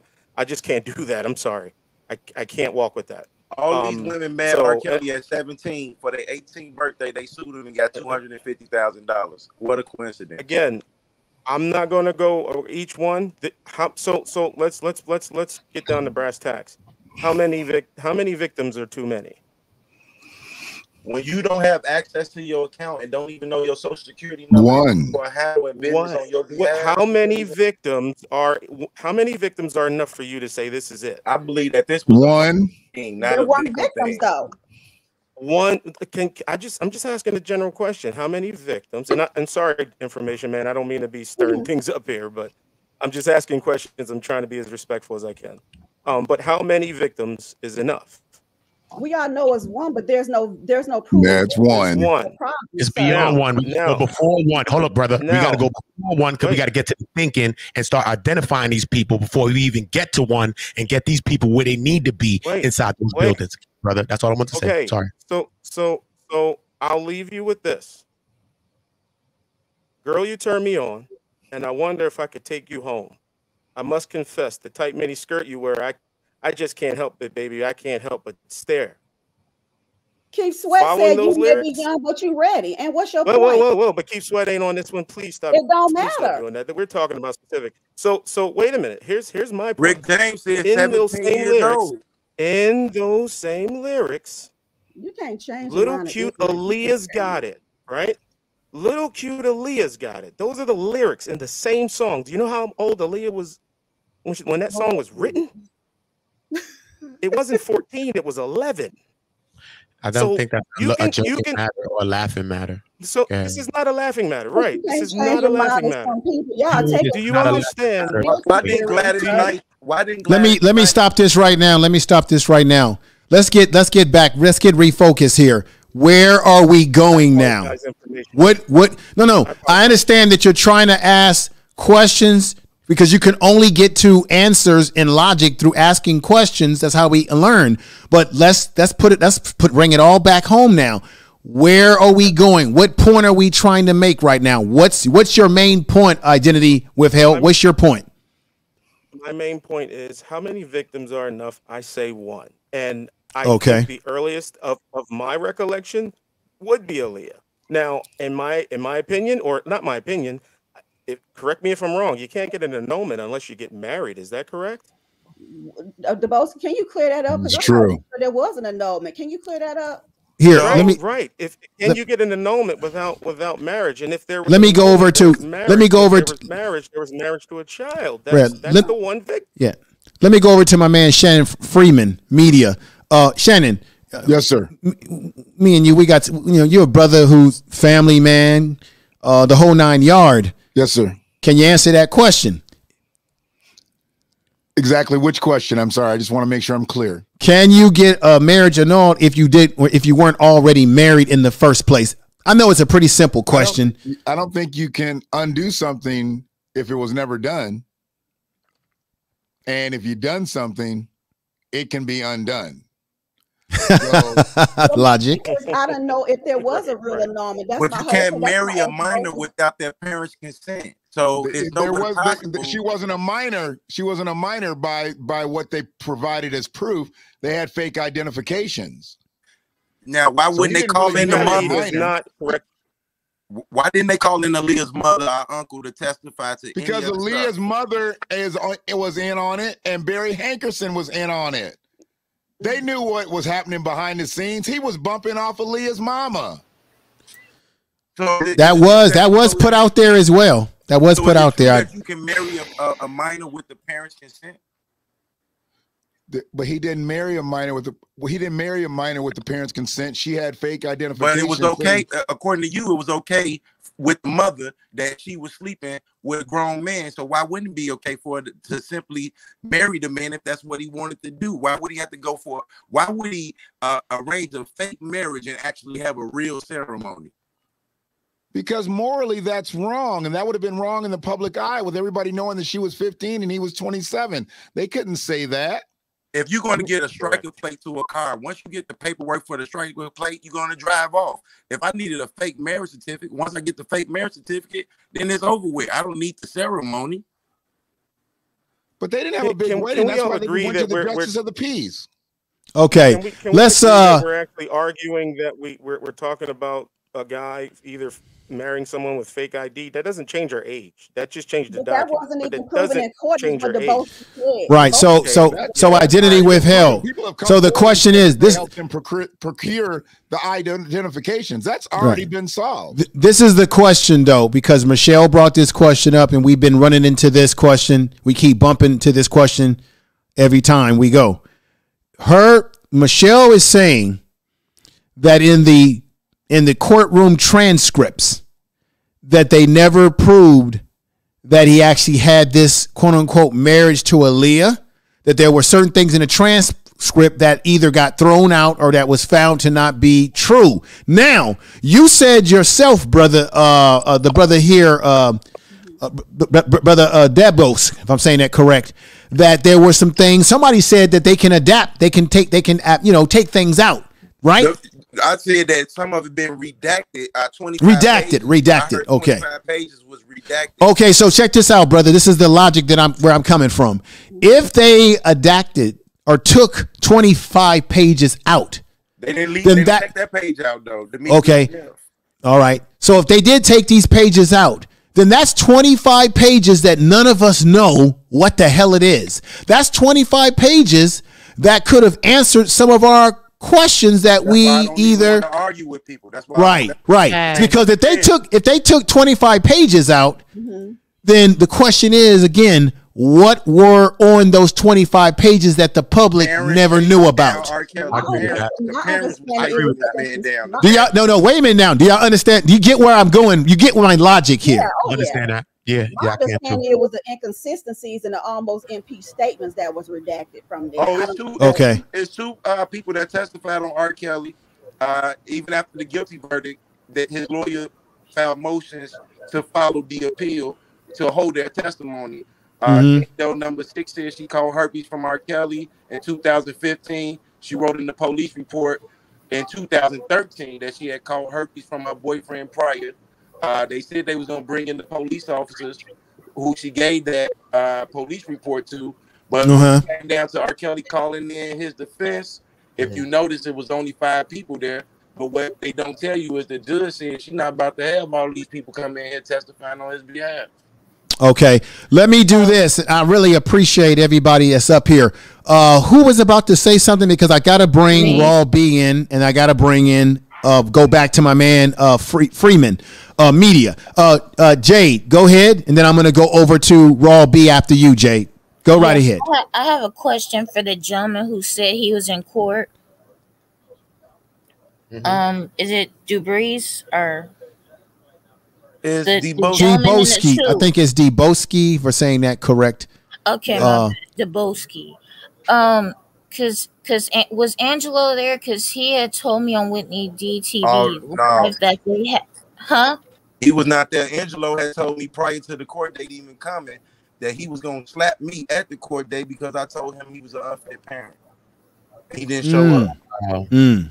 He said he was gonna beat you. Yeah, I had the opportunity to go on the live, talk with Angelo Clary. I pointed out to him at what age was your daughter when she got the breast that she got, because I know a 17-year-old can't consent to getting breast. I asked him about his businesses that was failures, and I told him that I felt that he had prostituted his daughter, and he told me when he see me, he gonna slap the hell out of me. And when we came down to the court, he never came. His daughter was there. Wow. Okay. Well, that wasn't necessary, but I was asking you because he said it, so I don't know why he said that because that confirms he wasn't there. But he said that they had videos, sex videos of R. Kelly and Aaliyah together. No, they had 3 videos, and I want to just make this clear. It was 3 videos. One video was 2 females having sex with each other. Another video was some people having sex. You could not see who it was, but you can hear the moaning and ESPN playing in the background. The third video was like a phone on the ground, on the couch, and R. Kelly was cussing somebody out, talking about they stole his Rolex. Wow. Let's do this. That's pretty damn. That's interesting information. My question, and I was gonna say another thing. This is why, because you confirmed what I've always thought from the gate, because I could see it. The media, they have an agreement. They had an agreement to portray this case a certain way, and I still feel like there's a lot that I don't know about this case. To be honest with you, it's so much that I don't even get mad at people that go this way or that way. I'm just mad that they didn't have the opportunity to see what really happened. I feel like this should have been made available to the public. That way we could have real dialogue. Wow. Okay. Let's do this right here because Raw B's been waiting patiently. I'm going to go to Raw B right now. And then from there, I will swing it over to my man, Freeman Media, Brother Shannon, to have him render more thoughts about this situation. So Raw B, let me make you front and center, sister. How are you doing, by the way? I'm glad to have you up here. Let me give you a clap. You've been supporting me for a long time. Clap for everybody. Tell the truth. It's about truth.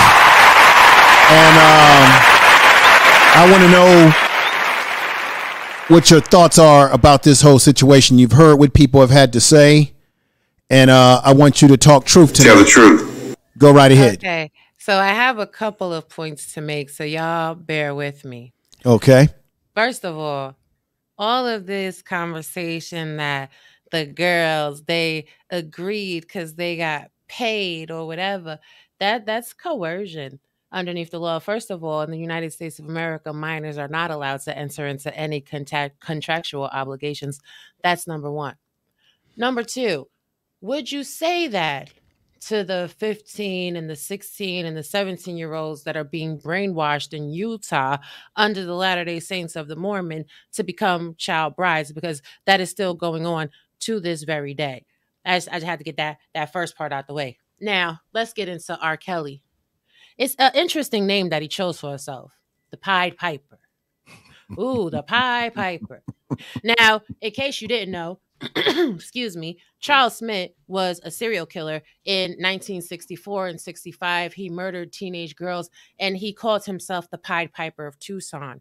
For those of you that don't know the legend of the Pied Piper was a flautist, and he was in Germany, and he had played the flute in a German town, danced the rats out of the town. They were supposed Tell to the truth. Tell the Yeah. truth. Tell the truth.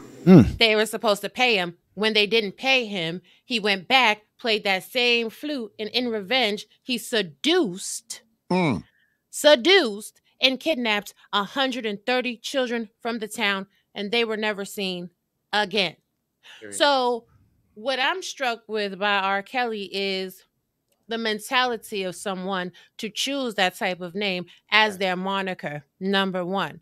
Number two, I also feel that a lot of African Americans of a certain age group are so caught up in the physical and the regular memories that they have while listening to R. Kelly's music. A lot of people were underage having sex listening to You Remind Me of My Jeep.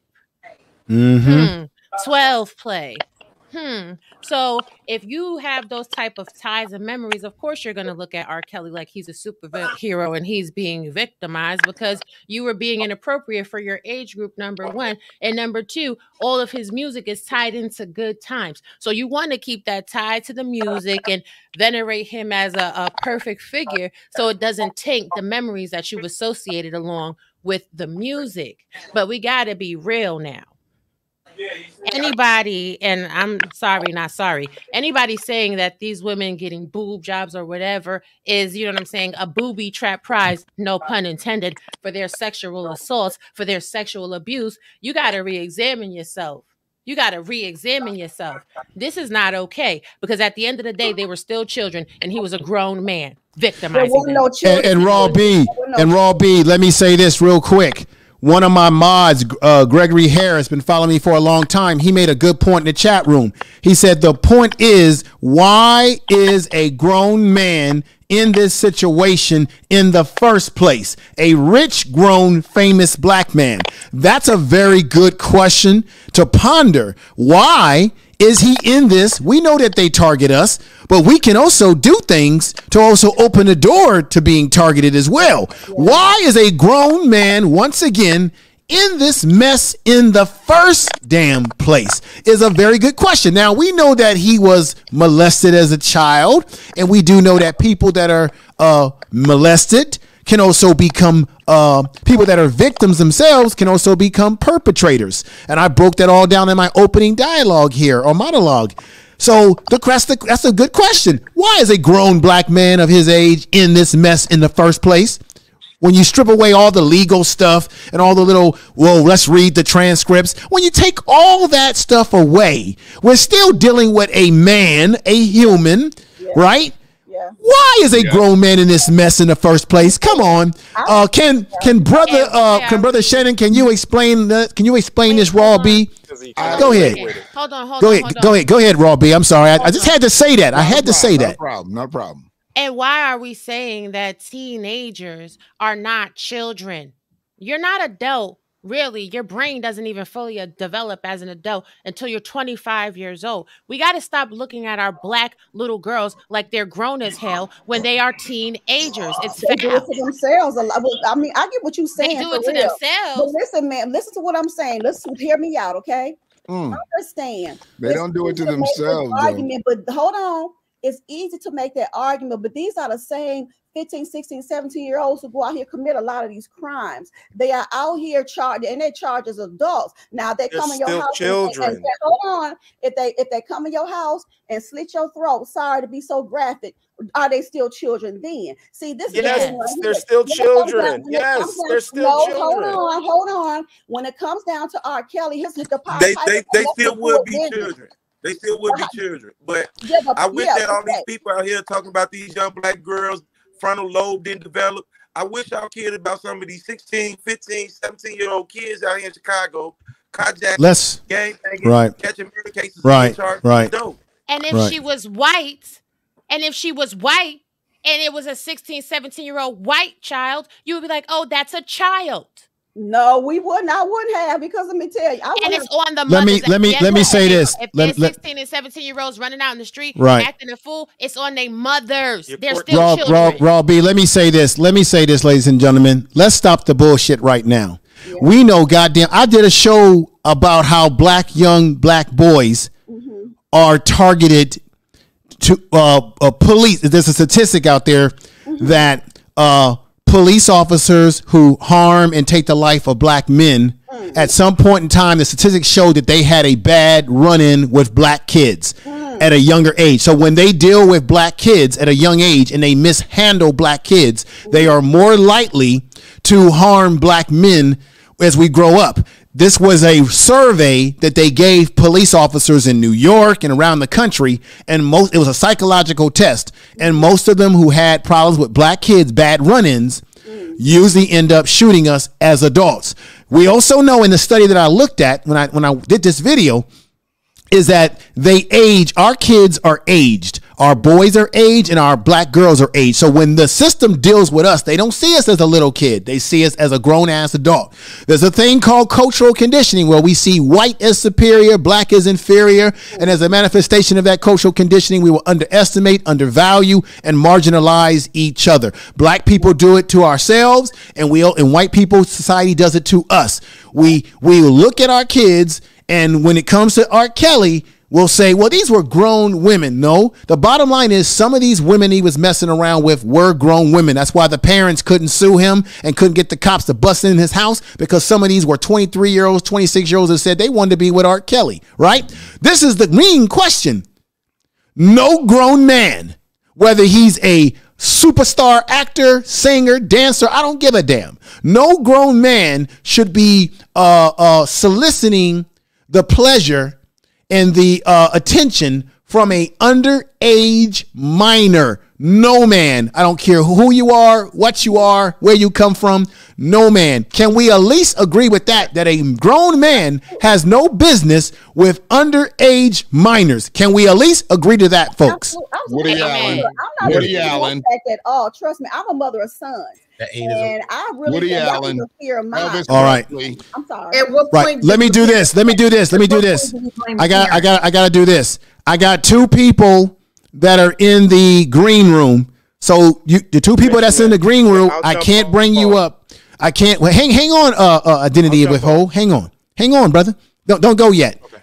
I'll bring you up as soon as there's room on the panel. Okay. Now let me go back in here.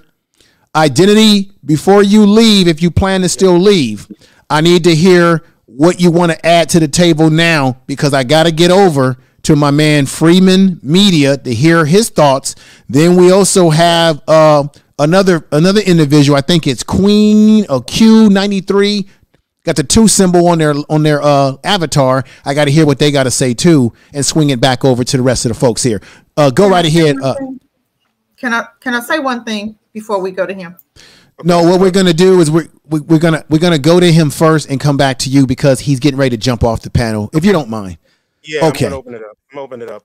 And I'll be quick. So one thing I wanted to make note of is these term being on code. And I heard a couple people say when white people are on code, they don't condemn their brothers or whoever else. I think the one thing that people don't realize is there's bias in being on code as well, because when a so-called white man does all those malicious things of having body parts in the refrigerator and all those things, he gets ostracized and he doesn't represent the whole.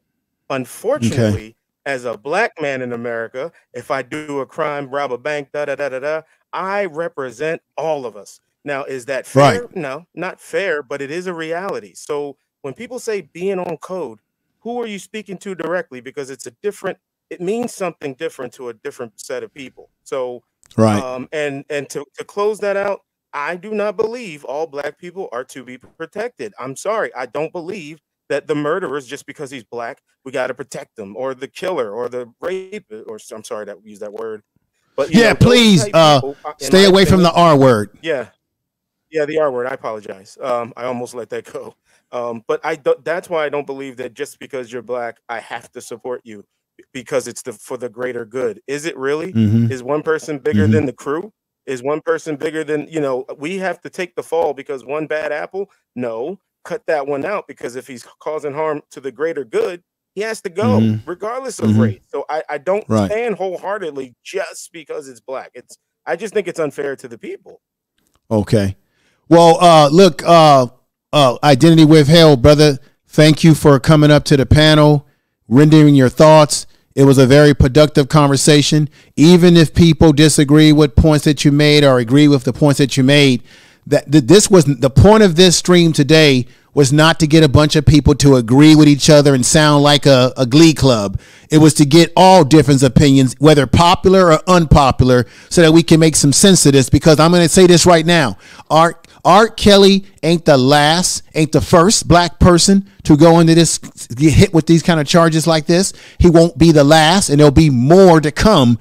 But the thing is, as a community, I still believe we have to hold these individuals accountable, especially when we put them on a goddamn pedestal like we have with Art Kelly. Art Kelly wouldn't have the resources to do what he did if it wasn't for us buying them goddamn albums and CDs and going to them concerts. And even when he was in the midst of all this trouble, who were the biggest buyers of his tickets? I hate to say this. Don't get mad at me. Don't kill the messenger. Hit the bell. It was women.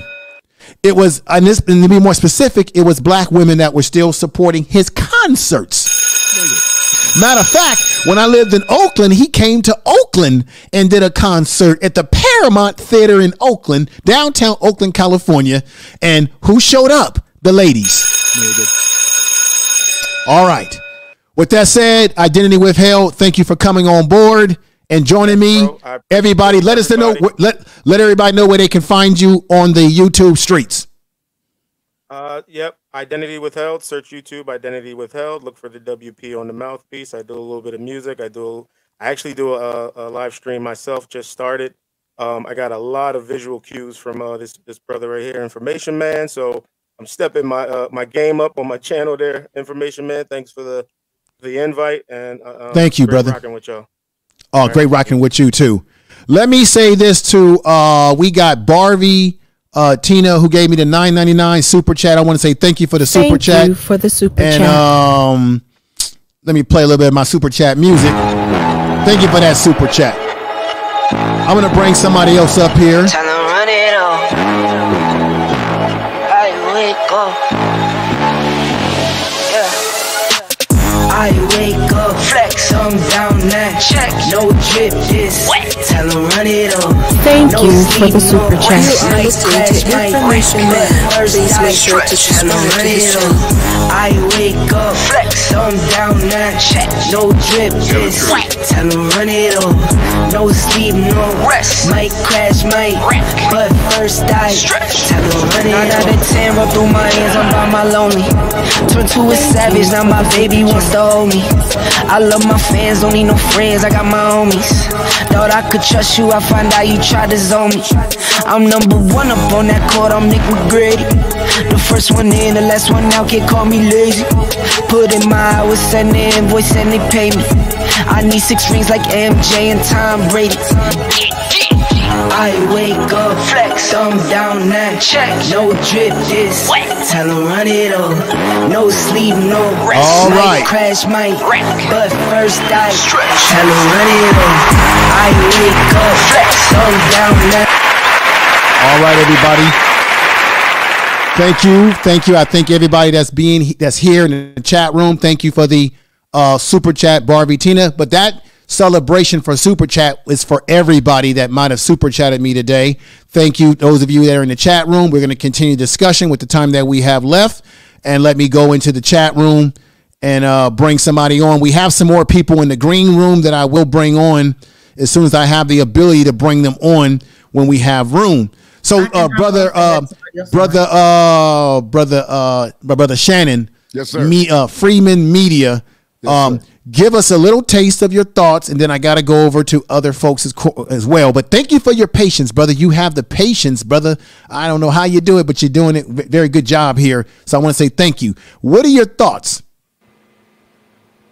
On specifically this case, or well, do you disagree, or let's say this, do you agree or disagree with anything that you've heard said on this panel so far tonight, brother? Well, there's been a few things that I didn't quite agree with, but I understand everybody's heart, I believe, in this situation. I think we believe, and we've seen enough, have enough proof to know that R. Kelly has done wrong. And he definitely deserves to be punished in, some way. I still think that a lot of people hold on to the fact that, he's a scapegoat and there's a lot of other people that are involved. I mean, I definitely believe that his enablers and people who facilitated a lot of his deeds, they need to be brought up on charges as well. I think his ex-wife needs to be looked at very, very closely. His ex-wife's brother was his first bodyguard. He had to quit. He said, he couldn't control it, and he saw where it was going, and he tried to warn him, but he saw it was nothing happening. And this was his brother-in-law. This is his wife's brother. He quit him. He was his first security detail. And so people saw things years and years ago. So I think he never needs to walk again. I'm not sure exactly why we're talking, about this. He guilty on all charges. Okay, bye, life. No, I don't want to talk about this anymore. I don't want to talk about 37 years, 45 years. No, he needs to go inside. He's had enough fun outside at the expense of young Black women. That was not Andrea's brother. That was Andrea. She adopted him as a brother. He actually had a crush on her. I know you're talking about. You talking about Jim Pratt? Yeah, no, that's not her brother. That's not her brother. Oh, okay, they bill her as her brother. Same thing. He told Thank you for the clarification there, Queen. And you said R. Kelly need to go to jail. He need to go to jail. The man been in jail by the time he gets sentenced 3 years. Why can I Google sex offenders in my neighborhood and there's 90 of them? There's 90 sex offenders standing around me. Why didn't they get R. Kelly numbers? Let me tell you something, folks, that you may or may not know, because I deal with it.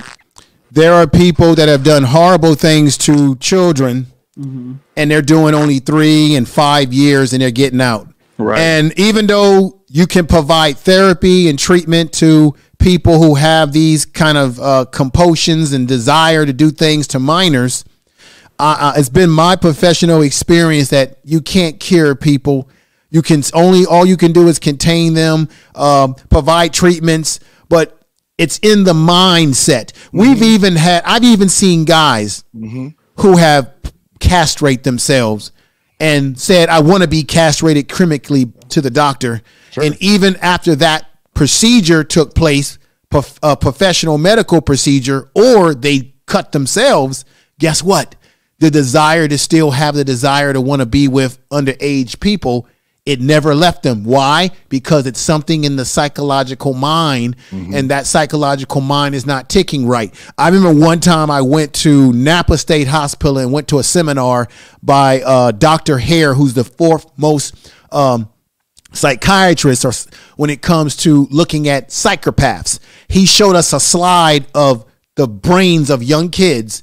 And do you know that they can identify a person could be a potential psychopath young in adolescence because the brain waves shoot off differently. Now, it never took hold because he said in Canada, we're open to talking about this. But in America, it is unpopular. It is politically correctness not to talk about children having potential psychopathic behaviors. I worked with kids. I worked with kids that would throw cats out of windows. Sure. Torture animals. There is something off in the brain waves that fire off in a person that does sick behaviors. And so if R. Kelly did these things, he not only had the potential of doing this because he was abused himself, right? And that abuse opened up that gateway for this. But I would argue if he, and I have not psychologically reviewed him or anyone that I know of, but I wouldn't be surprised if there is some issues there. There's obviously narcissistic personality traits there. There's no doubt about that in my mind. However, I bet you any kind of money that they probably have psychiatrists and people meeting with him in the jail, counseling him, making sure that he does not engage in suicidal ideations, and that he does not engage in that behavior. And they may have to put him in what we call a suicide smock and watch him 24/7. I wouldn't be surprised if R. Kelly has those inner demons in him to want to say, let me take my life. I don't want to live anymore. I'm stressed. I can't sleep. That man is not in good shape. You can't be when you're going through this kind of trial. And if you did these things, you have to live with what you did. Right. I'm going to stop right there, go back into the larger group here. If there's anybody else that wants to come upstairs, let me see if I can get them in here. And please, mute that sound. And let me see if I can get people up here. Okay, I'm going to stop right there. I know I said a long dialogue. Let me go to number 2, because number 2, you came in, and I want to hear what you have to say as I bounce back to the other members. Oh, we got my main man, the OG himself that's in the house. And we got number 2. Number 2, are you there? Number 2. Oh, he must not be there. All right, I'm moving on then. I only know you by the number, what I see, and that's N. What is your name, brother? Well, I go by my photography name, which is Naive Imaging. But let's not take that too literal, because I do got some sense. And again, that's just a photography name. But I did come into the chat kind of late, so I don't believe I heard what everybody was saying to have an opinion on what everybody else said. But what I did jump in on is the topic, which is obvious, R. Kelly. So my opinion, to start off with, it is just one big mess. And my opinion is broad because there's so many factors that comes into play when we're dealing with this. There's one aspect of the case itself and the charges that was brought against him. Then there's the other area, which is the man himself and his behavior prior to this case. So it would sound like, if I would present both sides of my opinions, or my opinion to both sides, I want it to be understood that I'm not taking one side over the other. Now, as far as the case, what I believe is that he was overcharged, and I feel that he was wrongly convicted. That's just my personal opinion. And that's because of all the transcripts that I either heard or read. And then also from the victims that was involved in this case. And the Mann Act and the Racketeering Act, I just don't see evidence that supports the jury's conviction. I just don't see that. So your information, I'm going to have you. I want to hear what you have to say, Q. Let me say this. So your position, Native Imaging, is that you think you're of the thought that he was overcharged. A lot of people are saying that. So you're not alone in that opinion, that belief system at all. I'm going to come right back to you in a moment. Q, if I'm saying the name correctly, let me just hear I want to hear briefly what people have to say so I can keep swinging it around, because a lot of people have been waiting a long time and y'all been waiting a long time. So Q, say what's on your mind very briefly, and I'm going to keep this moving so everybody gets to say whatever they want to say. Go ahead.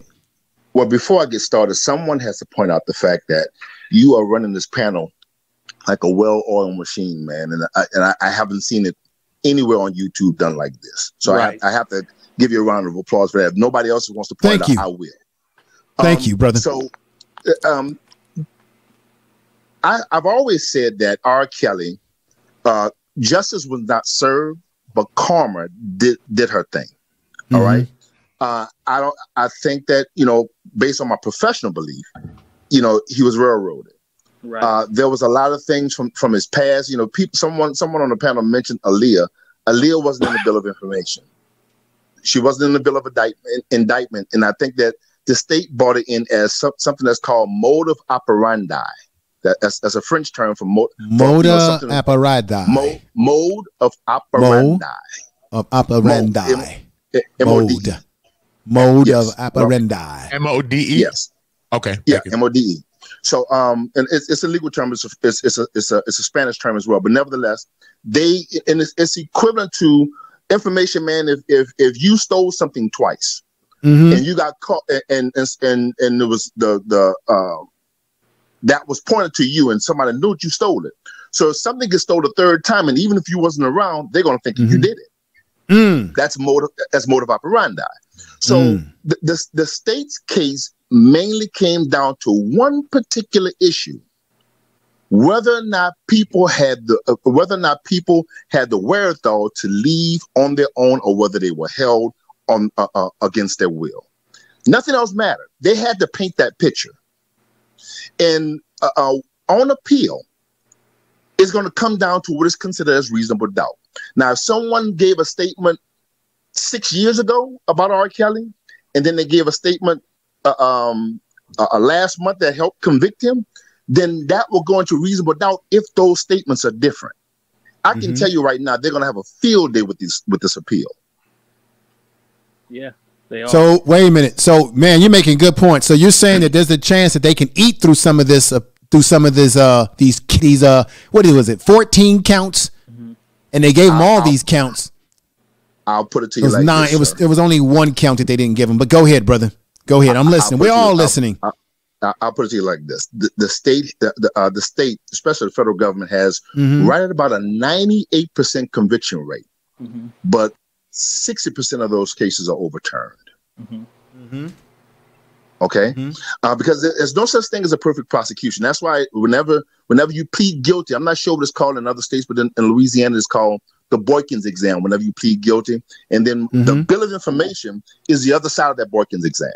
Whenever someone gets charged with anything, that's why I tell people, don't pay so much attention to the actual transcripts themselves. Okay.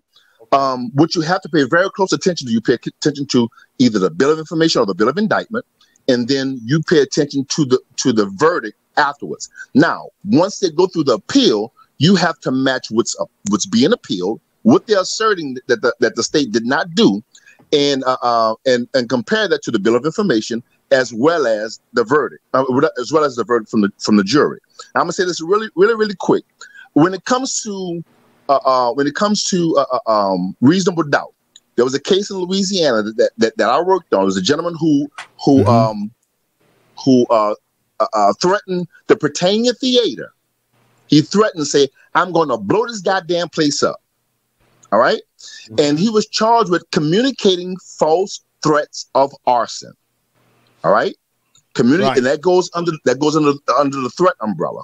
Okay. On appeal, he was found guilty, but on appeal, the simple reasonable doubt was that no one could prove that it was a false threat because it didn't give him a chance to burn the place down.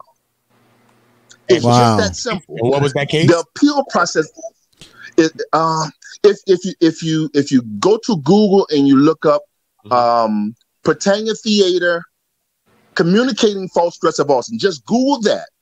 I want to say it was a case back in the 90s, but just Google communicating false threats of arson, and then put comma, then put Britannia Prytania Theater, and I'm sure the case will come up. But one more thing, information, man. And I'm gonna give you this information. Yes, sir. R. Kelly was charged under the RICO Act, right? The RICO Act falls under what is considered the conspiracy umbrella. So you have a bunch of different subcharges, but overall, it goes under the conspiracy umbrella. Information, man, do me a quick favor. Can you Google the definition of conspiracy and read it out to your guest? Thank you. Let me see here. And you said that was the Boykins exam in your city? Boykins exam is in Louisiana. Okay. They may call it. It's an examination that they give to make sure that you're competent. You can read.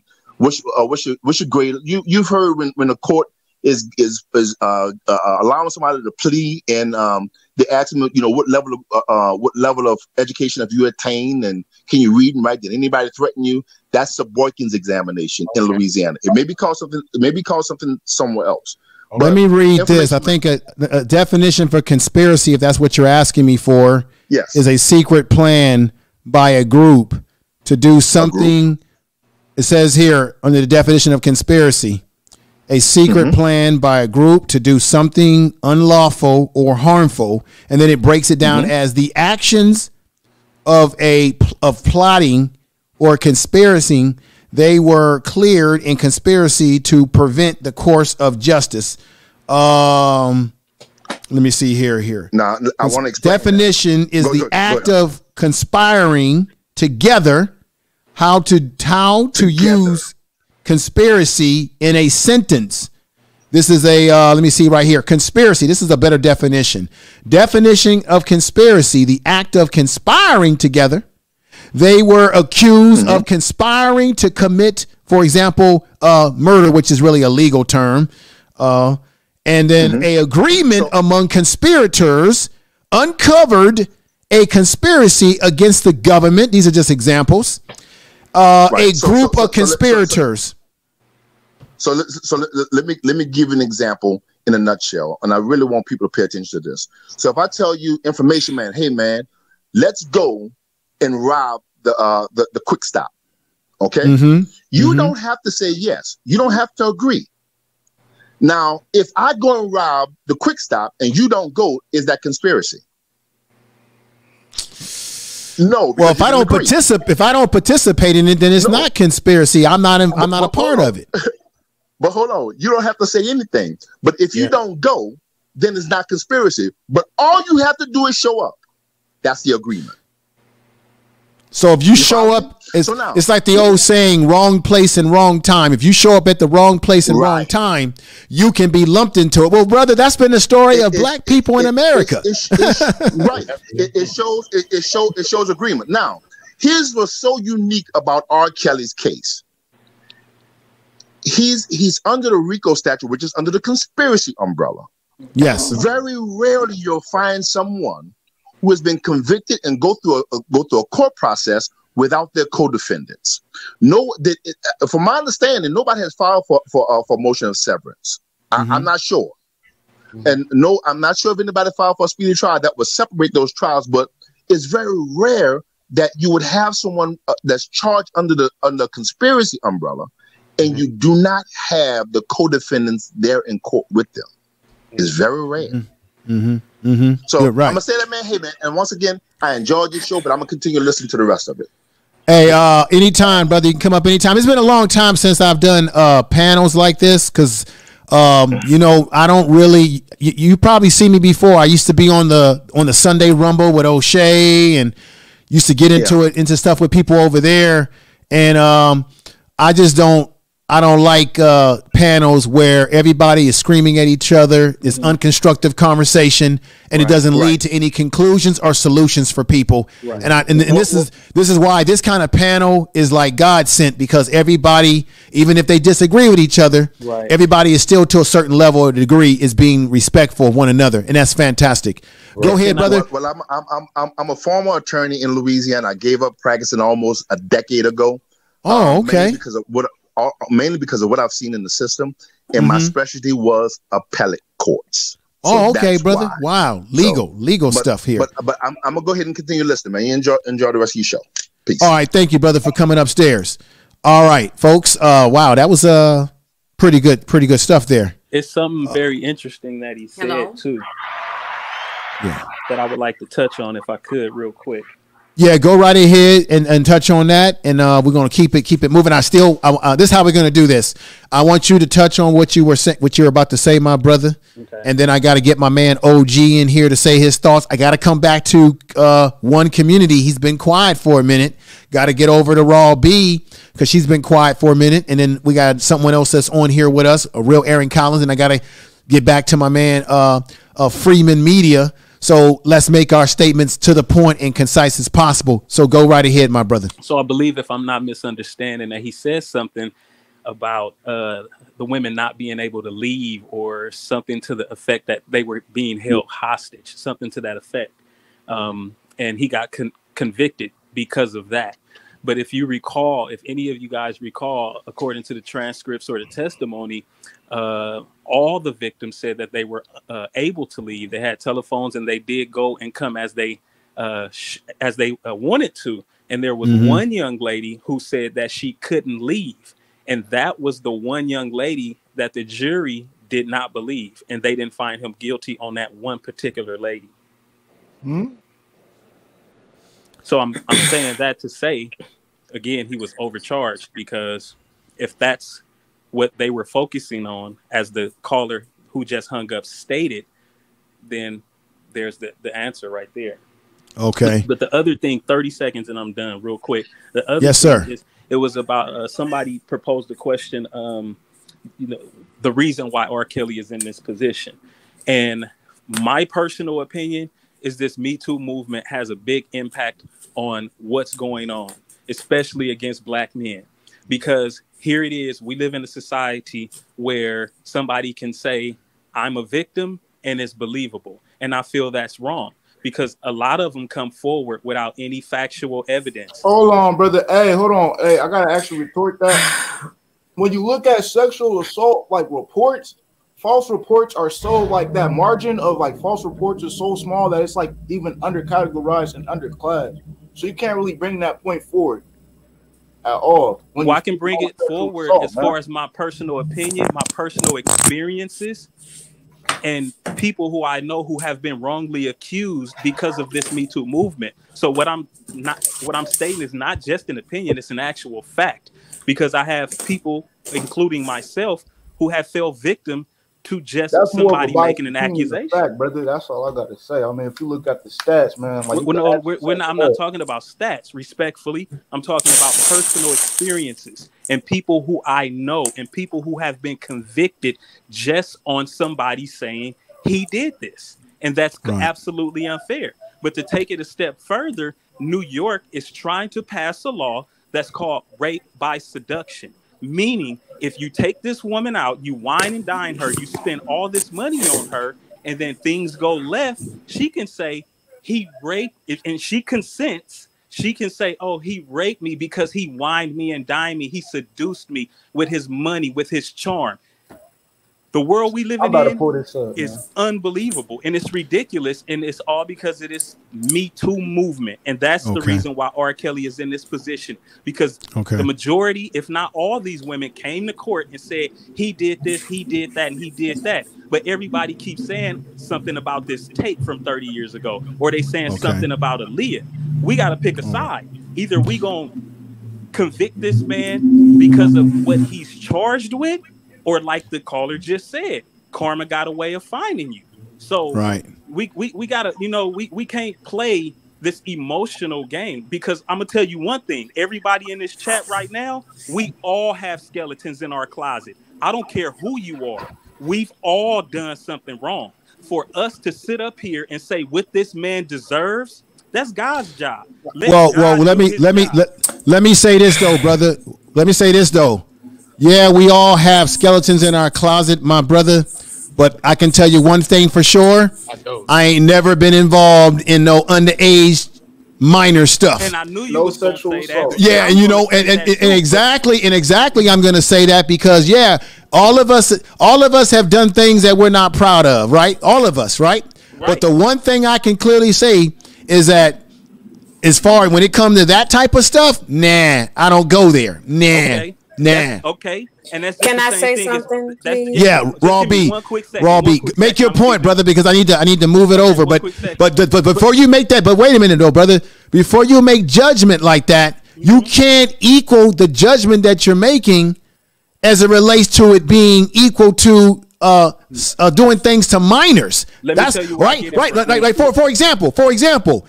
Maybe some of us on this panel have done things like stole from a store, you go to a store and you stole some shoes, you stole some damn now laters from the corner store. Yeah, I stole now laters from the corner store when I was a kid. Maybe you took something that didn't belong to you as an adult. You saw some money in a car or somewhere and you took it.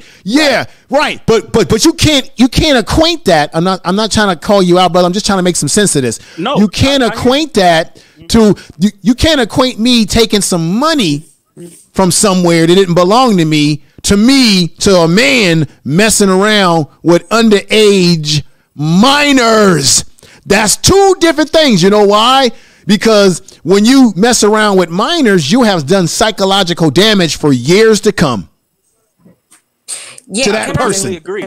But the Go thing right ahead, is Raw B. Go right ahead. And I'll come back to you, brother. I'll come back to you. I got to keep it moving because people have been waiting to talk.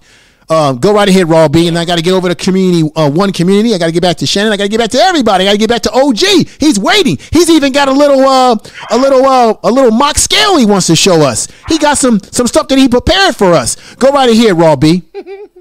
Listen. Actually, it's wait. You really are talking to Raw B? Wait a minute. This is RP. Go ahead. Oh, RP. Go ahead, RP. Go ahead, sister. Go ahead. Go ahead. I'm sorry about that. I didn't see your name. I'm sorry. It's all good. So just really quick to that, and I'm gonna try to make it succinct. I'm sorry that statement that was made was based in opinion, and I understand, but no, there's no equivocating, murdering somebody, touching a child, doing things that. What happened? Hello. You were just you had just broke up. I want you to finish your statement. Very powerful. Go ahead. Back up a little bit, because we're breaking up. Yeah. Oh goodness, I'm sorry. Of course, I'm breaking up. There's scales of depravity, and people stealing out of need or stealing out of greed is not the same as someone committing sexual crimes. So all this skeletons in the closet stuff, no. There's something else that hasn't been brought up yet.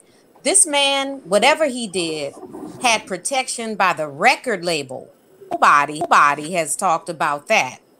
And I'm surprised that, nobody's necessarily brought it up. But R. Kelly was an artist that was a commodity making money for white supremacists who probably knew what he was doing and aided and abetted him. And they're not in court, but it's just him. And that part is also a shameful element of this from my standpoint, because he needs to do time, but them people and those Jewish people that run these labels, they need to be going away with them. Somebody said real quick about whether or not a child is an adult when they're committing crimes or having sex. Just because a child is doing something considered adult-like does not make that child an adult. It doesn't matter if they look like an adult. It doesn't matter if they're doing criminal things, sexual things, or other civil things. No, they're not an adult. They don't have the brain space to make adult decisions. They're not mature. And that's a way for adults to abuse children, and you rationalize them and say, oh, well, that he was doing adult stuff. He broke in my car. She had sex with so-and-so, so-and-so. No, that doesn't make it freaking correct. You're right about that, sister, because I have, in part of my background, I've worked with kids that were emotionally disturbed, that did everything under the sun. They were engaging in sex. They were stealing, robbing, and they still were emotionally not mature to handle the things that they were doing.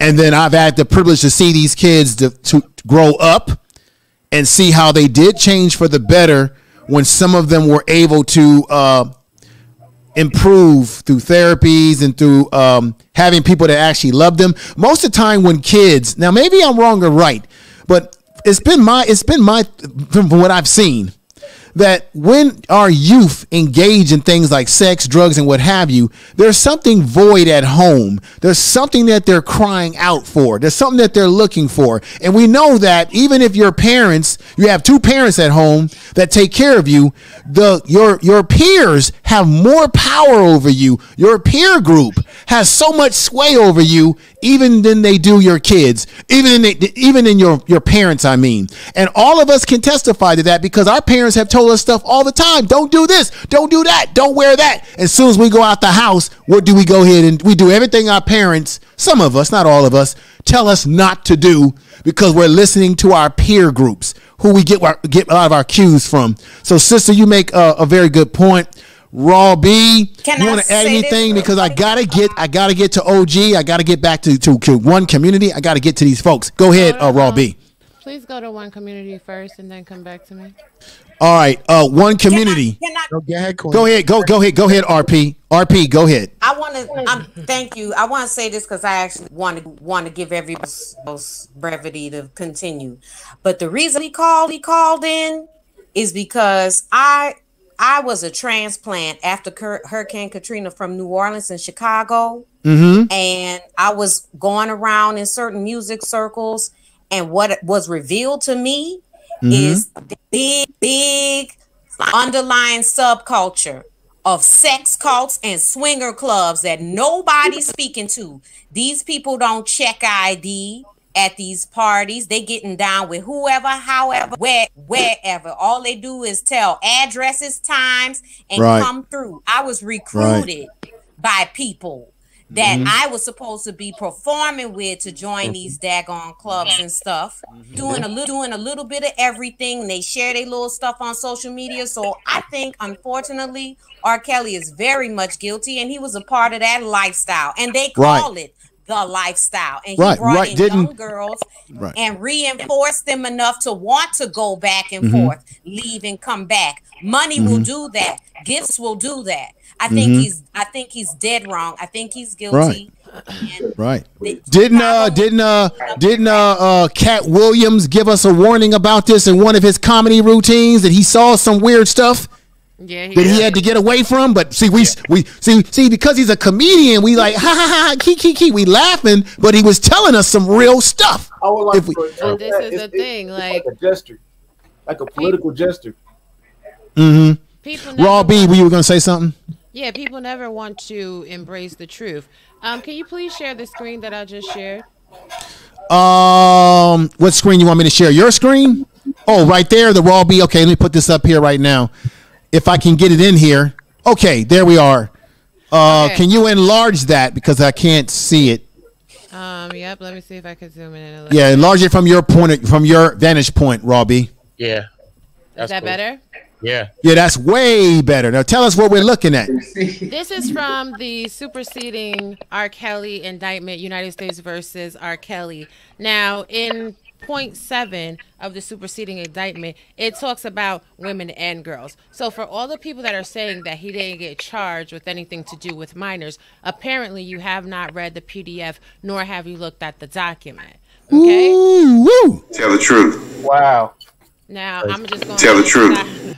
I'm going to stop sharing. I'll share that link in the back chat for the people that like to actually. No, wait a minute, Raw B. Now, you didn't came up here on this channel tonight and you didn't drop a big fat bomb on us. Yes, you did. And you need to explain that document that you have right there. Explain to us more about what we just were looking at.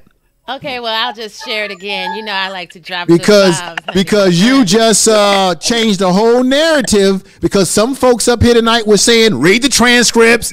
Y'all got to read this because y'all know what you're talking about. And we need to have, if we got the document, we got a document here. We need to know what we talk. We need to know. Now, break it down to us. Just give us a brief little breakdown. And then we'll come back into the we'll come back on where we can bring other people in to speak, because I got to get OG in here. I just know OG's got something to say for us, say to us, and I know one community's got something to say too. So what are we looking at here? Oh, this is the United States of America against Robert Sylvester Kelly, also known as R. Kelly. This is a superseding indictment filed July 10th, 2019 from Brooklyn. Shout out to NYC. We doing it the Harlem way today. These are the charges, Harlem all day. These are the charges that he has been charged under. You can take your time and look at them.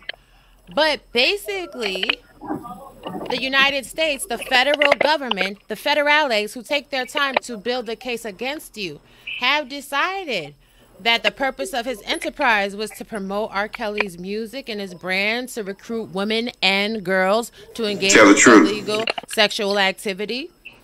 In connection with the enterprise, Kelly and other members of the enterprise traveled throughout the United States and abroad to perform at concert venues to recruit women and girls. That sounds so dumb. So would that be the reason, Raw B? So would that play into the reason why they gave him the sex trafficking in the RICO? Yes, absolutely. Because his people that were working with him, his handlers, his, crew, whatever, they helped him to transport these women. And we're not going to act like sex traffickers are not using coercion, intimidation, and abuse. And when we got to point 7, in point 7, it says The women were not permitted to look at other men, and instead were told to keep their heads down, and the women and girls were required to call Kelly Zaddy. The enterprise operated within the Eastern District of New York and elsewhere, including overseas. Methods and means of the enterprise. Oh, honey. It sounds like that Me Too movement to me. Well, you know. Sounds like they knew what he was doing and they gave him room to do it. The label knew, everybody knew. Right, and there may be other people that do need to be hemmed up in connection too, but as he is the ringleader, because they would not have the ability or the need to do any of this without him, he happened to take the fall. Now, for those people that be like, oh, me too, and me too, me too. Oh, it's so horrible. Oh, my God, these people are women. Oh, my God. Like, what are you talking about for real, for real? What a lot of people have a tendency to do is reveal the trueness of their nature. If you are worried about Me Too movement, then handle yourself accordingly when you're dating women and protect yourself. Get contracts, record things, make sure things are very clear. If you think that little girls are young women, then again, and I'm sure Information Man Show can verify as this is his field. There are therapists, world-renowned therapists, years of science and psychology that says the human brain is not developed in women until 21, in men until 25, and sometimes later than that. Like, we got to start getting real, and we have to stop having this gray area because we might do things that are wrong and simply step our games up and act like adults and live better lives. I'm just saying. Right. Raw B, you didn't came up here and threw the bomb on us tonight. I mean, you didn't put the lightning and the thunder and all that other shit, man. Man, you didn't really put it out there on us tonight with that. Hey, One Community, I know that on your platform and on CCC TV, y'all be dropping bombs like this all the time. What do you think about what you just heard, brother? I know you've been quiet and patient all night. And we're going to find out what your thoughts are. I'm going to find out what Shannon's thoughts are, too. What's your thoughts, brother? You know, my feelings and thoughts are more along the line of what the Harlemite. You from Harlem? Shout out to Harlem. You know what I mean? I'm in Harlem. I'm in Harlem, too, as well. So shout out to you. But, yeah, you know what I mean? But seeing that, I didn't see some things that she did bring up there as well. But, you know, when you think of these things, you know what I mean? Because, you know, racketeering or those kind of certain charges, you know what I mean? They're usually like in drug cases. They kind of use them now, and these kind of cases were really used when you really were locking up like the mafiosis, like the mafia, you know what I'm saying? Right. And then those cases, and then that charge or those kind of charges ended up making their ways into our communities too as well, you know what I'm saying? Me having a background of, you know what I'm saying, like selling drugs and doing things like that, and by the grace of God and the ancestors, I was able to stop when some of my friends wasn't.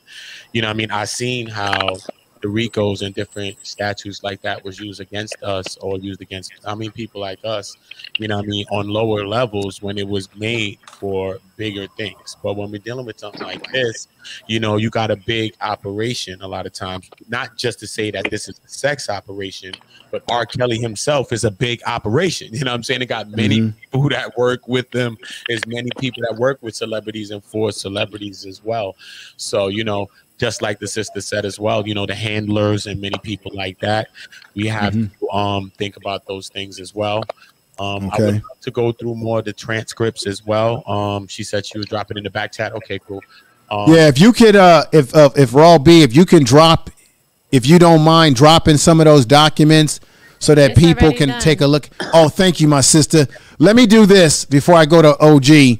Brother Shannon, Freeman Media. And right now, what's what I'm going to do right now? One Community. Let everybody know where they can find your channel, brother.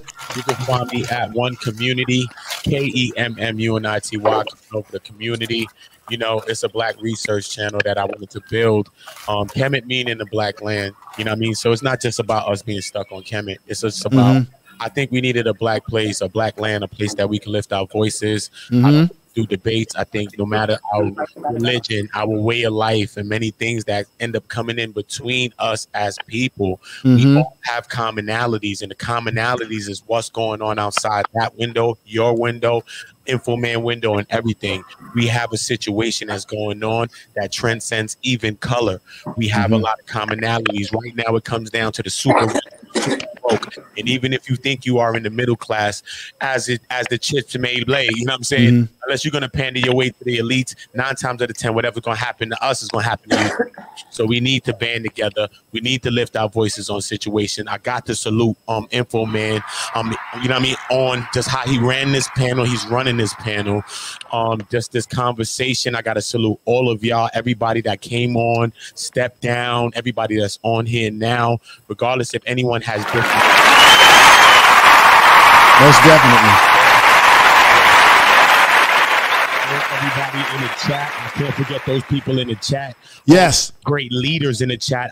In the community, we got a thing that we call everybody in the chat, the leaders in the chat, not followers.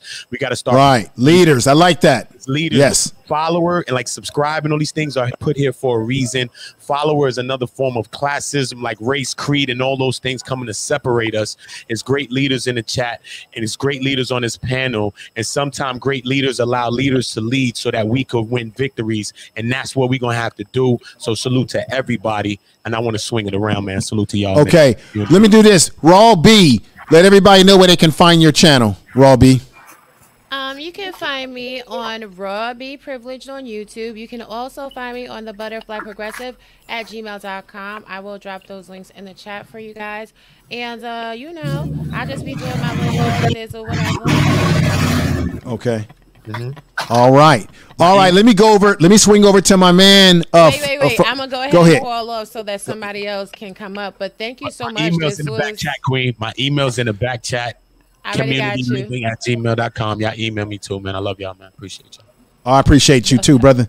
Let me go over to thank you. Hey, Raw B, you really did a great job tonight. Let's go over to my man from Freeman Media.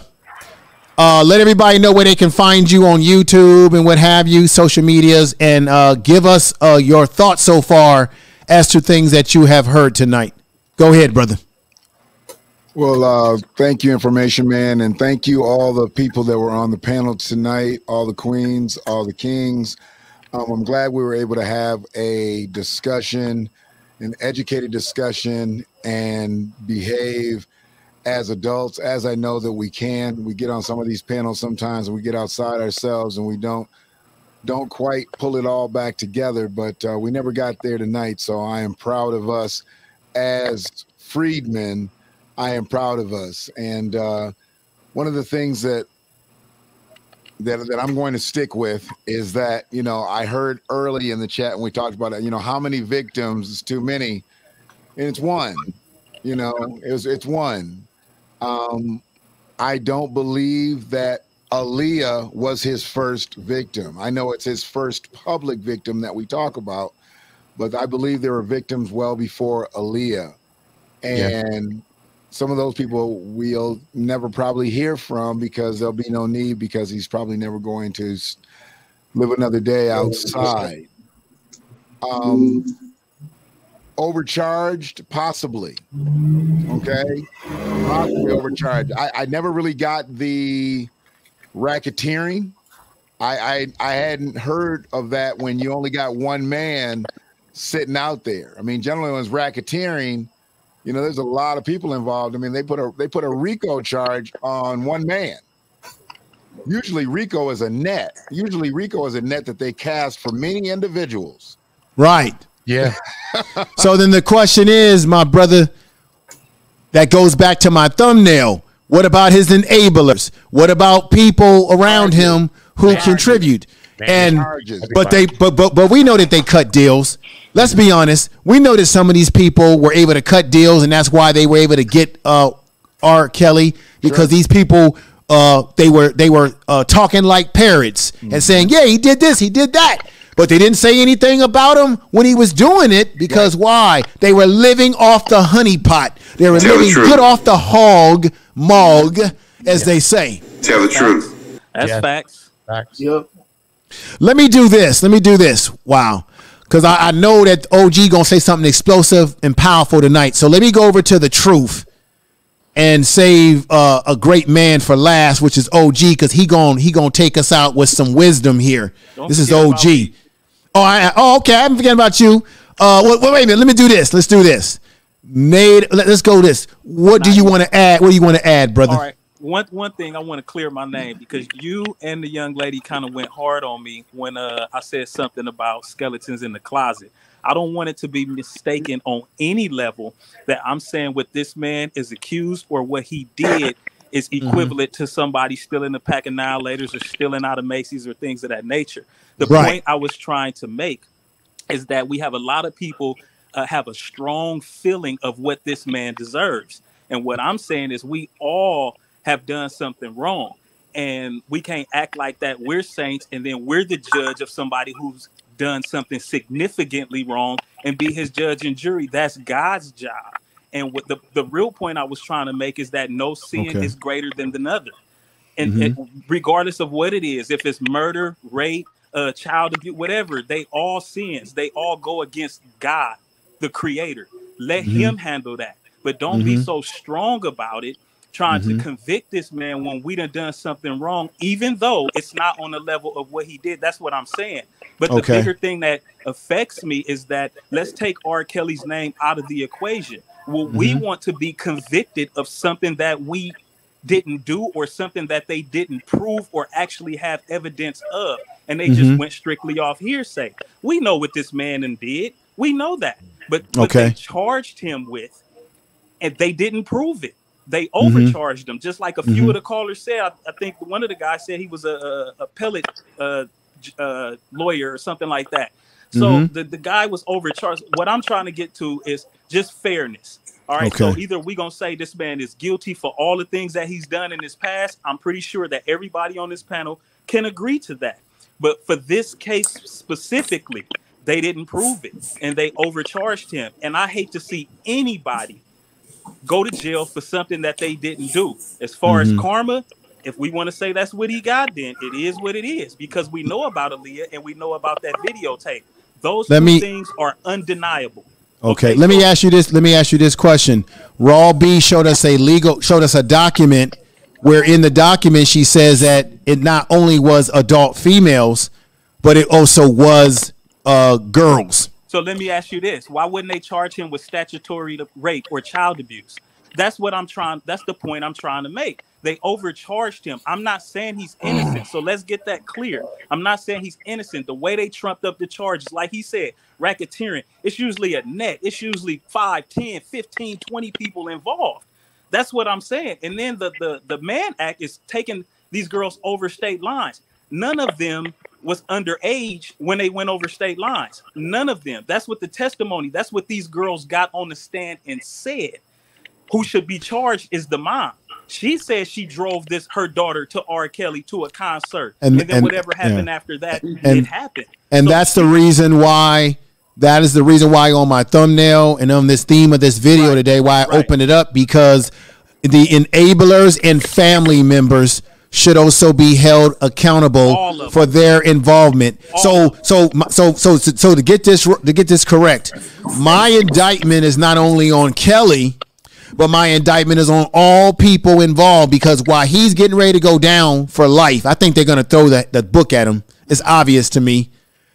You're going to have people who stood by and watched what he was doing, maybe even supplied him the women, and they're going to walk off into the sunset and be able to tell their story while he's sitting in a jail cell for the rest of his life. Let me say peace to Jackie, who gave me the $9 super chat. Sister, thank you. Thank you for the super chat. Thank you for that. She says, I'm listening from the back.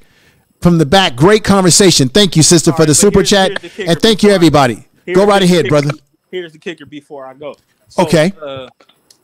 Damn, it just slipped my mind. I'm sorry about that. Okay. Sorry about that. I have a question real quick.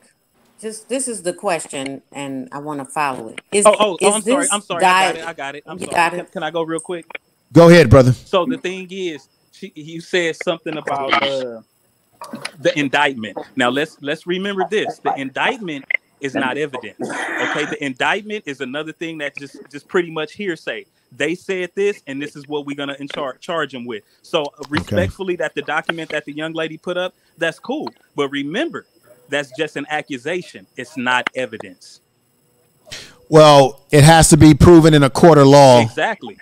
And I can't wait till I get the Esquire in Power, Esquire TV, and maybe pick her brain about, because she's a prosecutor, she's a lawyer. You're right. It has to be brought forth as clear evidence to the court to be able to charge him on that. If it wasn't brought to court and they didn't prove it, then he's not being charged under that. Even if we think he did something, Right. it's what they can. It's all about what they can prove. It's not what we believe, Right. but it's what they can prove in court.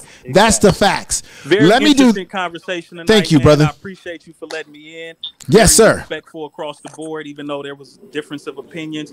Yeah, that's okay. The last caller notated that we can do this, so everybody was respectful, Mhm. and I appreciate the opportunity to come in and present my opinion on this. No matter. problem, brother. So I'm gonna You're get welcome. out, You're and I'm welcome gonna here let you guys anytime, brother. Bring somebody else in. You're welcome here. You're I had welcome a here quick anytime. question. Let me see. Okay, hang on. Let's see how we can do this.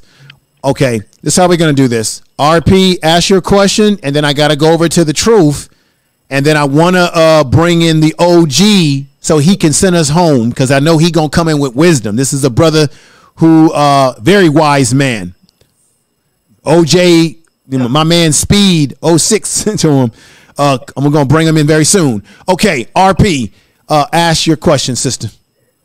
So the question I have is basically rhetorical, because here's the thing: we're literally, here we are, non-white people subject to the system of racism, white supremacy, that ultimately made these laws that they will or will not abide by with their own situations, depending on their how they feel.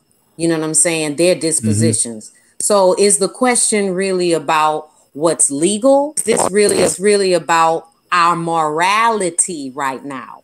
And the fact that we have people that are coming in reasoning, rationale can reason anything, whether it's child molestation to eating another being to stealing from a bank.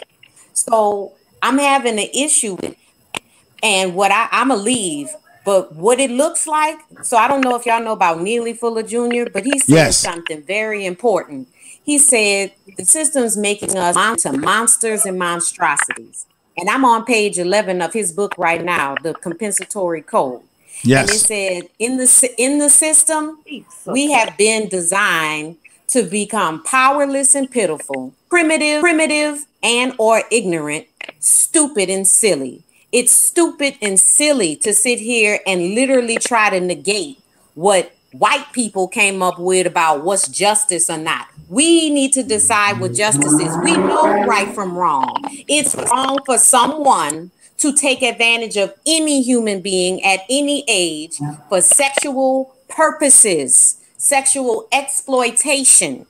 And it don't matter the charges, that's neither here nor there. We need to decide what kind of people we're about to be going further into the future, because shit is just getting, stuff is just getting worse, and I don't see our behavior is not getting any better. And the you know what I'm saying, the nostalgia and the melancholy, that was my jam, and let it go, right. Because it's not coming from a constructive place. If you listen to R. Kelly by yourself or whatever, to each his own, VGQ, but as a group of people, we say we are people. Yes. We need to stand up and say that we no longer tolerate any type of incorrect behavior, no matter what it's about, especially when it comes to the most vulnerable people in our community. And we need to get on code. The book is available at producejustice.com. So people need to, the ISIS papers by Dr. Francis Fresh Welsing, because it talks about why children can be led into situations that will help them become exploited. Okay, and that's all. Thank you so much. I'm leaving. All right, thank you. Let me go ahead and let's do this. We got the truth on with us, sister. What's going on? You've been waiting very patiently. You've been listening to everyone speak their piece tonight, and I want to hear from you as I get ready to bring it over to my man OG, the OG 06 that's in the house here. What are your thoughts? Yes, sir, and thank you so much for having me on the panel. Much respect to the amazing chat. I think this is one of the most respectable events that has taken place on social media pertaining to R. Kelly. So I thank you so much for that. Thank you. What I want to say, and I don't want to offend men at all, but I grew up in Chicago on 63rd and Evans my entire life, and my family was involved in it all. And so with that being said, my friends and I on our block and on the next block that went to the school, we grew up beating men. Literally beating men. I have stabbed a man. We beat a man with a brick. It is it's so common in Chicago for older men to mess with young girls. It is so common. It's more common than drinking water. Now, wait a minute here. Let's repeat this for everybody to understand. You are from Chicago. Born and raised. And you're giving us a taste of some of the culture. I hate to say it like that.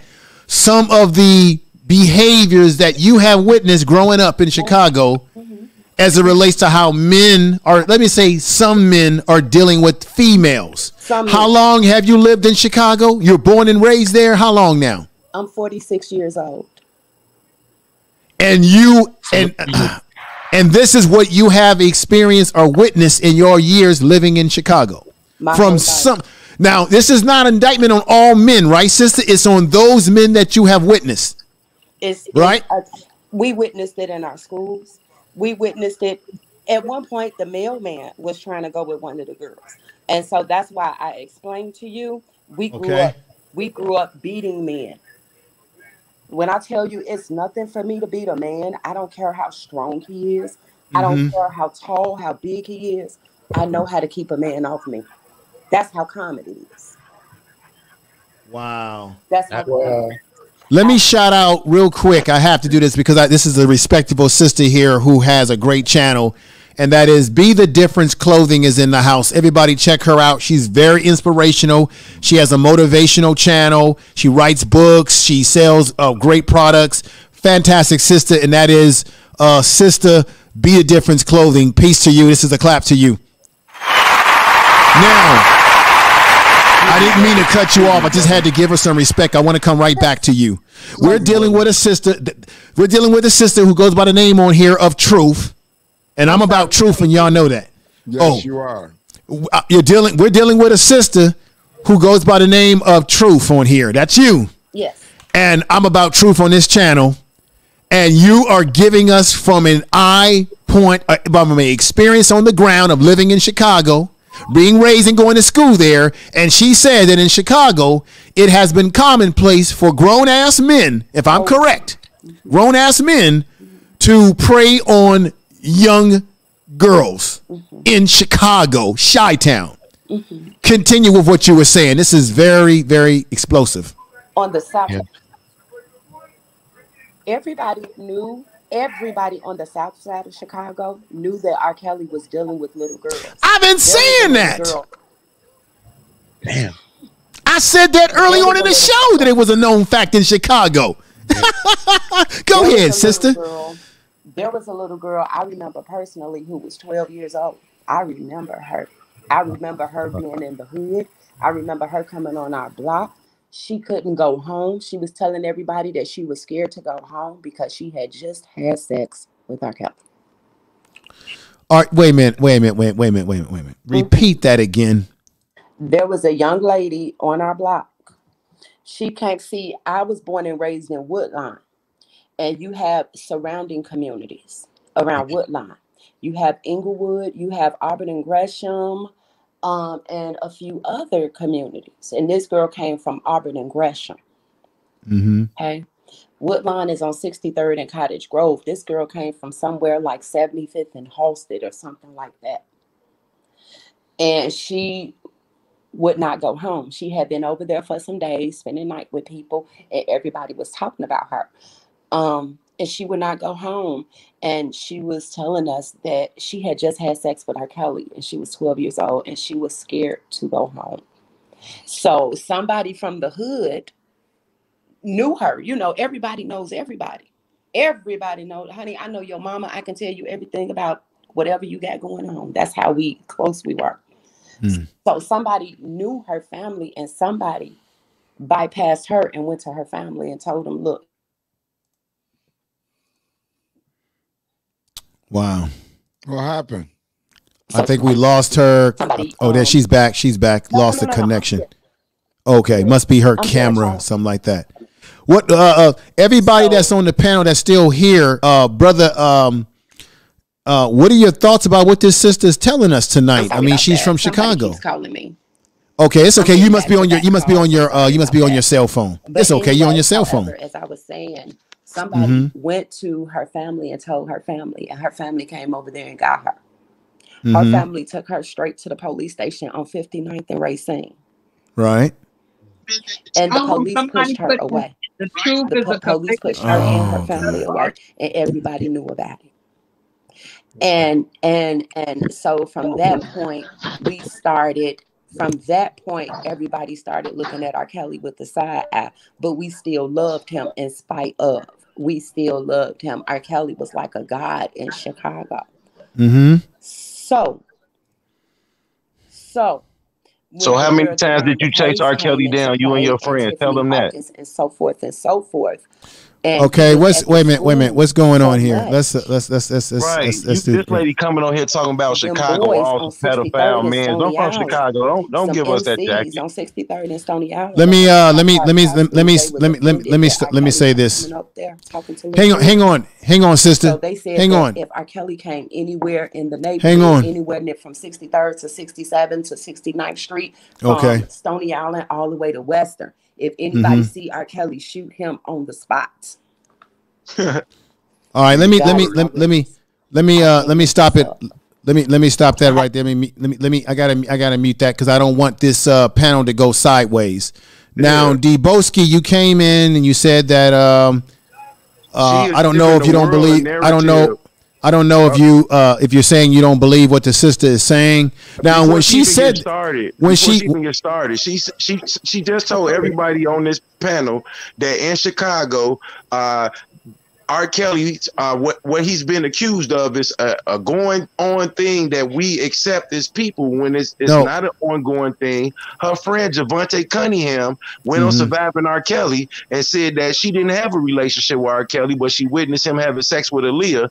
But she came in and got on the stand and told the courtroom that she herself had a sexual relationship with R. Kelly. Well, why did it take her 20 interviews to add that part? Hang on. Sister, wait a minute. Nobody can hear you right now. I think she's talking, but she's not listening. Let me just say this. When she came in and she said what she said, I also corrected her, and I said, we're not talking about all black men. You're talking about some people, because let's not make an indictment on all black men or all men in Chicago. Not all men anywhere in the world are preying on women. There may be some that do it, but not all. Now, when she said that, maybe in her mind, but I made it very clear on this panel when I asked that question. So let me move on, because I don't want this going sideways.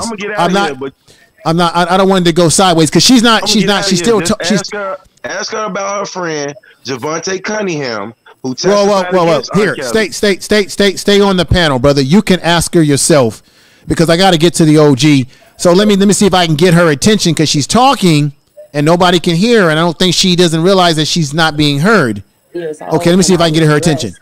Sister, mother or father want to see them. Sister, hello. And told them that all right. She's not. That's all I'm saying. She's not here. I didn't want that to be. I didn't want that on Chicago. That's all. Right. I don't want you, but I don't want you to go. I don't want it on Chicago either. That's why when she said that, brother, I specifically said, and everybody heard me, let's not make an indictment on all black men. Are you talking about some that you've encountered, or is it all? I don't like putting a brushing a broad brush. You can't be all men and all black men. Certainly there are men and there are women as well who engage in inappropriate behavior as well. So I give you that. But see, she's not listening right now. When I mute her and I try to get her attention, she's talking, but she's not listening to me. Sister. She can't hear you. She can't hear you because it's a malfunction, like her Wi-Fi or something. Remember when that? Come back. She has to go out and come back. Can somebody? Let me see this, sister. Can somebody tell her that we can't hear her? Thank you for that. One community, sister. Let me unmute her. Sister, we can't hear you. Write it on the screen. We can't hear you. Let me see this. Somebody write. We can't hear you. Right, we can't hear you, and bring it up on the screen. I closed my eyes and I prayed to my Father who is in heaven.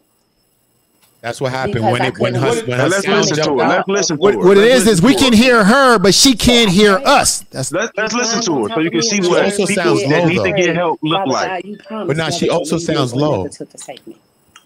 You promised me. I held Jesus to his promise. 2.5 seconds later, a car pulled up, shining bright lights into the car. That man had no other choice but to sister, can you hear me? You know what the problem is? She can't hear me, but we can hear her. She can't hear you and she can't hear me. Let's listen to her so you can see what it looks like for people that have sexual abuse problems that attach themselves to R. Kelly. So that was one time. Well, I don't want to parade the sister like that. I mean, everybody's going to have different opinions. I get it. She was going to parade herself at the expense of somebody else in the sense of guilt that she really don't even know. We don't have to do. You know, she's part of an organization where a guy took $1.6 million using incarcerated individuals' information, and this guy got off for taking $1.6 million, handing over information in R. Kelly case. Her friend Javante Cunningham, which was in Surviving R. Kelly, said she never had a relationship with R. Kelly, but got on the stand and said she did. So what you're saying is that the young lady that's on here talking, but she can't hear me, and we can hear her, and I don't know what's wrong with the connection there, that she had a friend that she knew who made testimony and then retracted their testimony. Is that what you're saying? The friend is the reason why R. Kelly is believed to marry Aaliyah and believed to have had sex with Aaliyah. She's the only person that said she saw R. Kelly having sex with Aaliyah. This person got on Surviving R. Kelly and was crying several tears. Hopefully a whole lot of people didn't see him having sex. I'm just saying, this person is the one that said it. Not only did she say that, but she said she never had a relationship with R. Kelly sexually herself. But she took the stand when the trial started, and she came in. I think she was Jane Doe number 13 or 15, and she was like, she had sex with R. Kelly too. And I'm like, I done seen you in 20 interviews, so you ain't never messed with him. So why you on the stand saying you mess with him today? Now, people are saying, see, we gotta figure out through research, you know, what's true and what's not true, because what is folklore and what is legally true, we got to figure it out. I'm not prepared to spend no 15 grand on no damn transcripts. I'm gonna tell you that right now. I believe, let me, the person that spent the $1,300 or $1,500 on the transcript, they selling them, reselling them for $50 and $70. Oh, okay. Interesting. Well, you know what? Let me go ahead and go over to the OG now. He's been waiting patiently without any let me tell sister, sister, can you hear me? Can you hear me, sister? She can't hear. There's something going on with her phone. Okay, my man, what's going on, brother? Can you hear me loud and clear? Yes, sir. We can hear you. It's about time for us to hear from you, brother. It's about damn time. All right. Render your thoughts. I hope what I'm about to say make some people angry.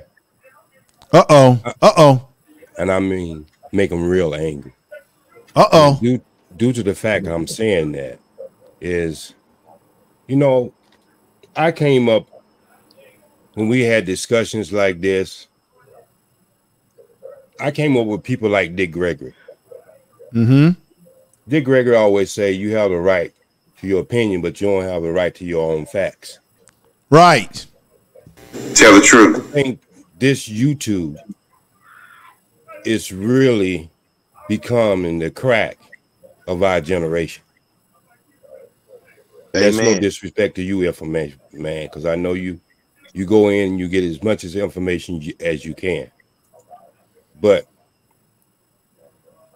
for the last month, I've been listening to these type of shows, and it's pretty much making me sick to my stomach. Okay.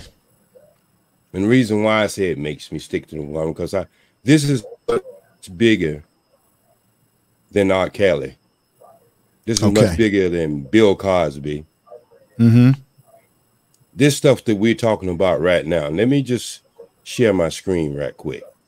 Okay. You put something on the screen. You want me to click that on there? Yes. Let me click that image. Let me click that image. There we go. There we go. Okay. And let's enlarge that right there. Bigger, all right. Okay. I'm gonna try to make it bigger, and I'm gonna play with it a little bit. Okay. Can you see it good? Yeah, is that a DNA sequence you got there? No. What is that? The marriage age. Okay. I need you to enlarge that a little bit more so everybody can see it, because I got my screen enlarged for you. Okay, I got you. Give me a second. Make this happen. So I need for y'all to see this. Can you see it now? Oh, that's even better. Roll it up from past that advertisement, that NFL advertisement. Okay, I'm gonna try to get that out of there. We don't need to be advertising that. Okay, can you and click off that and click off that little click that off. Can you click that off? Can that be taken off of there? Okay. And click. If you can, it's okay. Okay, there we go. There we go. Let's break it down to us. Break it down to us. Let's look at the marriage laws in the United States. Okay.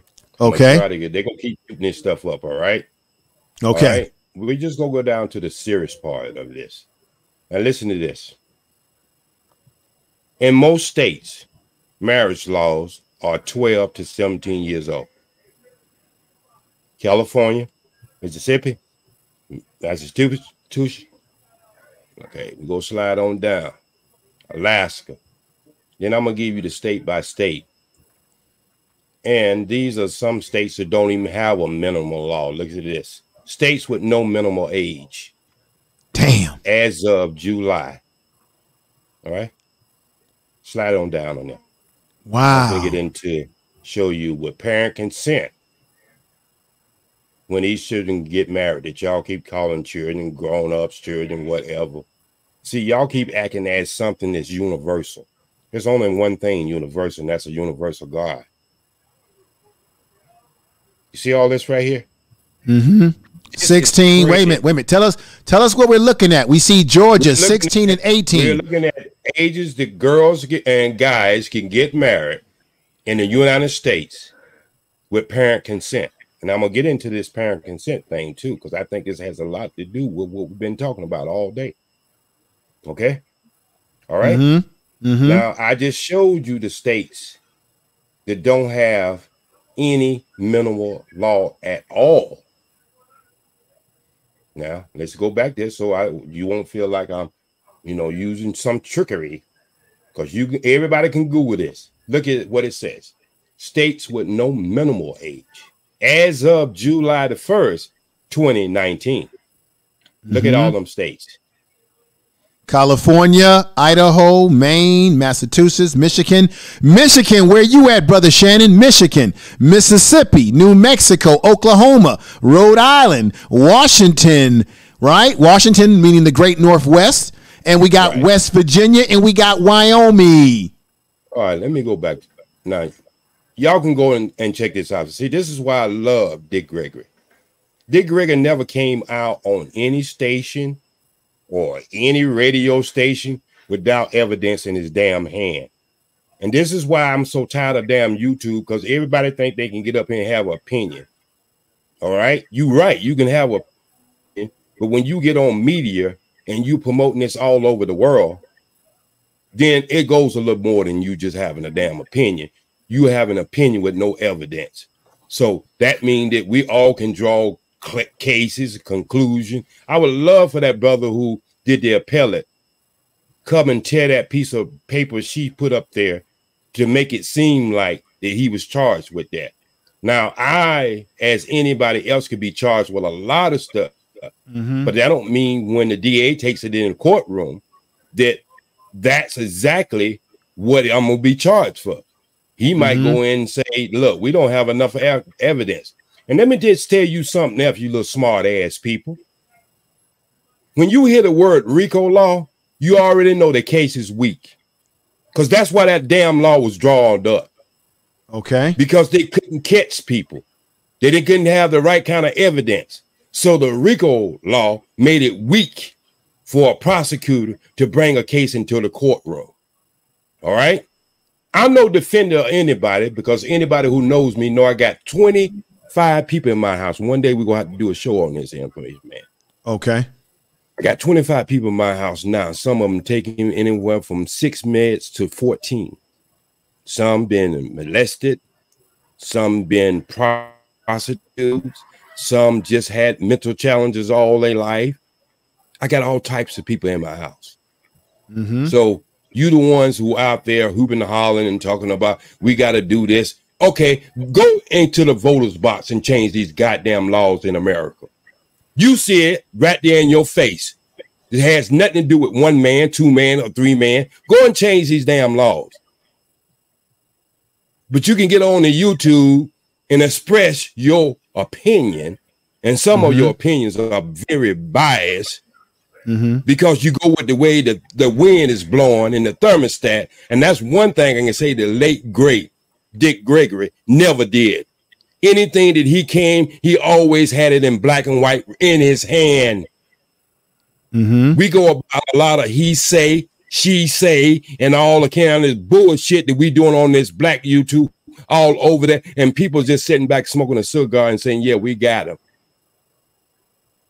They go tear themselves up. And that's what we've been doing for the last 2 months. Think about what happened in the Bill Cosby case. Same shit. Excuse my OG, speak. Hey, OG, I got to ask you this question because people in the chat room want to know the name of that document, or that not document, but the document that you showed us that you Googled up. I'm gonna put it in the chat room. I'm gonna put it up over there, and they can go straight to it themselves. All right, because I'm sure people would like to look at that document for themselves and review it. Hands here. I'm gonna let you go see it for yourself. Just look up the marriage laws in the United States. I put it there. It's there. Go look at the marriage laws in the United States. So you want to change something? You want to do something about this? Then you make it where the parents can't pimp their children now at 12 years old. So now I'm supposed to be mad at my damn daddy because he married my mama at 13 years old? Do you understand the laws in this goddamn country? Now, first thing you gonna say, well, hell, you know, that's when you get married. Wait a minute. So you tell me that your mother and father is the only one say you can give up what's between your legs? If you're a child, it shouldn't make no difference who can give you parent consent. We can't have it both ways, people. This thing that we call him a pedophile and all this stuff, it's not universal. You can get married in Jamaica at 14 with no consent. In Africa, a lot of countries in Africa. So what I'm trying to say to you, you got these laws on the books right here in your country. And on one side of the street, you calling a man a pedophile. And on the other side of the street, you calling him a good man because he married a young girl. What the hell do you really want? I think this whole damn conversation has been about trying to understand this white man. You ain't said it, but that's what it is. And now we tearing each other up. You had somebody come on here and try to defend that nasty Elvis Presley when he was having sex with his girl. You got all these other people, and that's no excuse. But what I'm saying is, you got the laws on the books. Say that a child can go in the courtroom right now and divorce themselves from their parent at 9 years old and take over their affairs.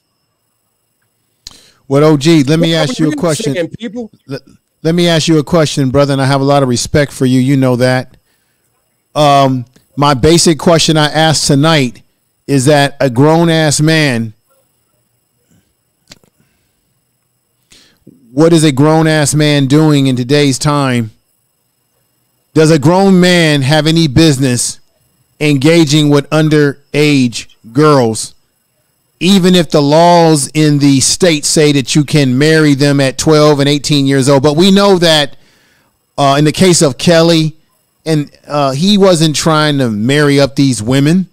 Of course, he already had one wife, and I think there was some problems. There was some problems in that relationship. But on a basic level,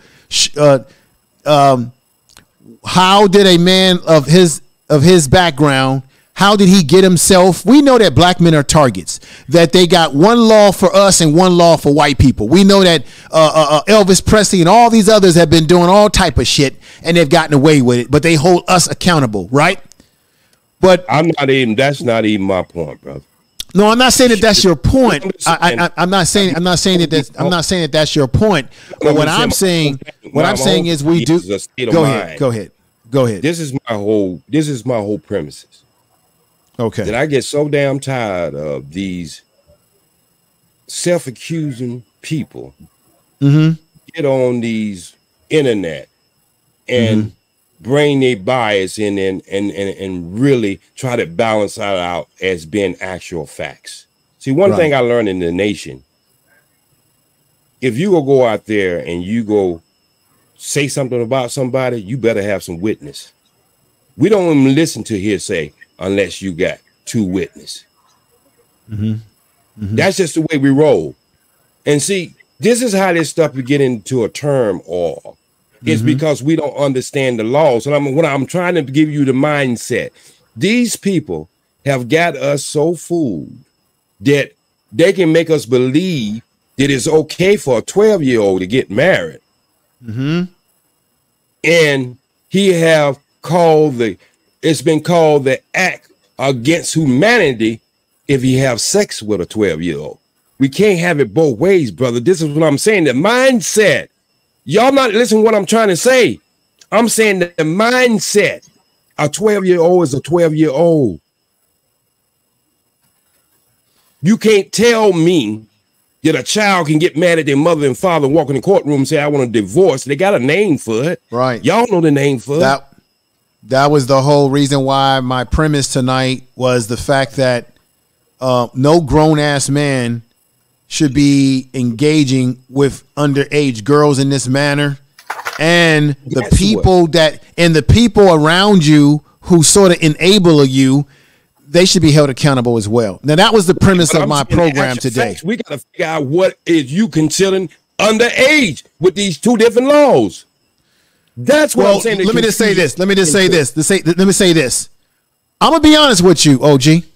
I don't give a damn about the laws. I don't care if the laws in California, me as a black man, I don't care if the laws in California, in the South, and Alabama, and Texas, and all over this land says that I can marry a 12 or 13-year-old or whatever, or 18 or whatever, and I can marry them and I can cohabitate with them. I don't care what the law says. I care about what my morality tells me. And my morality tells me because I have a child, a daughter, brother. My morality as a black man and as a spiritual man in my own upbringing and how I feel personally, but not only personally, but I as a man do not want to cohabitate or marry or engage with girls underage, even if the laws in that state says I can. That's the bottom line. I don't give a damn about their laws, OG. It's about the laws. It's about my laws that I rule myself by. It's about the standards that I carry myself by, not what the white man say or anybody says in this damn country. It's about me as a black man being my own goddamn God and living by my own drum. Okay, that's understandable, and you have the right to live that way. But you live in a country with laws, my brother. And what I'm saying, you don't live in an island. And if you don't care about the laws in this country, you go find yourself in a hell of a lot of fixes. I do care about the laws, but if there's a law I don't agree with, like it's okay for me to be with an underage, I'm not going to be a part of that. Let's change it because wait. What I'm saying, my brother, right, change it. Wait. What I'm saying is, you might feel that way. But if somebody can come under that umbrella and live that way that you could see as being an atrocity to our community, then you feel that way. You wouldn't do it. You wouldn't steal nobody's car. You wouldn't go back and do a drive-by. But if they got a law where you could do all that, we need to go change that law. That's the most important information, man. So in the end, you're saying instead of us complaining about it, we should do something about it and change it. Thank you. I really, information man, if you was in Oklahoma, one of them states he put up, and you did marry a 15-year-old and you was 48 and it was legal, what can I say about it? No, brother, you can't say anything about it under the law, but you can also have an opinion about it. You could probably say, hey, you know what? Even though the law says he can marry that girl, I still think that he's a dirty dog. You can still have that opinion. Muslims, the Islamic community is out here giving all praises to Prophet Muhammad, peace be upon him, and he married a 14-year-old girl in the Holy Quran. Guess what? Guess what? I'm not the Prophet Muhammad, but guess what? I wouldn't do it. But then again, I gotta keep it real with you. Prophet Muhammad was living in a different time and age. You can go in. Look. So before we start getting into this Bible talk and religious talk, all throughout the Bible, you had great men that were prophets that had more than one wife. Right? They had more than one wife. There were plenty of examples in the Bible where these prophets and people that we look up to from reading the Bible, if you read the Bible, who were marrying women that were probably younger than them. There were times in this country when it was normal for men to marry young women. You know why? Because there were people's lifespans were short. People were dying. You had men who would go off to war and sometimes never come back. They even put chastity belts on women, so that when they went off to war, the woman couldn't have any sexual, interaction with other men. I'm not agreeing with it or nothing like that. All I'm saying is our mind is programmed by white man laws. If the white man said it's not all right, then that's what we gonna say. So are you believing that's why we need to change it? Man, it used to be a time in this country when you can beat your woman and the police would come to your house. And I remember this. I'm just like I said, I'm 62 years old. And the police come to your house. And maybe sometime he'll drive your husband down the street or your boyfriend down the street, but wouldn't even arrest him. But it got to a time that women said that I got more value to be a man's property, and we need to change these laws. That's why we have these laws on books today. It's because a movement started way before this Me Too movement started. I'm talking about a real movement where women know they value and they don't feel like they were somebody's property, that somebody can come and knock them up inside their head, hit them in their eyes, make them look like some damn possum or something. They changed the laws for that, my brother, because there was a loud enough drum for them laws to be changed. And this is what I'm saying is this is much bigger than you can shake your head all you want to, my brother. When you live long enough and you don't see this stuff long enough, you can have all the pleasant and the soft conversation you want. I lived through this. I don't think he's trying to be disrespectful to you, OG. I don't think what I'm trying to say, my brother, is anytime you want to do something in life. Wait a minute. I don't want this going left. This damn panel's been going fine. Now, I don't think, OG, I don't think he's trying to be disrespectful to you. I think we've all been listening to, since you come on and you did wait a long time to speak, and you've been speaking, we're all taking in what you're saying. I had a question for you as well. I don't think he's doing that out of any disrespect. Let me let the brother speak. Go One Community. Can you hear me? Yes, sir. Go ahead, brother. First of all, as an elder, we need to stop doing that. Because first of all, we're talking about serious, heinous crimes that we're talking about here. All right. So if I'm shaking my head, it could be a multitude of reasons of why I'm shaking my head. All right. So we need to stop being like that. And as an elder, you should wait till my mouth open and speak something that you feel about me at any time. All right? Because I'm not. You don't define me, brother. Listen, brother, I'm not disagreeing with nothing you said. I actually was jotting down the information that you're putting out here. You just brought Thank you, sir. To me, brother. So I just want you to let you know that you're bringing awareness to me. I wrote down all of these different things that you're showing me, and the state minimums and all of these different things, brother. I'm listening to you. So I don't want you man, shout out to these black guys on this panel, man. There's some intelligent minds on this panel. Brother. I apologize to you. I apologize if you feel any way, but I'm just saying yes, sir. It's disturbing to hear, brother. Like it's yes, disturbing. Sir. So I'm just really taking down your information. I appreciate you, brother. I actually appreciate your information. Right. Yes, sir. We have the bottom line is that we have men on this panel. And even if we have different agreements or misunderstanding, as men, we can make the shit right and get it clarified. That's what you got going on here. Yep. Let's continue. Sir. Let's continue with wherever we are. Real Aaron Collins, brother, how you doing? Let me just bring him in real quick. Aaron, you're out and about. I hope there's not too much noise in your background, brother. But what are your thoughts? And I got my man over here is falling asleep. My man, the Freeman Media. Are you there? Are you hanging in there with us? Aaron, what's going on, brother? What's going on? Say your piece. Go ahead, brother. To it, listen, it's a real messed up situation. I mean, I too was born and raised on the south side of Chicago, and bottom line, this is a real nasty situation. And our Kelly, like I said earlier, he thought he could play a white man's game by white man's rules. But this would be a lesson to all of us that I don't care what kind of behavior it is. If it's a depraved behavior, if it's the smallest of infractions, if they got the game so to where they can win, then there's really no hope for you as a black man, regardless, since they keep moving the goalposts. But why don't we just strive in defending what's in the community to begin with, and that means standing up against people like R. Kelly, or Brother like Africa Bambaataa, and who else that's engaged in this type of behavior. So the sense that, I mean, I don't think there should be to me, it seems obvious. I mean, it's everything is not either black or, I mean, there shouldn't be no gray areas in this sort of thing. You say you from Inglewood, Chicago. Did you ever hear about these? You say you from Inglewood, Chicago. Did you ever hear about R. Kelly picking up high school girls, or any of your friends, or anybody that you knew?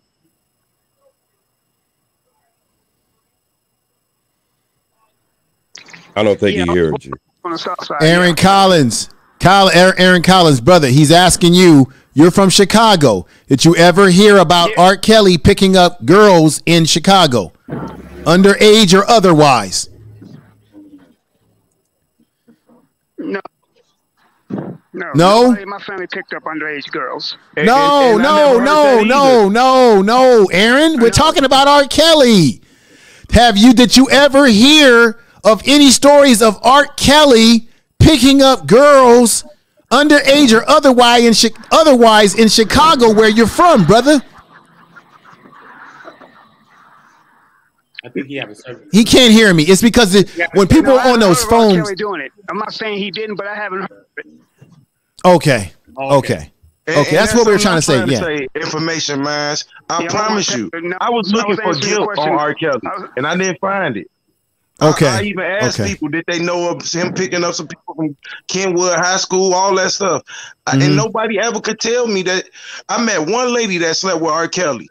I ain't gonna even throw her name out there, but she had sponsored something I did, and she was of age.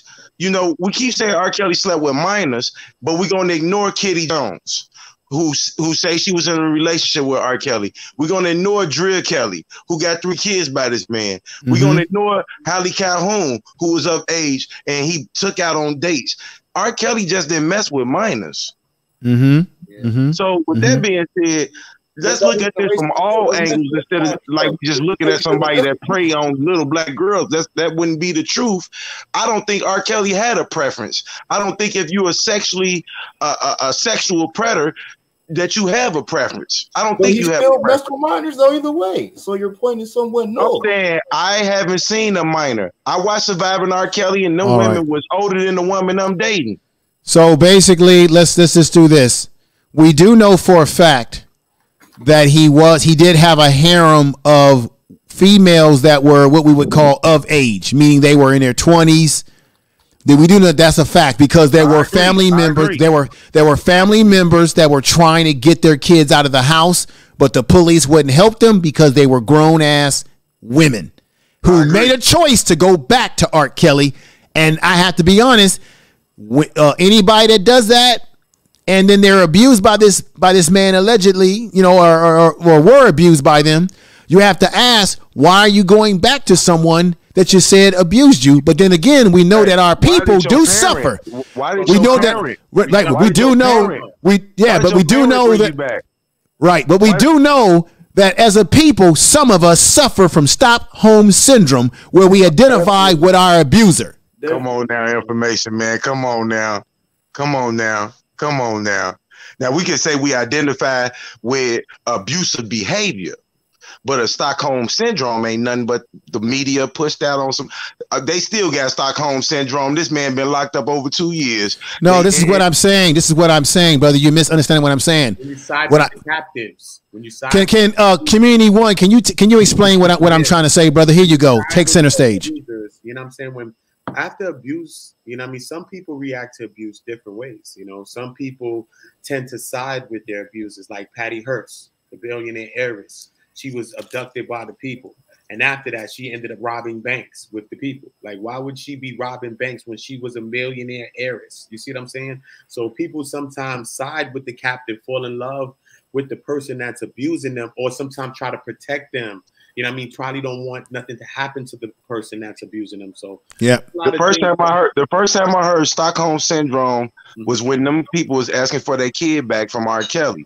Them same people went and stood on a platform outside of the MCC federal building in Chicago and waved at R. Kelly. The parents did. The same people that said that their daughter was Stockholm.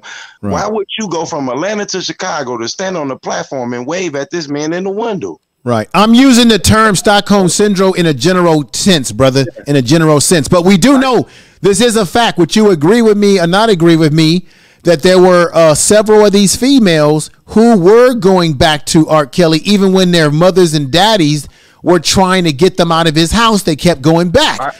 I'm not because disputing that part, but they were I just benefiting wanna from add his on to that resources. part. Okay. I'm not disputing that part at all, but one thing I want to add on to that part, for the people that's supposed to be underage, their parents brought them back. Okay.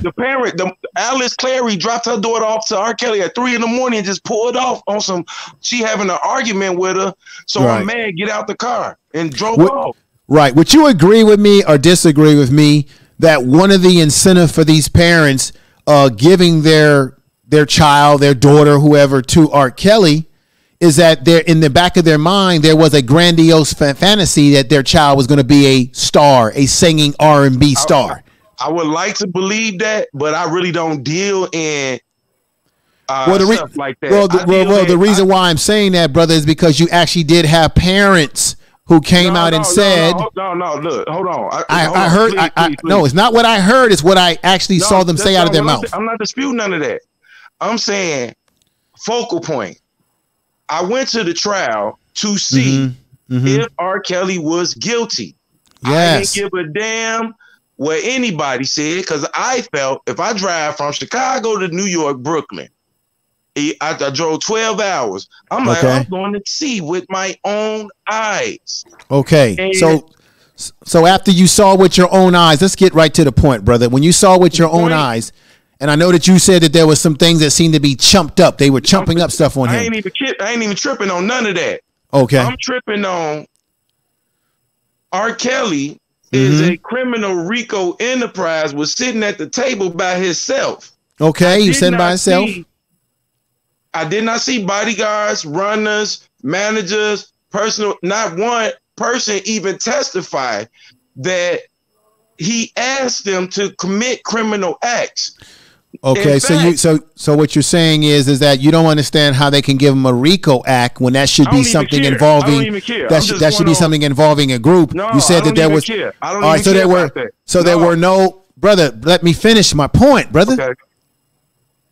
I'm trying to get to it. You said that there were no bodyguards or people around him, what we would call enablers, that were around him who testified and said that he did any of these things. Am I correct or wrong? You're correct about that. Impartial. Okay. They said he coexisted as somebody that was moving in what you're basically saying, but not how you saying it. Okay. But by them being, I hate to say it, unintelligent individuals, they weren't able to articulate themselves where you would know what they were saying if you was able to see it. Okay. Now, going back to the focal point, I'm just saying they missed me with showing that this nigga, the king of R&B, he telling you, hey, lock that door. Don't let her out. Grab that phone. Eat this. The girl said she boo-booed in the cup. and that R. Kelly was not there. Now, I've been watching you on social media tell me he made you do this. So to hear you say you did it on your own and then rubbed it in your face, okay, you got me lost. Now, I'm just saying, when it comes to the Aaliyah, I just know for the average Joe, yes, if you got this type of charge, they're going to bring in Aaliyah mama and they're going to tell your mama, if you don't want to testify, you're going to go to jail. Okay. So how do we skip past that? You know, we can skip past that if you know that this person is not going to testify to what you need to your case. The burden of proof is on the state. Right, burden of proof is on the state. You're right about that, brother. Cherry pick what fit their narrative, and I'm saying from what I saw, if he was guilty, let me ask you this. Go ahead. Go ahead. If R. Kelly was guilty, all I'm saying is when they go, if they would have said anything about we about to lock up parents, the only way you can feed this narrative is to feed that black community. Parents don't know where their kid at after 12 o'clock. Don't know where their kid at for 3-4 years. One woman, 9 years. I'm not supporting that narrative. You want to say R. Kelly guilty, go ahead, but don't do it like dude said that was on the panel. One black person get found guilty of something, it represent all of us. No. Okay. Let me say this. One black person doing something negative does not represent all of us. We should never paint with a broad brush and say this is what black women or black men or black children are. There are certainly people within our community that are doing things that are despicable, like in any community, not just black communities. And there's different black communities. There's black communities that are middle class, upper middle class, some that are poor, some that are very impoverished, all different types of black walk of life. We should never lump all black men, even in Chicago, and say, well, this is what all black men are doing in Chicago. No, that is what some men are doing that engage in that type of lifestyle. But it's not all. It's not what I'm trying to say, and I agree with you. But let me ask you this question. Even if the parents were wrong and to give their kids to him and let their kids go back and drop their kids off in front of his door and walk them right into his home, even if they were wrong, and that would be wrong, and they should be held accountable.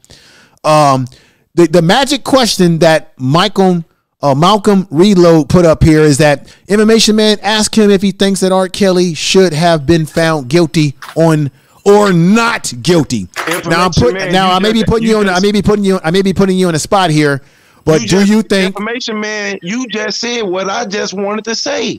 I hear you, brother. Even say that what you just said again. You said even if the information. I said even if I realized that even if the parents took their kids right to his door and walked them right on in and said, here you go, R. Kelly, do whatever you want to do. Toss it up and lick it up down, right? Even if they said that. And they gave their kids, their underage daughters or whatever to him, or even their 20-something-year-old daughters. Right. And I'm saying they still should be, that the parents should still be held accountable. Somebody needs to be held accountable. But the question is that, do you think he's guilty or not? Yeah. Do you think he's guilty or not, despite the parents giving their kids or daughters to him? I'm saying, as somebody who came unbiased, who came to see if this guy had a sexual cult, hog tie, kidnapping, brainwashing, etc. I know that it was a lot missing in this story for this to be true.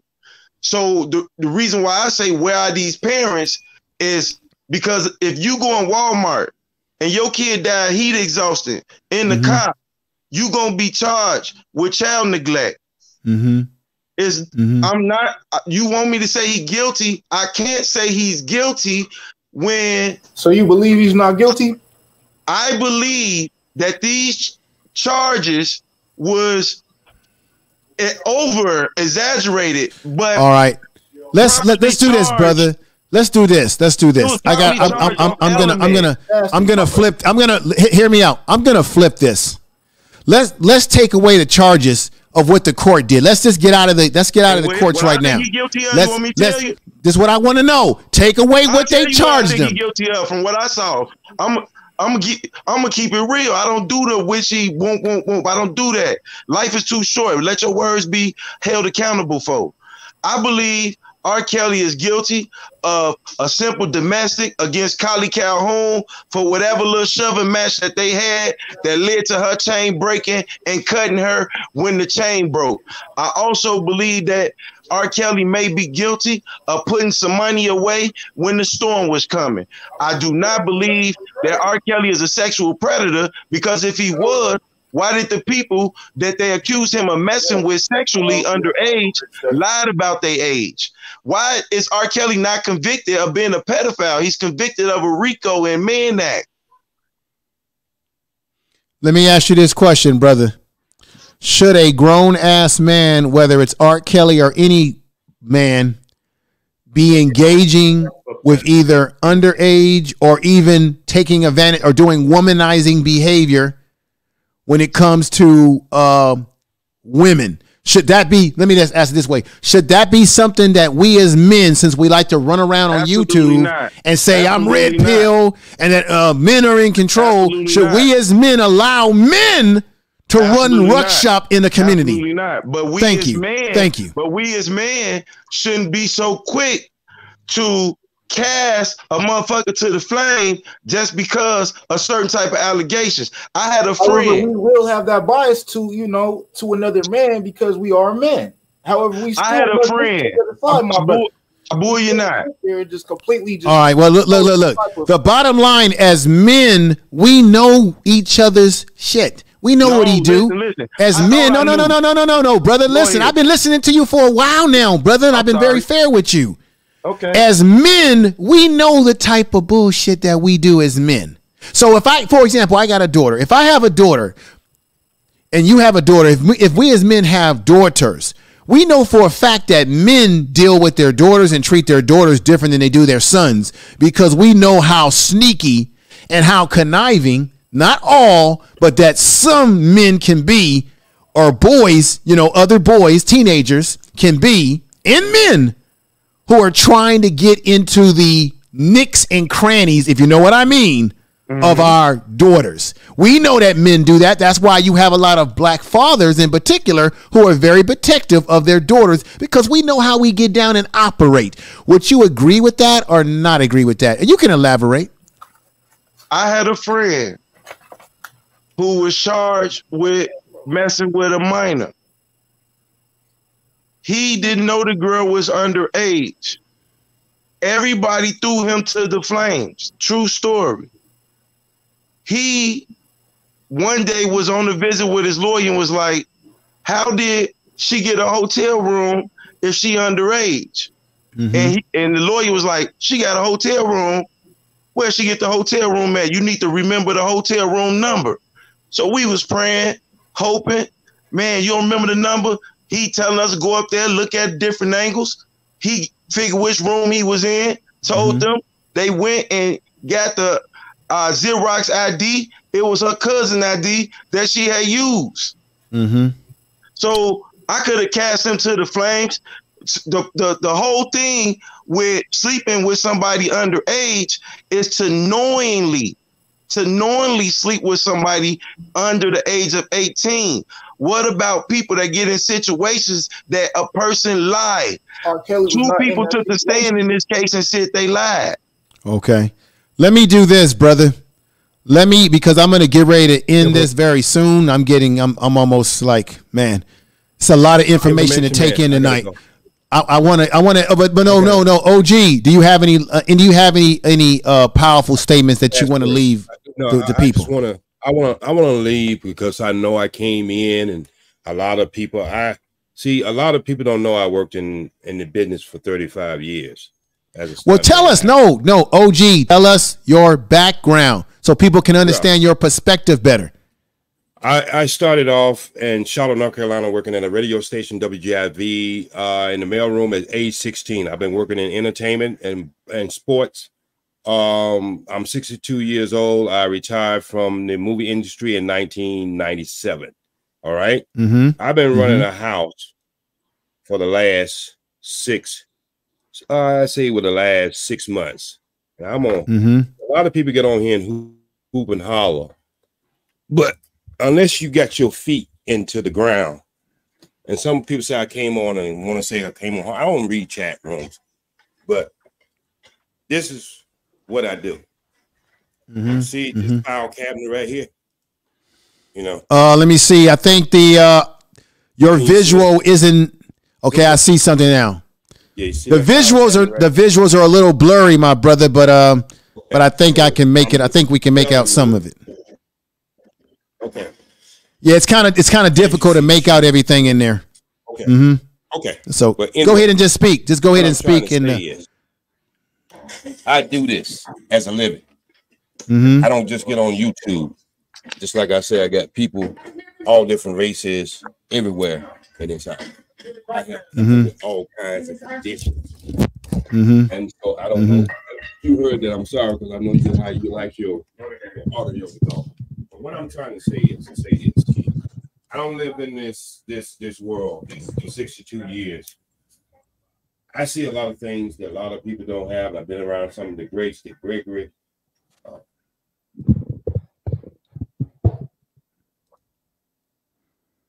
Okay, he's cutting in and out. We're losing a connection. Let me go ahead and do this. Freeman Media. What's up, man? How are you taking in everything? I'm good. Once again, I'm glad we were able to bring that back in. It looked like it was going to get a little ugly, you know, with some of the panelists tonight. I think above all, we all need to be able to respect each other's space, and we need to be able to respect each other's view and content. Because, you know, if we're going to fight each other, you know, we're already fighting white supremacy, but if we're going to fight each other, we dead in the water. Right. We kill ourselves. So, right. I'm glad once again we were able to pull it back together. Where we got to go as a collective, these types of individuals, they are elevated. You know, they're celebrated. They're made celebrities, made notables, and they're irresponsible. And I'm not going to dig all deep into that he was a victim and things like that. You know, there are no excuses here. If he was a victim, you know, the heights that he received and other people knew that he was a victim, they should have got him help. But instead of getting him help, you enabled him to be a predator to children.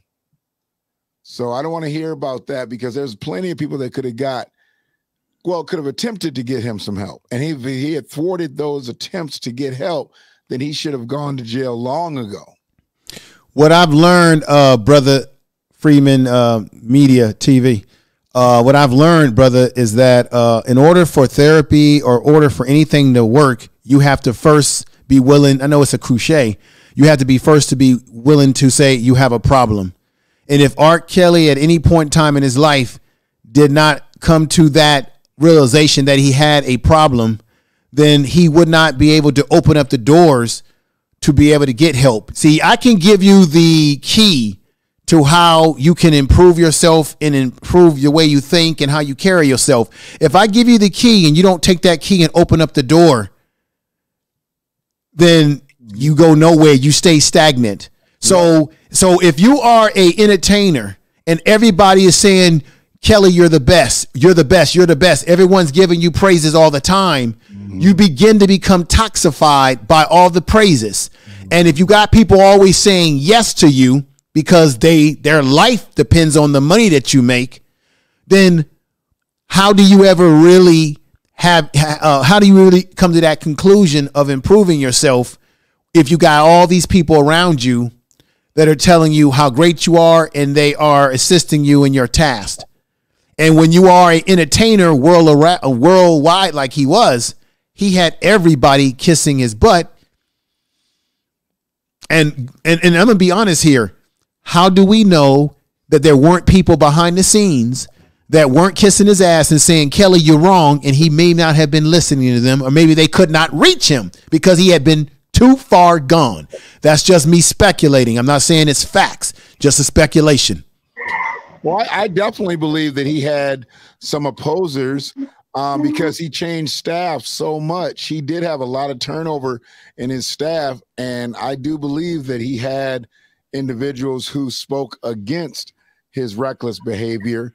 Like I said, that I got clarification tonight that gentleman Jim Pratt is not his wife's brother as they've been advertising, but he said, he's like, he tried to do what he could and and get IDs and make sure people were 18 that got into those certain parties and areas that R. Kelly was at. But for the most part, he couldn't really control his behavior, and you become an army of one trying to do good because nobody else is listening. And the main subject, R. Kelly when he started to acquire fame the way he did, you could just see the arrogance come out, and there was just nothing that could be done with that other than the fact that, hey, if somebody doesn't come forth and tell the truth, he's just going to continue to do what he did. I mean, the Pied Piper is an appropriate handle for him. Okay. Well, let me say this as I get ready to wrap it up. I want to appreciate you for coming on to the platform tonight, my brother. Yes, Remind people where they can find you at if they want to support your channel. Go right ahead. You can find me at Friedman Media 1874. Friedman Media 1874. That is when I became the descendant of Granville Rowley. He was born in 1874 out of slavery. So I am a descendant. You can find me on IG under Friedman Media as well. I'm here to share dialogue, here to bring truth to power, and here to build with Black folks. To be honest with you, I mean, I think that's what we need because we become very powerful when we build. So I appreciate y'all being peaceful with each other tonight. And I look forward to having some educational conversations with you in the future. Okay. Let me do this real quick because I'm going to go to each person and have everybody speak their piece as we end the program tonight. I did a poll earlier, and in the poll, I said, do you believe that some of the parents, family members, enablers are just as guilty as R. Kelly? It was just a question that I posed. And out of 503 people that voted on this poll so far, 92% of you said yes, and only 8% of you said no.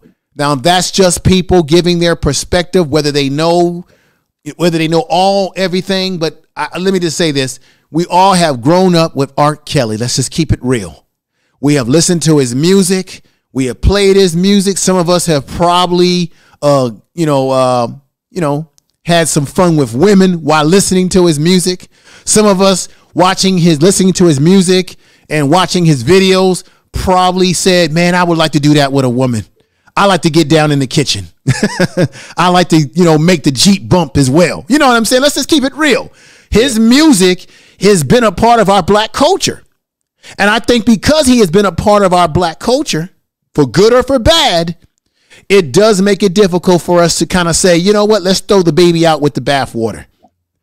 To a certain degree, for some of us, not all of us. Let's come over to one community. Brother, give us your greatest words. I don't like saying last words, your great words, and let everybody know again where they can find your channel. Once again, I appreciate everybody here. I appreciate the info, man. Salute to everybody that was on the panel. I appreciate everybody's views. This was very informative. I took a lot of notes as well. In closing, R. Kelly is a celebrity. He's a person with notoriety. These things are affecting our local communities. It's affecting our households. It's affecting us as a community as a whole, be it local and global. This is a major problem. I think like how we have the citizens apps on our phones, I think we all need to have the sex offenders apps on our phone. We all need to, this needs to be a part of conversation, like how we have regular conversations and we talk like sports. Yo, damn, you check the app? Yo, damn, anybody came in our community? Yo, damn, in your building? All right, cool, man. Let's let them know that we know they're here. And if certain people got certain charges and stuff like that, we need to be making some copies, putting those things in the stores around their little area, different things, whether the street corner poles and different things like that. Some of the things that I'm all about implementing, even in my neighborhood, because it starts, and we need to start a chain of a culture and a tradition of these things. You know what I'm saying? You know, that brother came up and showed, the OG came up and showed that information about the marriage laws and different things like that. You know what I mean? We do live in a society that is condoning a lot of this, you know what I mean? But we as a people, we cannot hold this. We cannot condone these kinds of things. I know that a lot of times things are red flags, but right now we can't even wait till there's red flags anymore. We got to deal with the yellow flags, because a lot of time behaviors come from behaviors, and behaviors are seen. Just like I grew up with my friends in the community. We was young from 12, 13 years old, but you know what I mean? It was a making of a child killer. You know what I'm saying? Like he was doing things that when I further researched stuff, he was doing things to animals, to cats, and all of the things that he was doing. So when he was young and then he grew up a little bit, 12, 13, 14, shooting people, doing things and the violent things that he began to do, I already saw those things. He even tried to encourage me to think like some ways. So I can't say that, damn, did I see that he was going to become that? I seen that something was wrong though.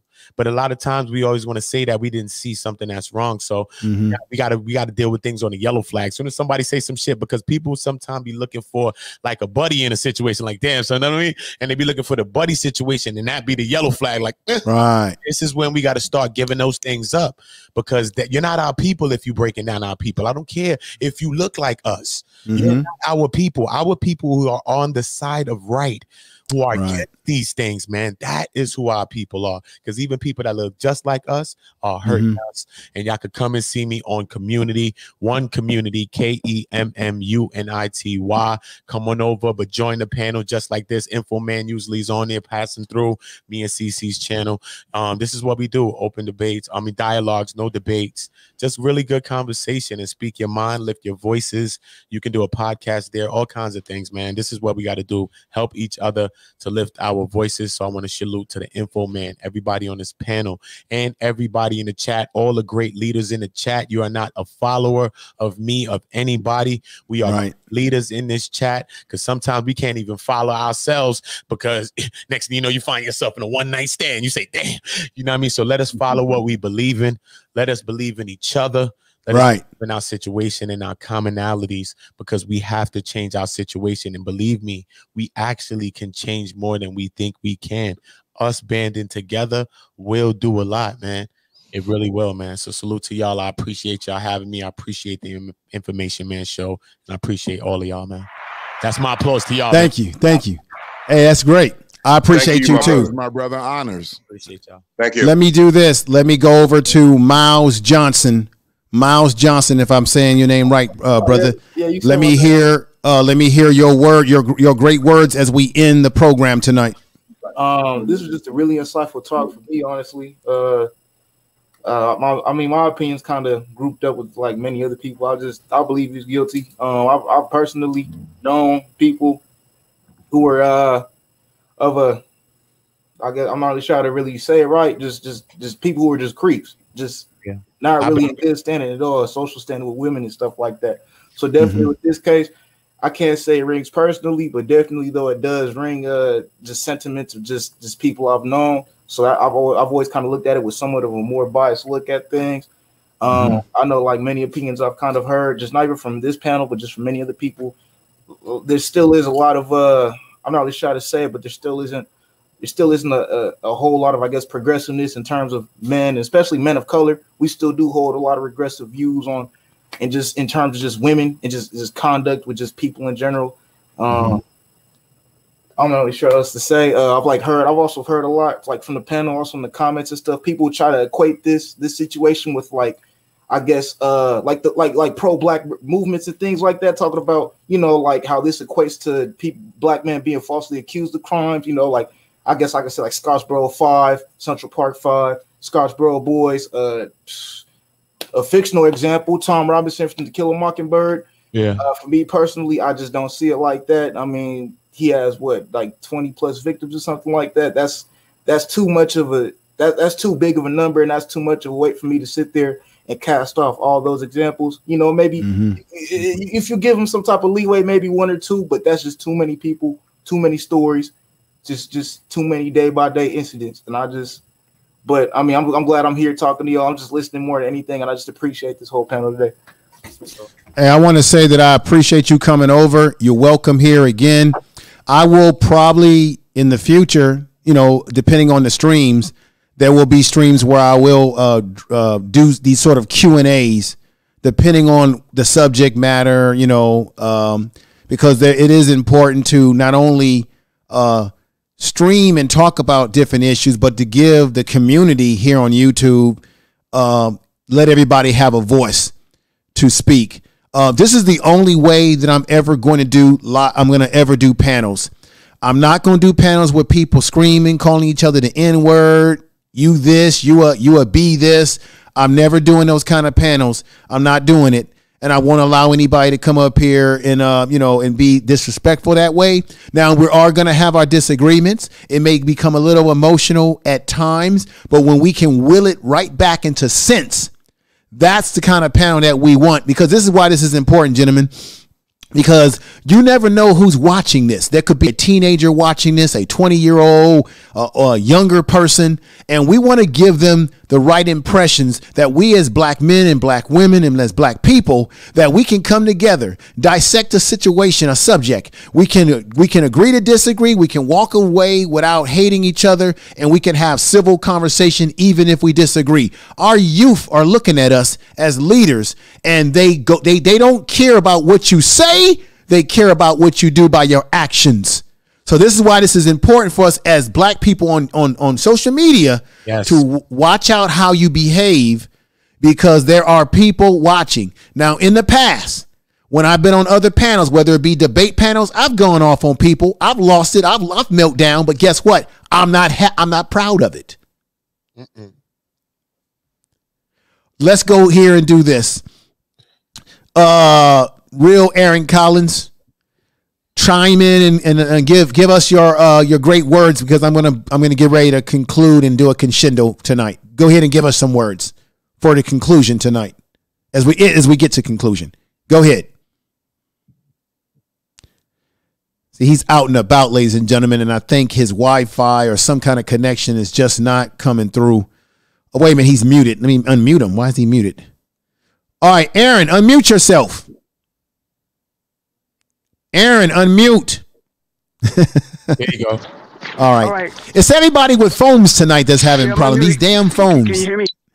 Yeah, brother. As I'm getting ready to conclude, brother, give us your great words.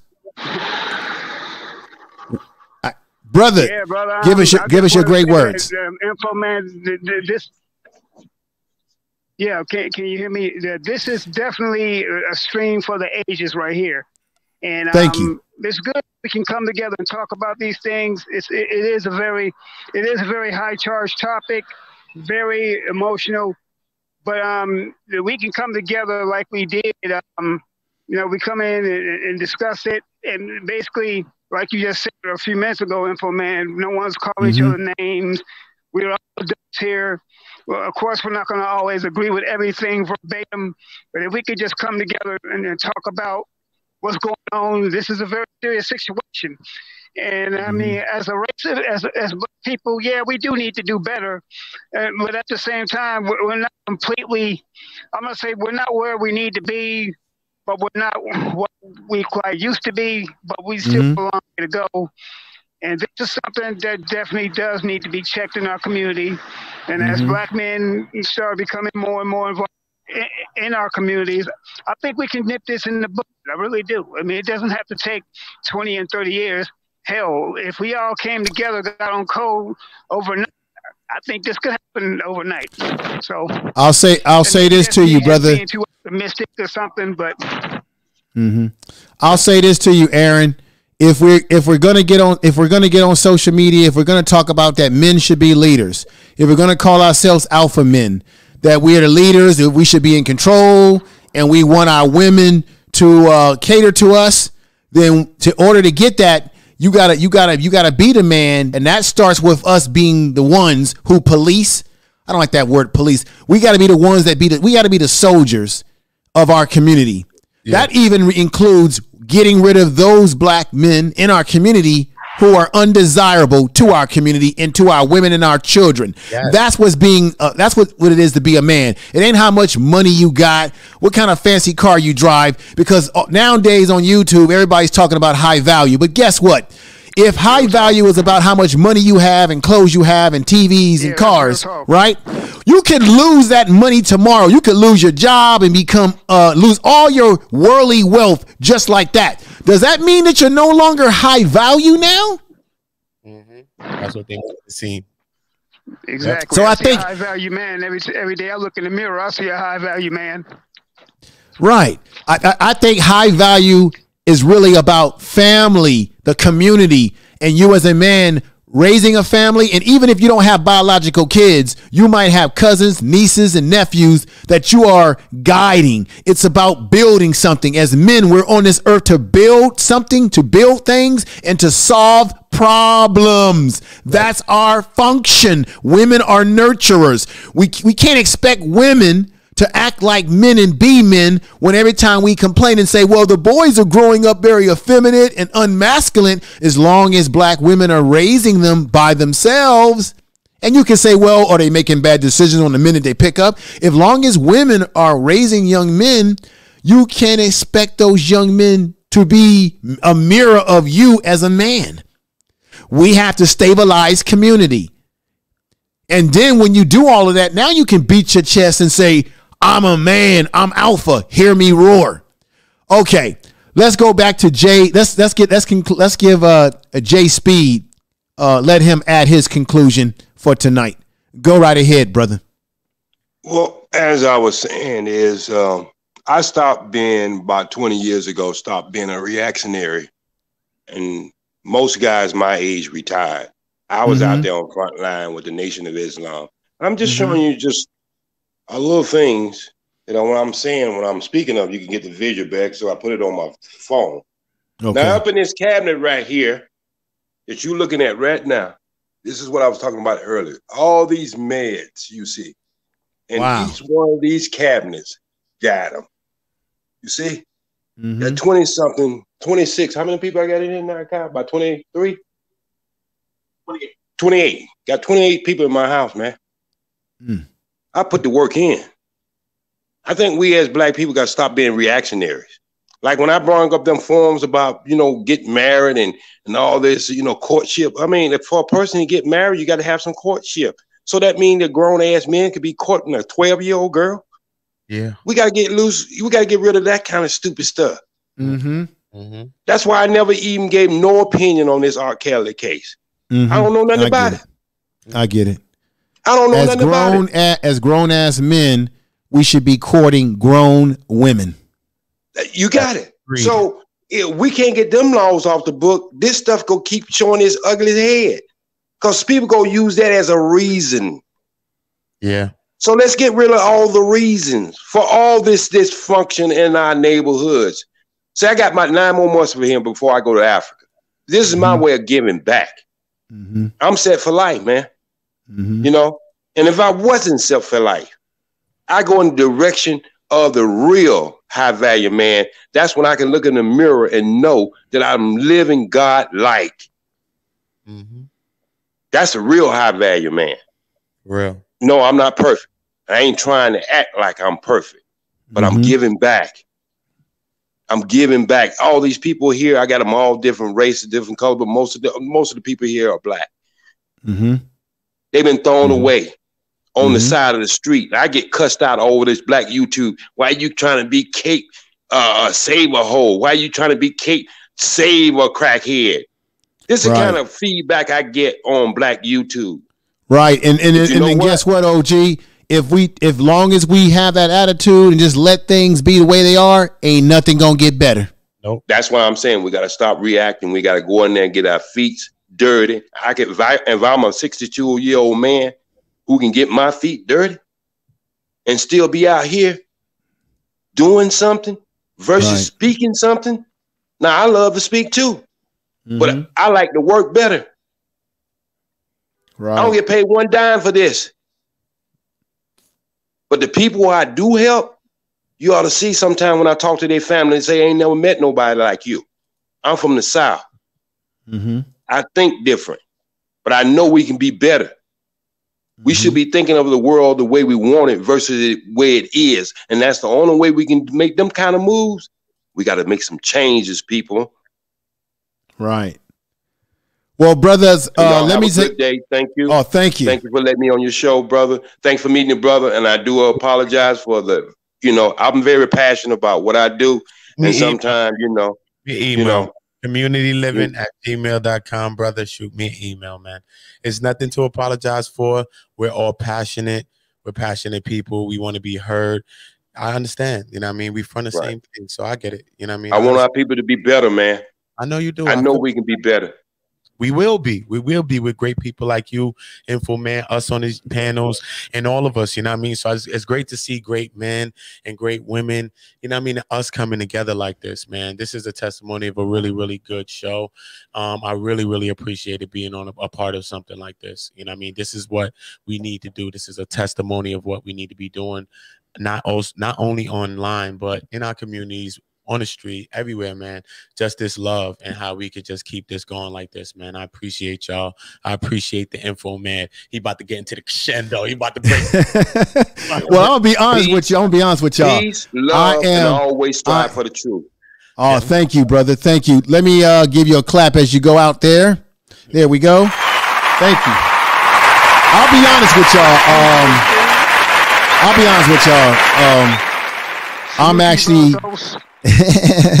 I'm actually a little tired. My head's hurting a little bit because I got to eat. I haven't eaten anything since earlier today, so I've got one of those hunger headaches right now.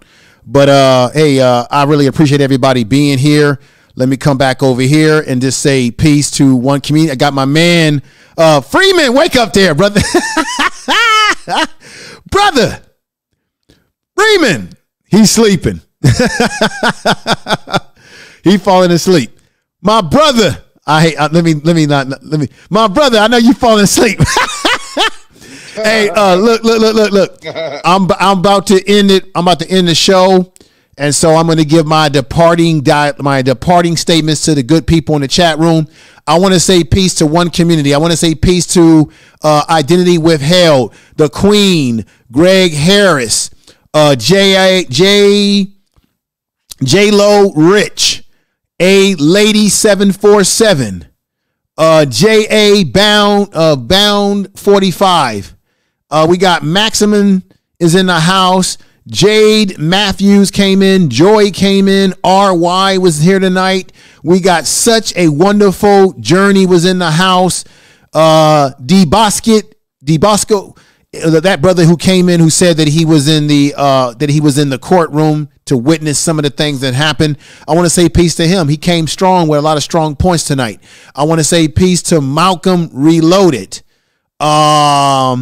If there's anybody I missed, I'm sorry if I missed anybody. Let me see. I'm moving this up here. We got Chris Love in the house. Studio Mansion came in. Kendo G came in. We got Rennie who came in. DOD, my brother DOD. RY. And then we had Raw B that came on tonight. I'm glad that she came on.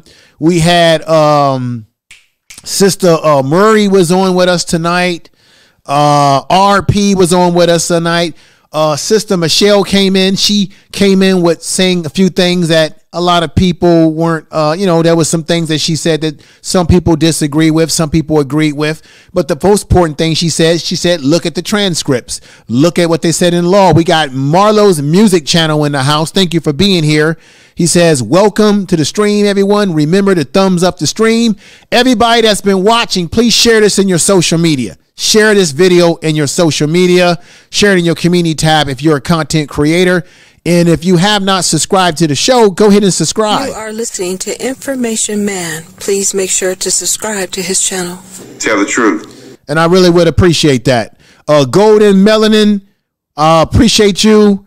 Appreciate everybody who came through. We even had someone that went by this name. I was going to bring this up. This person right here saying good night. It's always beautiful is their name. Thank you for coming over. Always beautiful.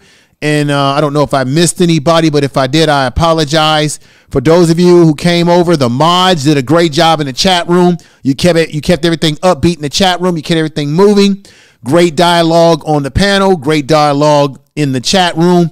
Love you all there. You guys are the best. And that's why you're going to get this clap right now. All right. All right.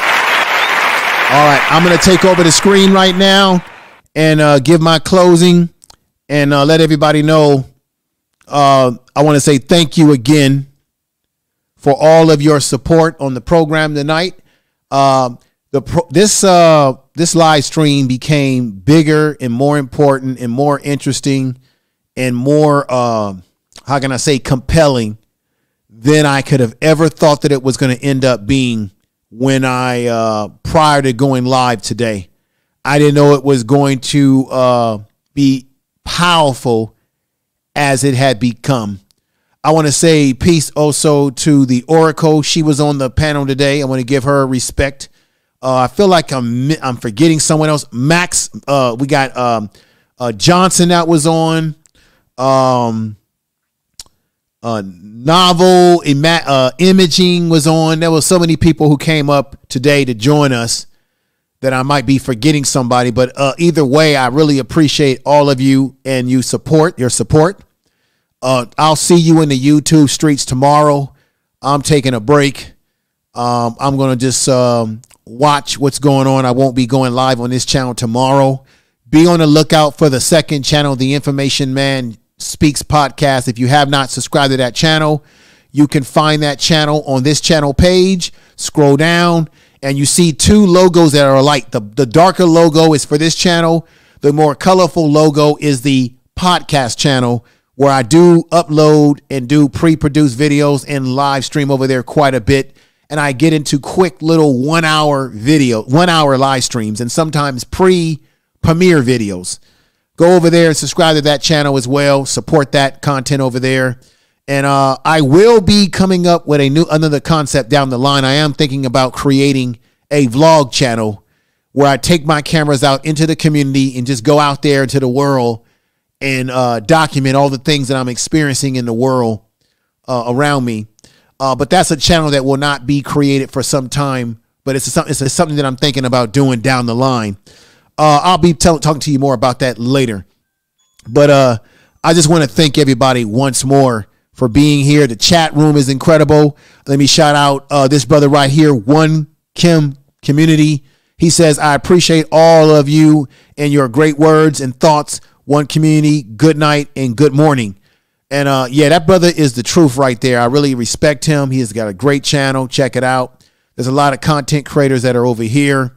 I do plan to, I'm going to talk to Sister Dana because I do want to reach out and get my brother Judge Joe Brown on the show. The Postal show. He'll be coming over sometime soon. Chief X, I got to get him on and talk to him about a few things too that he has been working on as far as some of his research. Hopefully I'll get the Empower Esquire on to get some of her legal mind and expertise. And I'm looking forward to having a lot of great people on this panel in the future and a lot of great guests and interviews coming up your way. Everybody definitely smash the likes, share the video, and the Information Man shall return with more video content. I hope all of you enjoyed the show. If you enjoyed the program tonight, put a 1 in the chat room. I'll be back. As you can see, the channel is growing. More people are discovering the channel. More people are learning more about me. And a lot of it is all of you great people in there. Like he said, you're not followers. You're great people. And a lot of you, I know for a fact that you guys are putting out the word about my channel, about my content. I know for a fact that people are out there ringing my name out there. And I want to appreciate you for doing that.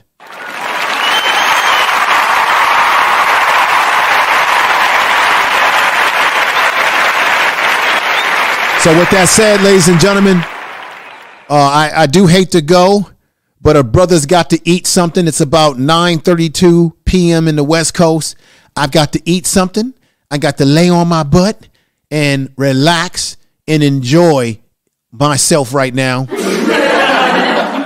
and take a little bit of a rest. Thank you, everybody. You've been listening to the Information Man show.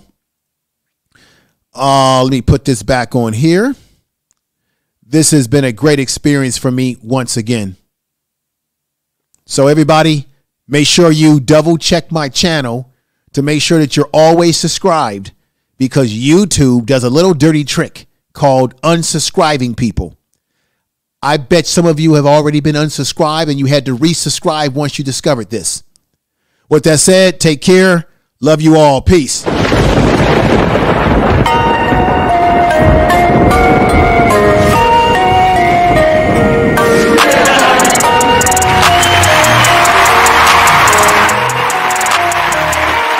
Peace, everybody.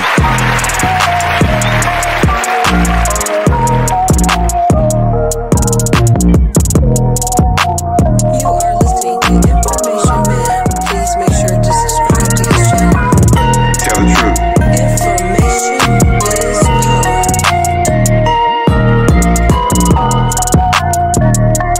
Peace, everybody.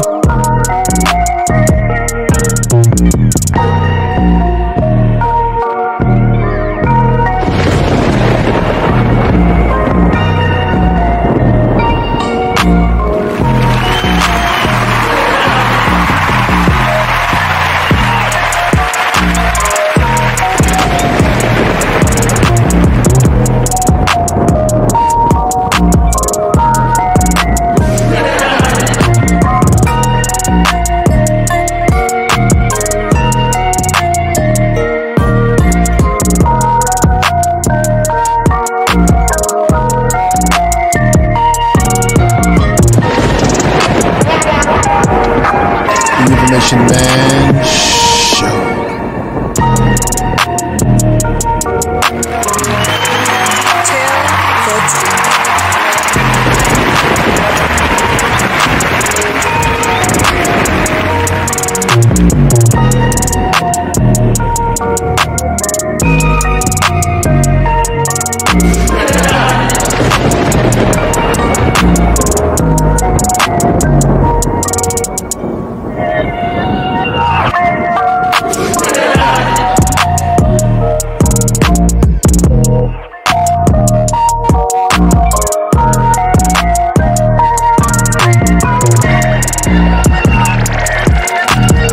Information is power.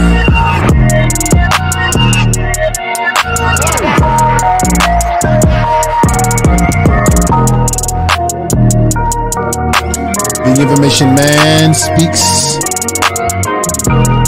podcast. Make sure y'all check that channel out, everybody.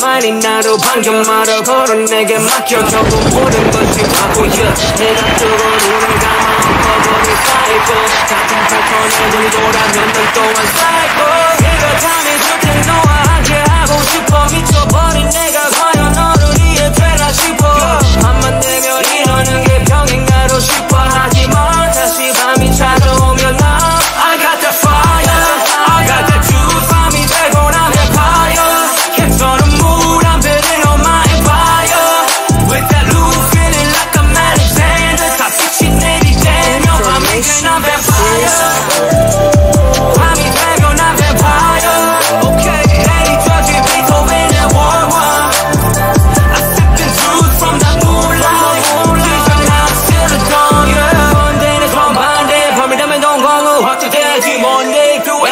세상이 창조주 그 외는 박대 모두가 창조일 때 너는 더욱 맑아지는 느낌 변한 끝에서라도 평생 나는 지시는 묻기만 하노 그새 내 삶이라 되는지 잡아봐 내가 어디까지 가는지 그걸 내 고리는 하고도 과연 내가 빛을 내지 못하는지 악마를 내가 가라앉기를 원하지 불꽃이 꺼지길 원해요 언제나 빛이 나니 정답이 뻔했지 정답이 got that fire I got that juice 밤이 되고 난 vampire 괜찮은 물 I'm building on my empire with that loop feeling like I'm not insane stop saying anything 요 밤이 돼 난 vampire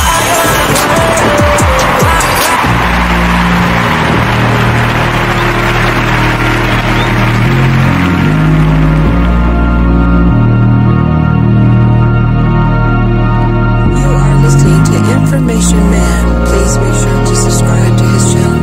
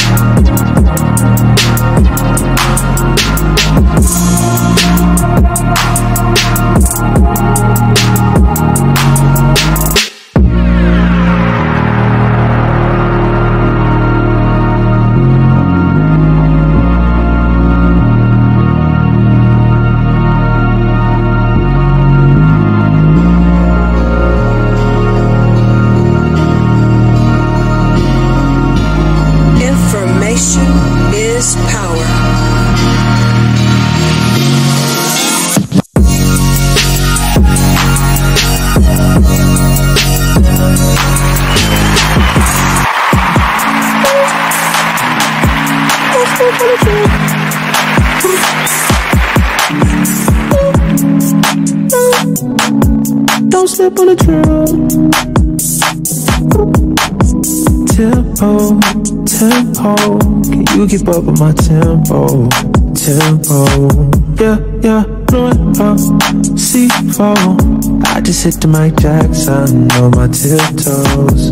Oh yeah, I know we go wherever that wind blows. The endo.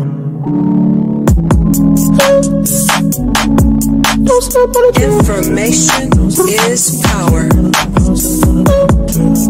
Information is power. You are listening to Information Man. Please make sure to subscribe to his channel. I know I send all of my rap foes like they my tadpoles.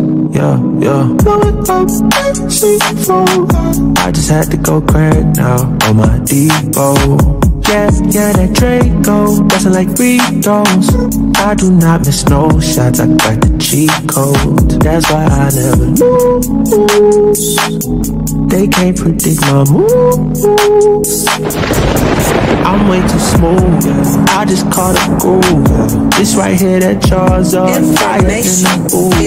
Got to go right back to it, If you ain't talking about money, please save your breath, don't bring it up to me, I pull up in that stunt like a 007 James Bond type movie, Hey, don't slip on the trip. No.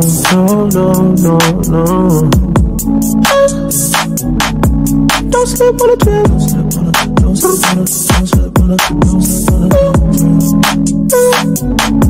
Don't slip on the trip. Tempo.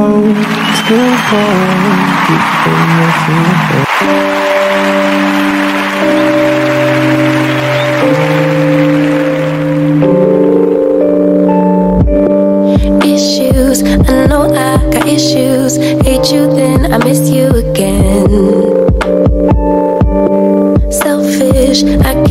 so selfish. Spend more time when meeting your friends.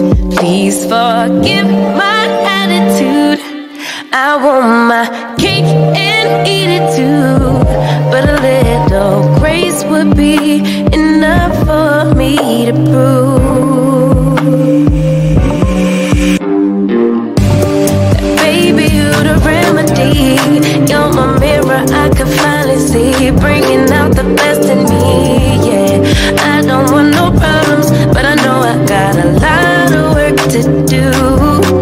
Baby, I'm not perfect, but I know I'm worth it, working out my issues with you, with you. Crutches, I be holding crutches, can't let go of any mistakes.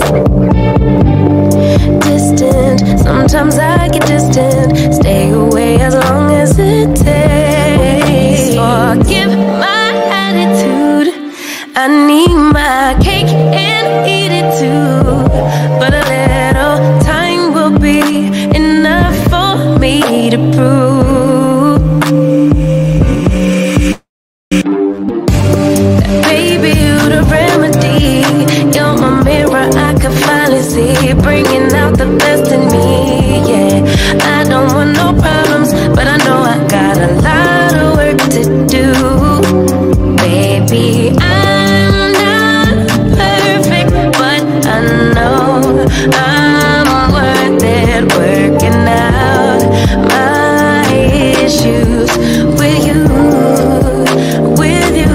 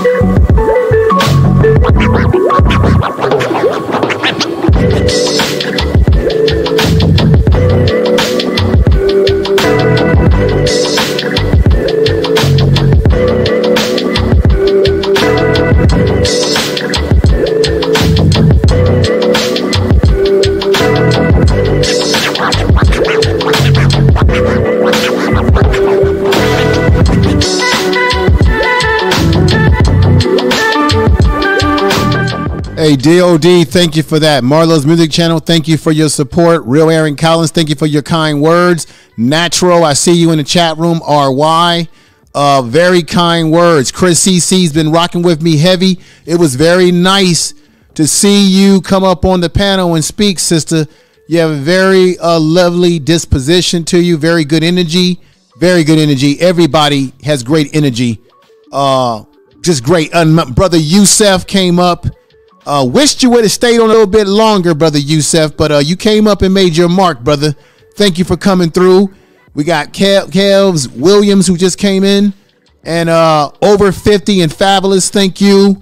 These are some of the people I can see so far still hanging out in the chat room listening to the music. Tell the truth.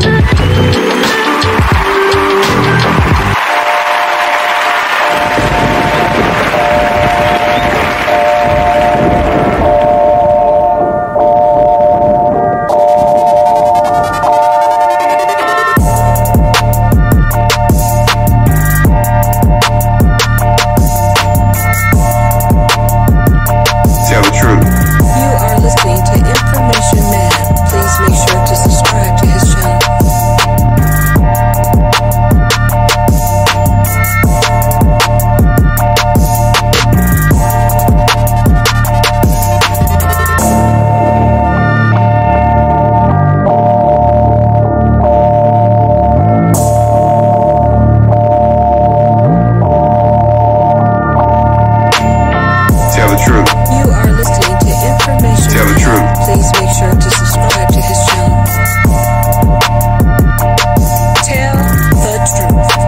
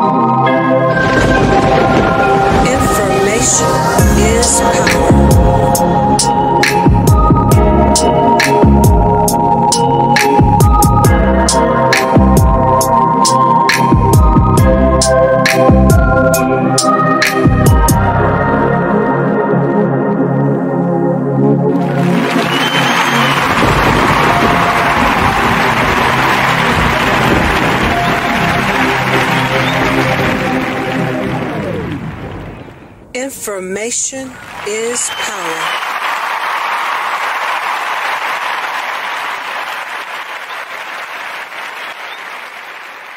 Good night, everybody. Thank you for all your support tonight. And I hope to see you all back here for other future streams. Good night. You are listening to Information Man. Please make sure to subscribe to his channel.